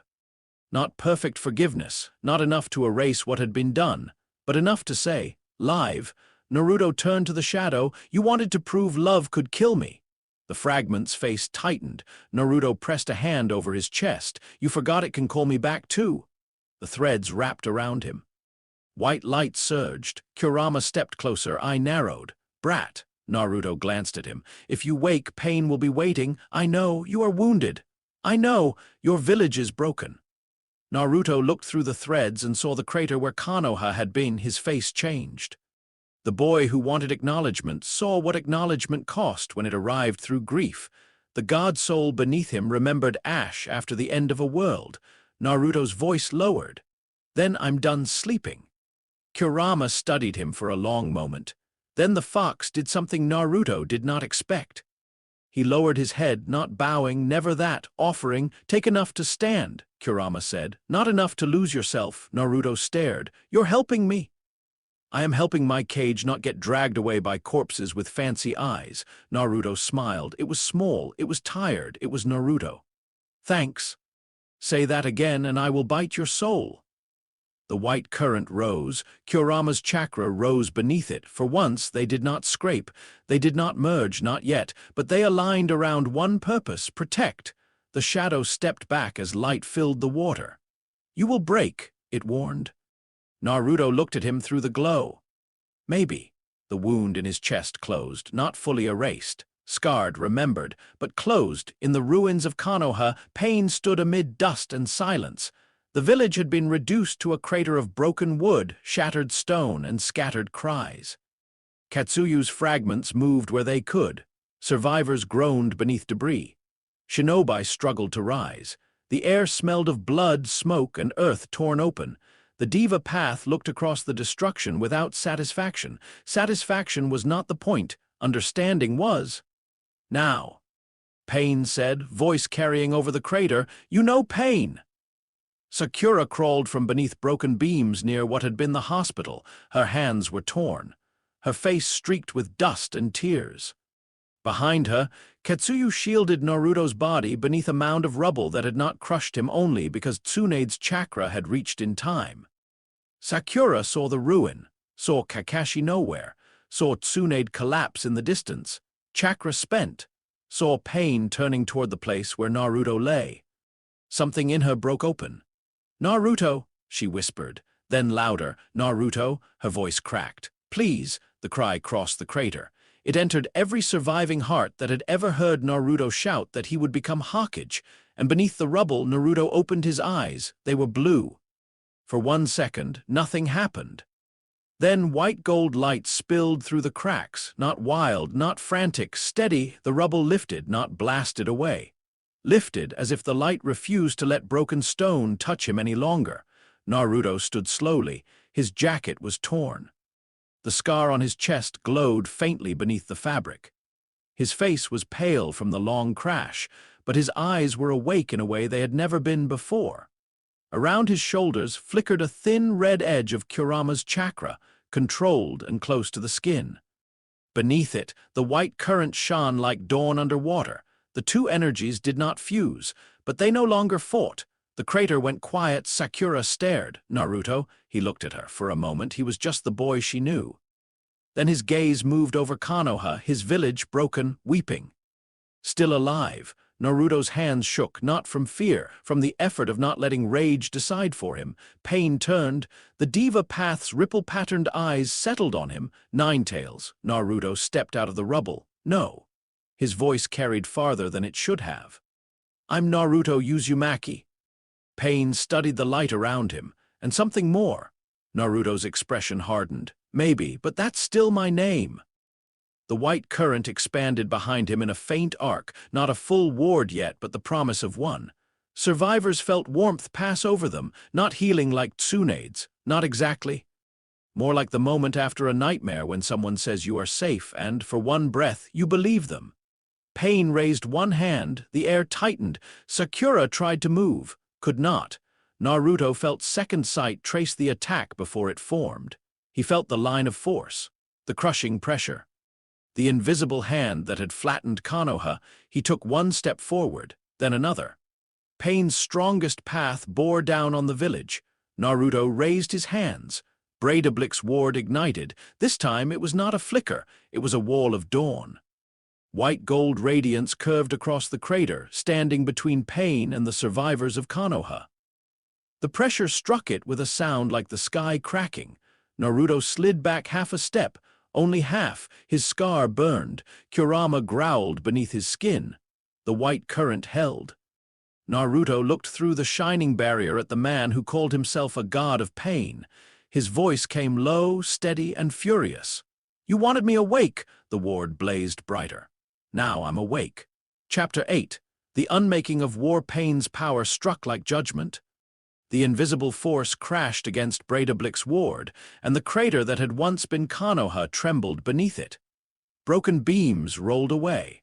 Dust burst outward in great pale clouds. Survivors behind Naruto cried out and covered their heads, expecting the pressure to finish what the first attack had begun. It did not. The white gold barrier held. Naruto stood at its center with both arms raised, sandals digging deep into shattered earth. The torn edges of his jacket snapped in the wind. The scar on his chest burned beneath his shirt like a second sun trying to break through skin. His body should not have been standing. 3 days between life and death had hollowed him out. Sasuke's Chidori had left more than a wound. Jiraiya's death had carved another empty place inside him. Kakashi's fading presence, the village's destruction, Sakura's scream, every loss had stacked itself onto the same bruised heart. But Naruto stood. Because behind him, Konoha still breathed, not proudly, not safely, not whole. But it breathed. And for the first time in his life, Naruto felt the village behind him not as a wall of eyes waiting to reject him, but as thousands of fragile threads tied to his back. Fear, hope, regret, love, late and messy and imperfect. Enough, Pain lowered his hand. The Diva Path's expression did not change, but something in the shared gaze of those ringed eyes sharpened. "You shield them," Pain said. Naruto's barrier flickered, then steadied. "Yeah. Even after they hated you," Naruto's jaw tightened. He could have denied it. The old Naruto might have. The old Naruto would have shouted that everyone loved him, or that they would someday, or that it did not matter because he would become Hokage and force them to acknowledge him. But this Naruto had lain between worlds and heard Konoha weep. He had seen the truth of it. Some had hated him. Some had feared him. Some had looked away because looking closely demanded guilt. And still, when Pain broke the village, those same people had cried his name like losing him mattered. Naruto did not know what to do with that yet, but he knew enough to answer honestly. They were wrong. Naruto said, and I was lonely because of it. Sakura looked up from the rubble, tears cutting clean lines through the dust on her face. Naruto did not turn around. But they're still my village. Pain tilted his head. Then you learned nothing from Pain. The ward vanished. Naruto dropped his arms. His shoulders trembled from the effort of holding the barrier, but his eyes remained steady. "No," he said, "I learned exactly what it feels like." The words hung between them. For a moment, the crater was quiet except for distant groans, falling debris, and the soft movement of Katsuyu's fragments over wounded bodies. Then Pain moved.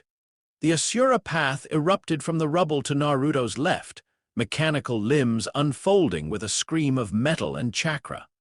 Missiles launched from its body, streaking toward the survivors clustered behind him. Naruto saw the lines before they arrived. Second sight cut the world into danger. He could dodge. The people behind him could not. White light flashed beneath his skin. A smaller ward snapped open, angled like a shield rather than a dome. The missiles struck and burst against it. Heat washed over Naruto's face. The barrier cracked and pain shot up his arms. He dropped it before it shattered completely. A red cloak licked around his shoulders. Kurama's voice growled beneath his thoughts. "Do not waste it on every pebble." Naruto's eyes narrowed. "Then stop complaining and help me move." The fox snarled. "I am helping." "You are still too slow." Naruto almost smiled. A missile smoked in the dirt beside him. Pain watched. "So the fox lends you strength." Naruto formed a shadow clone, then another, then dozens. The fox has a name. The clones scattered. The Preta path moved to absorb chakra. The human path closed in from the right. The animal path summoned a massive creature into the crater, all claws and hunger, its roar shaking dust from the air. Naruto ran toward them, not blindly, not anymore. The white current did not make him a better fighter, but it gave him the right to survive long enough to use what others had taught him. Kakashi's lessons, Jiraiya's stubborn training, Uruka's belief, Team 7's disasters, every fall from a tree, every failed clone. Every time he had been knocked down and gotten up angrier. A clone leaped onto the summoned beast's head and exploded into smoke as its jaws snapped shut. Another clone came from below with a Rasengan. Blue chakra struck the beast's jaw and drove its head sideways. Not divine, not gifted, earned. Naruto slid beneath the human path's reaching hand. Second Sight screamed as its fingers passed inches from his face. Something about that hand felt wrong, not like a strike but like a door opening toward the soul. He did not let it touch him. The Asura path fired again. Naruto raised his arm. White light formed too slowly. The blast hit him and threw him across the crater. He struck broken stone hard enough to crack it. Sakura screamed his name. Naruto coughed, rolled, and pushed himself up. His sleeve was gone. His arm smoked. The white current had kept the limb from breaking, but the pain remained, sharp and real. The diva path watched him stand. "They told stories about you," Pain said. "The boy who would not bleed, the boy who would not die." Naruto wiped dust from his mouth. "I bleed." The scar on his chest pulsed. "I almost died." "Yes," Pain's voice lowered. "And yet you rise. Do you know what people do with symbols that refuse death? They worship them, they hide behind them, they send them to fight wars and call their survival destiny." Naruto froze for half a breath. Because the words were not entirely wrong. That was the worst part. Pain was wrong in the way storms were wrong, destructive, merciless, but born from something real. Naruto saw the villagers behind him. Some looked at him with hope so desperate it almost frightened him. Not boy, not Naruto. Savior, God, the word moved through the old soul beneath him like a warning bell. Breidablik's light dimmed. In the shadowed place behind his thoughts, Loki's fragment laughed softly. "Careful, little sunchild. Love can become worship. Worship can become a throne. Thrones become cages."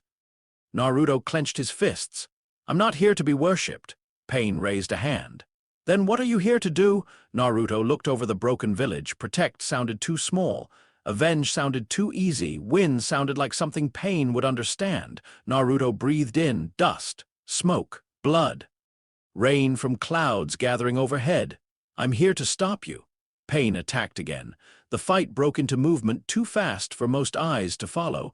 Naruto's clones swarmed the crater. Some carried Rasengan. Some dragged wounded people farther back. Some tried to pin the summoned animals long enough for others to strike. Breidablik's ward appeared in flashes, a curved shield against missiles, a burst of light under Naruto's feet to soften a crushing impact, a thin wall between a falling slab and a trapped child. Every use cost him. His breath grew ragged, his vision blurred at the edges. Nana's grief waited just beyond his bones, patient and cold. Kurama felt it too inside the seal. The fox paced. The brat was burning through himself again, not chakra, not only chakra. That white power was spending vitality like a fool throwing coins into a river. And Naruto, naturally, was helping it because he had the survival instincts of wet paper when someone else was in danger. Kurama snarled. "If you keep using that light, You will collapse before the main body shows itself. Naruto drove a Rasengan into the Asura Path's chest and sent it crashing backward. Then give me more chakra, you cannot hold enough. I'll hold what I need, arrogant brat, caged fox. For an instant, their anger aligned so perfectly that the seal between them trembled. Kurama stopped pacing. Naruto felt it too, a door, not open, not forced, waiting. The white current pulsed around the seal, not rejecting Kurama's chakra this time. The two energies remained different, one red and wild, one white and enduring, but both were responding to the same vow. Protect. Kurama's voice came quieter. If I give you more, you will not use it to slaughter. Naruto paused mid-step. Pain's black receiver shot toward him. He dodged by instinct. What? Kurama's growl filled his skull. Do not pretend you did not hear me. I know rage. I know the taste of it in you. Jiraiya. Kakashi, this village. The Uchiha brat. Your heart is a pit full of knives right now. Naruto's next breath shook. The Diva Path pulled him forward with invisible force. Naruto slammed a clone into the ground, used the smoke as cover, and twisted away before the follow-up strike landed. Kurama continued, if I lend you what you ask, you can kill these bodies. Perhaps you can find the one behind them. Perhaps you can tear him apart before he speaks another word. Naruto landed near the edge of the crater, knees bent. Pain turned toward him. Kurama's voice lowered. Is that what you want? Naruto looked at Pain, at the cloak, at the eyes, at the calm face of someone who had flattened Konoha and called it a lesson. For one dark second, the answer was yes. Naruto hated him. He hated him for Jiraiya, for Kakashi, for Sakura's scream, for Tsunade lying empty in the rubble, for every person buried beneath broken homes. The red chakra around him flared. The white current recoiled slightly, not because anger was forbidden, but because conquest had a different taste than protection. Pain noticed the change. So there it is, he said. Hatred, the true inheritance of pain. Naruto's claws dug into his palms. In his mind, he saw Jiraiya sinking beneath rain's water. Then he saw Jiraiya laughing, flicking his forehead. The answer is never simple, kid. That's why idiots prefer revenge. Naruto closed his eyes. No. Kurama's chakra stilled. Naruto opened his eyes again. I don't want to become him. Pain's expression remained unchanged, but the air shifted. Inside the seal, Kurama stared. Then, slowly, the fox showed teeth. Not a smile, close enough. Good. The gate within Naruto opened wider. Red chakra surged. The white current rose to meet it. This time, they did not stack painfully. They harmonized. Not because they were the same. They were not. Kurama was ancient chakra born of this world's divided beast. The white current was the lingering divine survivability of a god soul cast through another cosmos. They had no shared source, no natural compatibility, no reason to flow together, except Naruto. His body was the vessel. His will was the bridge. His bonds were the reason. The red cloak around Naruto deepened, then brightened from beneath. White gold lines ran through the chakra like sunlight through storm clouds. The air around him hummed. His whisker marks darkened.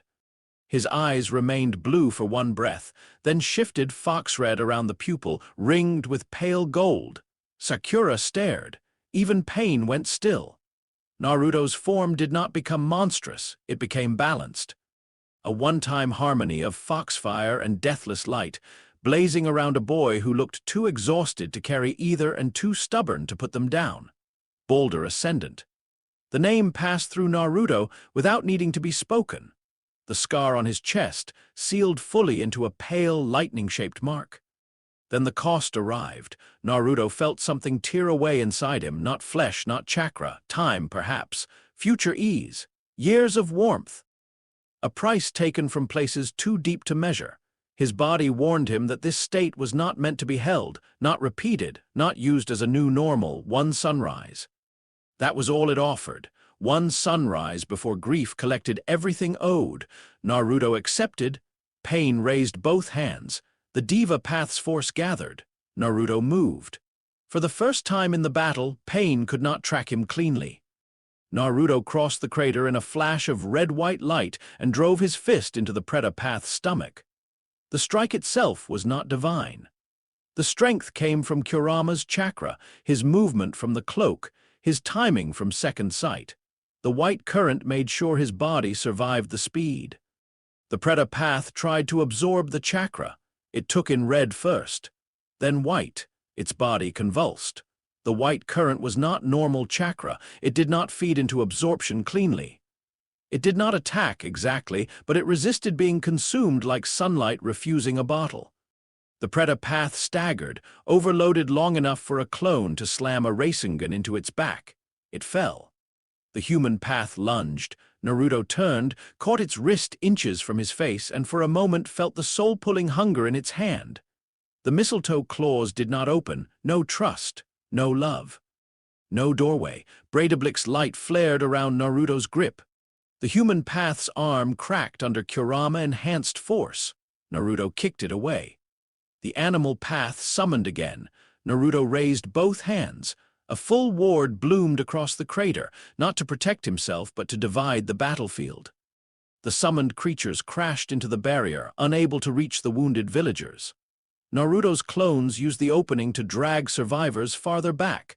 Pain's eyes narrowed. "You waste power on evacuation," Naruto panted. "Not wasted." The diva path appeared above him, then be crushed for it. Almighty push detonated at close range. Naruto crossed his arms, the ward wrapped tight against his body. The force hit. Stone beneath Naruto disintegrated. His barrier cracked. His bones screamed. The red-white cloak flared violently, Kurama's chakra pushing outward while the white current held inward, keeping Naruto's body from becoming another broken thing in the crater. Naruto slid back, carving 2 deep trenches into the ground. He remained standing. Pain descended.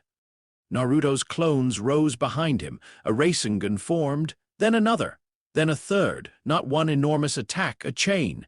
Naruto struck the diva path with the first, forcing it to block. The second came from a clone at the side, the third from below. Pain repelled them in sequence, but each use carried delay, 5 seconds. Naruto had learned that from watching. Shikamaru would have been proud if he were conscious enough to complain about it. Naruto counted in his head. 1. Pain landed. 2. Naruto ran. 3. The diva path's eyes widened slightly. 4. Naruto formed a Rasengan in his right hand. 5. Pain's power returned.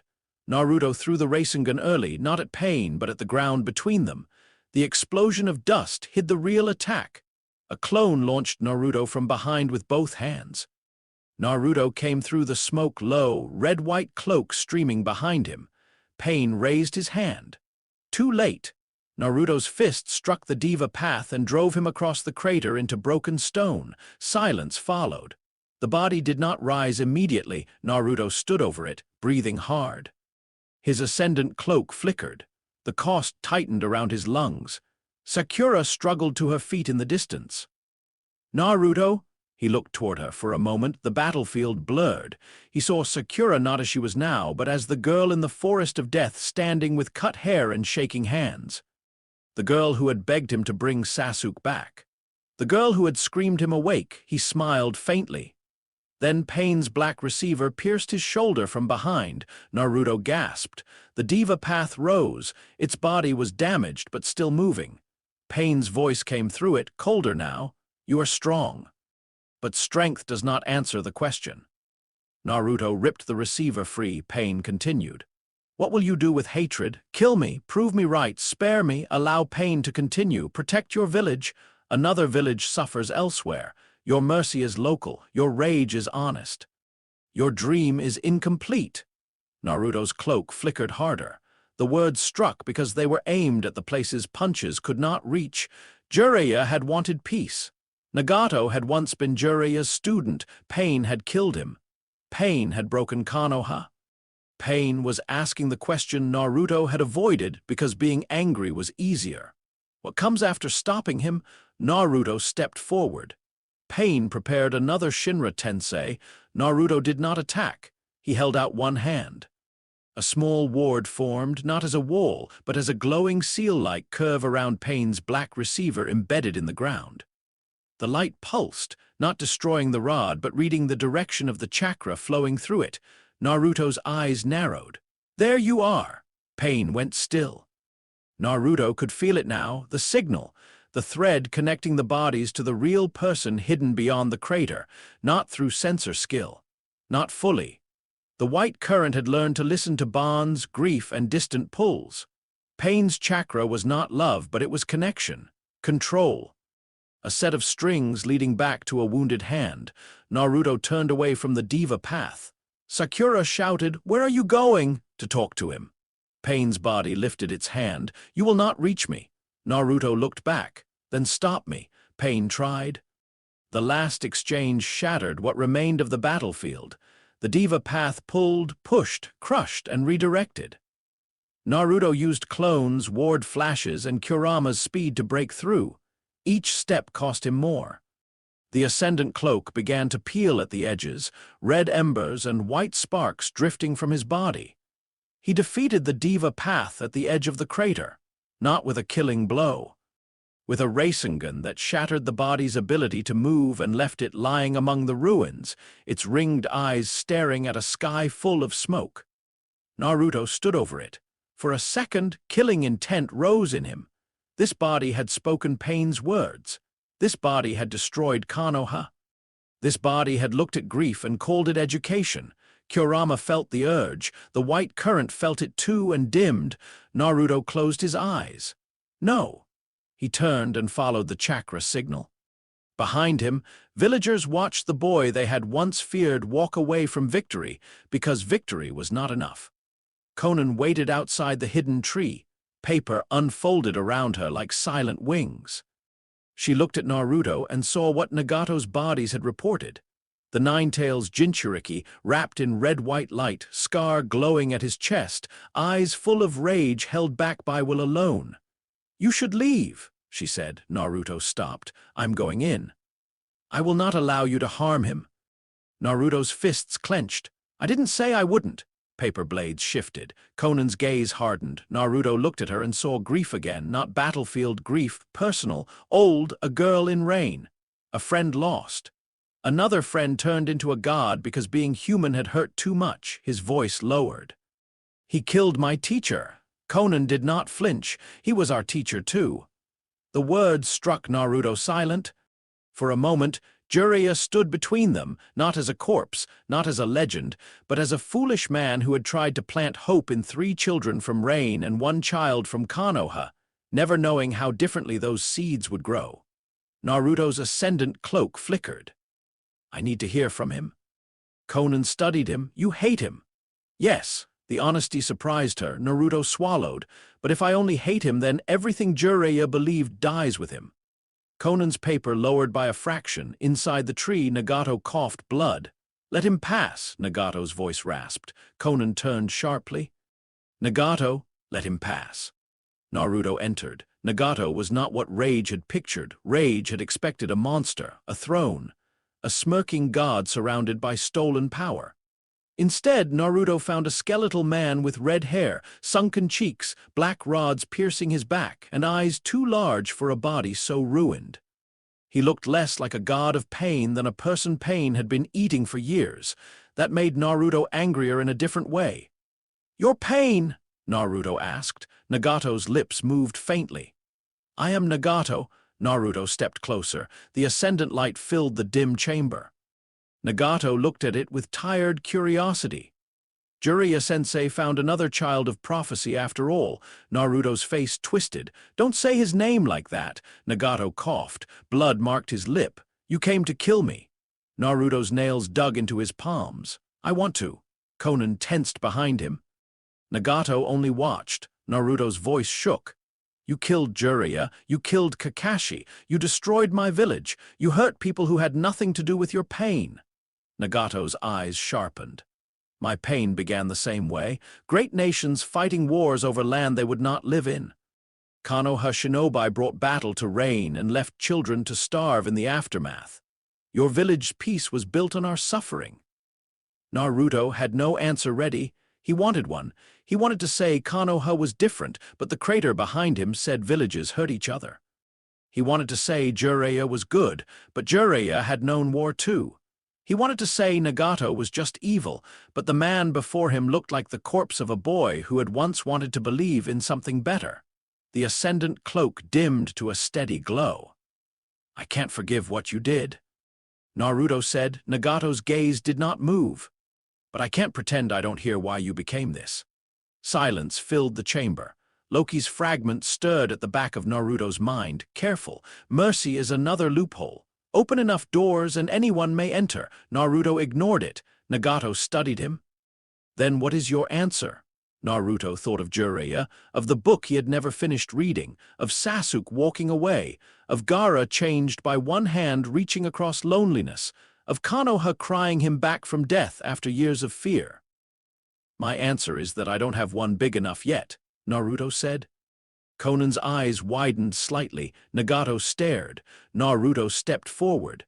"But I'm not going to stop looking. And I'm not going to become a god who forces peace by making everyone suffer. If I do that, I'm just you with a brighter color."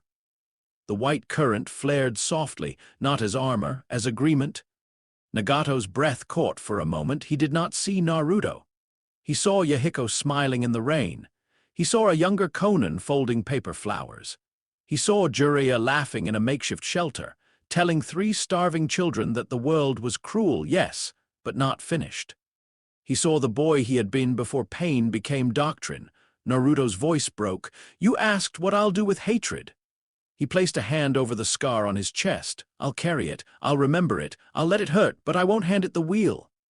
Nagato closed his eyes. A long breath left him. When he opened them, the god was gone. Only the student remained. "Jiraiya-sensei," Nagato whispered, "you were always late with your miracles." Naruto did not understand the technique Nagato used next, not at first. Conan did. "No," she said, rushing forward. "Nagato, you don't have enough chakra." Nagato lifted a trembling hand. "I have enough for this." Green light gathered. Naruto stepped back.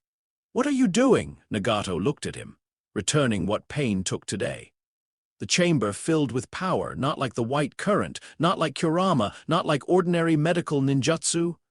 This was the Rinnegan's authority over the boundary Naruto had just escaped, reaching across Konoha's dead and pulling souls back before the gate closed fully. In the crater, bodies gasped. Kakashi opened his eye beneath rubble and wondered, with dry confusion, if being dead had been shorter than expected. Shizune breathed again. Fallen shinobi stirred. Civilians cried out as loved ones returned. Not every wound vanished. Not every loss in the world was undone. Jiraiya remained gone. Those killed before the invasion remained dead. The past did not rewrite itself for comfort, but Konoha's fresh dead returned. Naruto felt each life relight like stars across the broken village. The ascendant cloak around him finally shattered. Red chakra withdrew. White light folded inward. His knees buckled. Conan caught Nagato as his body failed. Naruto caught himself against the wall, gasping as Nana's grief crashed down. The cost of Boulder Ascendant arrived fully. His limbs went numb. His senses dulled. The scar on his chest burned cold. The white current retreated so deep it felt almost gone. Kurama's chakra pulled back behind the seal, exhausted and silent. Nagato looked at Naruto one last time. "Do not become a god," he whispered. Naruto looked up. Nagato's eyes softened. "Gods are lonely." Then Nagato died. Conan wept quietly. Naruto did not speak. There were no words clean enough for the moment. When Naruto returned to Konoha, he could barely walk. Conan brought him to the edge of the crater and left with Nagato's body wrapped in paper. She did not call him enemy. She did not call him friend. She only said, "I will watch what you do with his choice." Naruto nodded. Then she was gone. The village saw him. For a heartbeat, nobody moved. Then Sakura ran. She hit him hard enough to nearly knock him over, arms wrapping around him as if she could hold him in the world by force. Naruto flinched for the smallest instant. Then he hugged her back. The mistletoe claws did not open. There was love in the touch, no betrayal, no harm, only grief trying to become relief. Naruto's face crumpled. Sakura cried into his shoulder. "You idiot," she sobbed. "You absolute idiot." "Yeah," Naruto whispered. Kakashi arrived next, alive, dusty, and visibly uncertain whether to apologize before or after collapsing. Naruto stared. "Kakashi-sensei." Kakashi lifted a hand. "Yo," Naruto laughed, then cried. Then laughed again because crying in front of everyone was embarrassing, and laughing made it worse, and he was too tired to choose properly. Tsunade was carried from the crater alive, but drained into a deep healing sleep. Iruka found Naruto not long after and held him without asking permission first. This time, Naruto did not flinch at all. The village gathered, not cheering at first. That came later. At first, they approached quietly. One by one, shinobi, civilians, children, people who had feared him, people who had failed him, people who had been saved behind his ward, and people who had done nothing but call his name when the world broke. Some apologized, some could not find the courage, some simply bowed. Naruto did not know how to accept any of it. So he stood there, shaking with exhaustion, and let the village see him. Not a demon, not a god, not a symbol that could survive anything without cost. A boy who had almost died, a boy who had come back, a boy who had chosen mercy while still carrying hatred. That was enough. Weeks later, Konoha began rebuilding in earnest. Naruto slept through much of the first week. Nana's grief held him in a heavy, dreamless crash. When he woke, his senses were duller, his healing slower. The white current still existed, but quieter now, as if the ascendant state had burned away the illusion that it was limitless. Tsunade examined him and frowned for 20 straight minutes.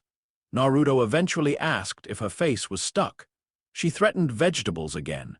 He shut up. Jiraiya's name was carved on the memorial stone. Naruto visited alone. He brought a cup of instant ramen and placed it at the base. "You would have complained it wasn't fancy," he said. The wind moved through the trees. Naruto sat with his knees pulled up. "I didn't kill him," he whispered. "Nagato?" The leaves rustled. "I wanted to." No answer came. Naruto closed his eyes. "I think you knew I would." For a while he sat in silence, then he stood. "I'm still bringing Sasuke back," he said. The promise hurt, but it no longer felt simple. That was probably growing up. He hated it. At sunset, Naruto climbed the Hokage monument. The village below was scarred and busy. New frames rose where buildings had fallen. Children carried small boards and got in the way of adults. Shinobi hauled stone. Civilians passed water. The work was slow, imperfect, and alive. Kurama stirred within him. "You refused a throne." Naruto blinked. "What?" The fox's voice rumbled low. "They would have given you one." Naruto looked down at the village. He knew what Kurama meant. The looks had changed. Some people saw him now with awe too bright, gratitude too heavy, expectation too close to worship. The god soul beneath him understood that road. It had walked through love so universal it became a law of reality. It had died from the one thing that law forgot. Naruto placed a hand over his scar. "I don't want a throne." Kurama huffed. "Good, you would be insufferable." "I'm already insufferable." More than usual, Naruto smiled faintly. The white current pulsed once, deep and tired. In the shadowed edge of his mind, Loki's fragment watched. It had not vanished. Naruto could feel it sometimes in dreams, quiet now but not gone. It had learned too much to leave. The loophole remained. Love could still harm him. Bonds could still open doors armor could not, but that was the price of being alive with people. Naruto understood that now. He could hide from every hand and become untouchable. Or he could trust. Knowing trust made him vulnerable. Bolger had been loved by all things and died because love missed one exception. Naruto would not demand oaths from the world. He would build bonds with people who could fail, hurt, return, and choose better. That was more dangerous. It was also more human. The shadow's voice drifted through his thoughts, soft as old smoke. "One day, little sunchild, someone you love may open the door again." Naruto looked toward the horizon. "Maybe." The shadow went quiet. Naruto's eyes hardened. "But next time I'll choose what happens after." Below, someone shouted his name, Konohamaru, waving wildly from a half-built roof. "Naruto Nie-chan." Naruto grinned despite the ache in his bones. "What? You gonna stand there looking cool all day or help?" Naruto cupped his hands around his mouth. "I always look cool." Several workers laughed, not cruelly. Naruto froze for half a second, then his grin softened. The village was not fixed, neither was he. Sasuke was still gone, Jiraiya was still dead. The bound ones still waited in the dark corners of fate. And the white current, the buried god soul, the deathless blessing with a hidden wound, would never let Naruto pretend power came without cost. But Konoha was rebuilding, people were laughing. Naruto Uzumaki was alive. For now, that was enough. He jumped down from the monument, landed badly, rolled through a pile of sawdust, and came up coughing while Konohamaru laughed so hard he nearly fell off the roof. Naruto pointed at him. That was strategic. Nobody believed him. The sun dipped lower over the broken village, painting the new beams gold. Not the gold of a god's palace, not the gold of prophecy, just evening light on people choosing to begin again. And somewhere beneath foxfire, grief, and stubborn human hope, the god who would not die finally rested. Not as a ruler, not as a legend, as part of a boy who still had promises to keep.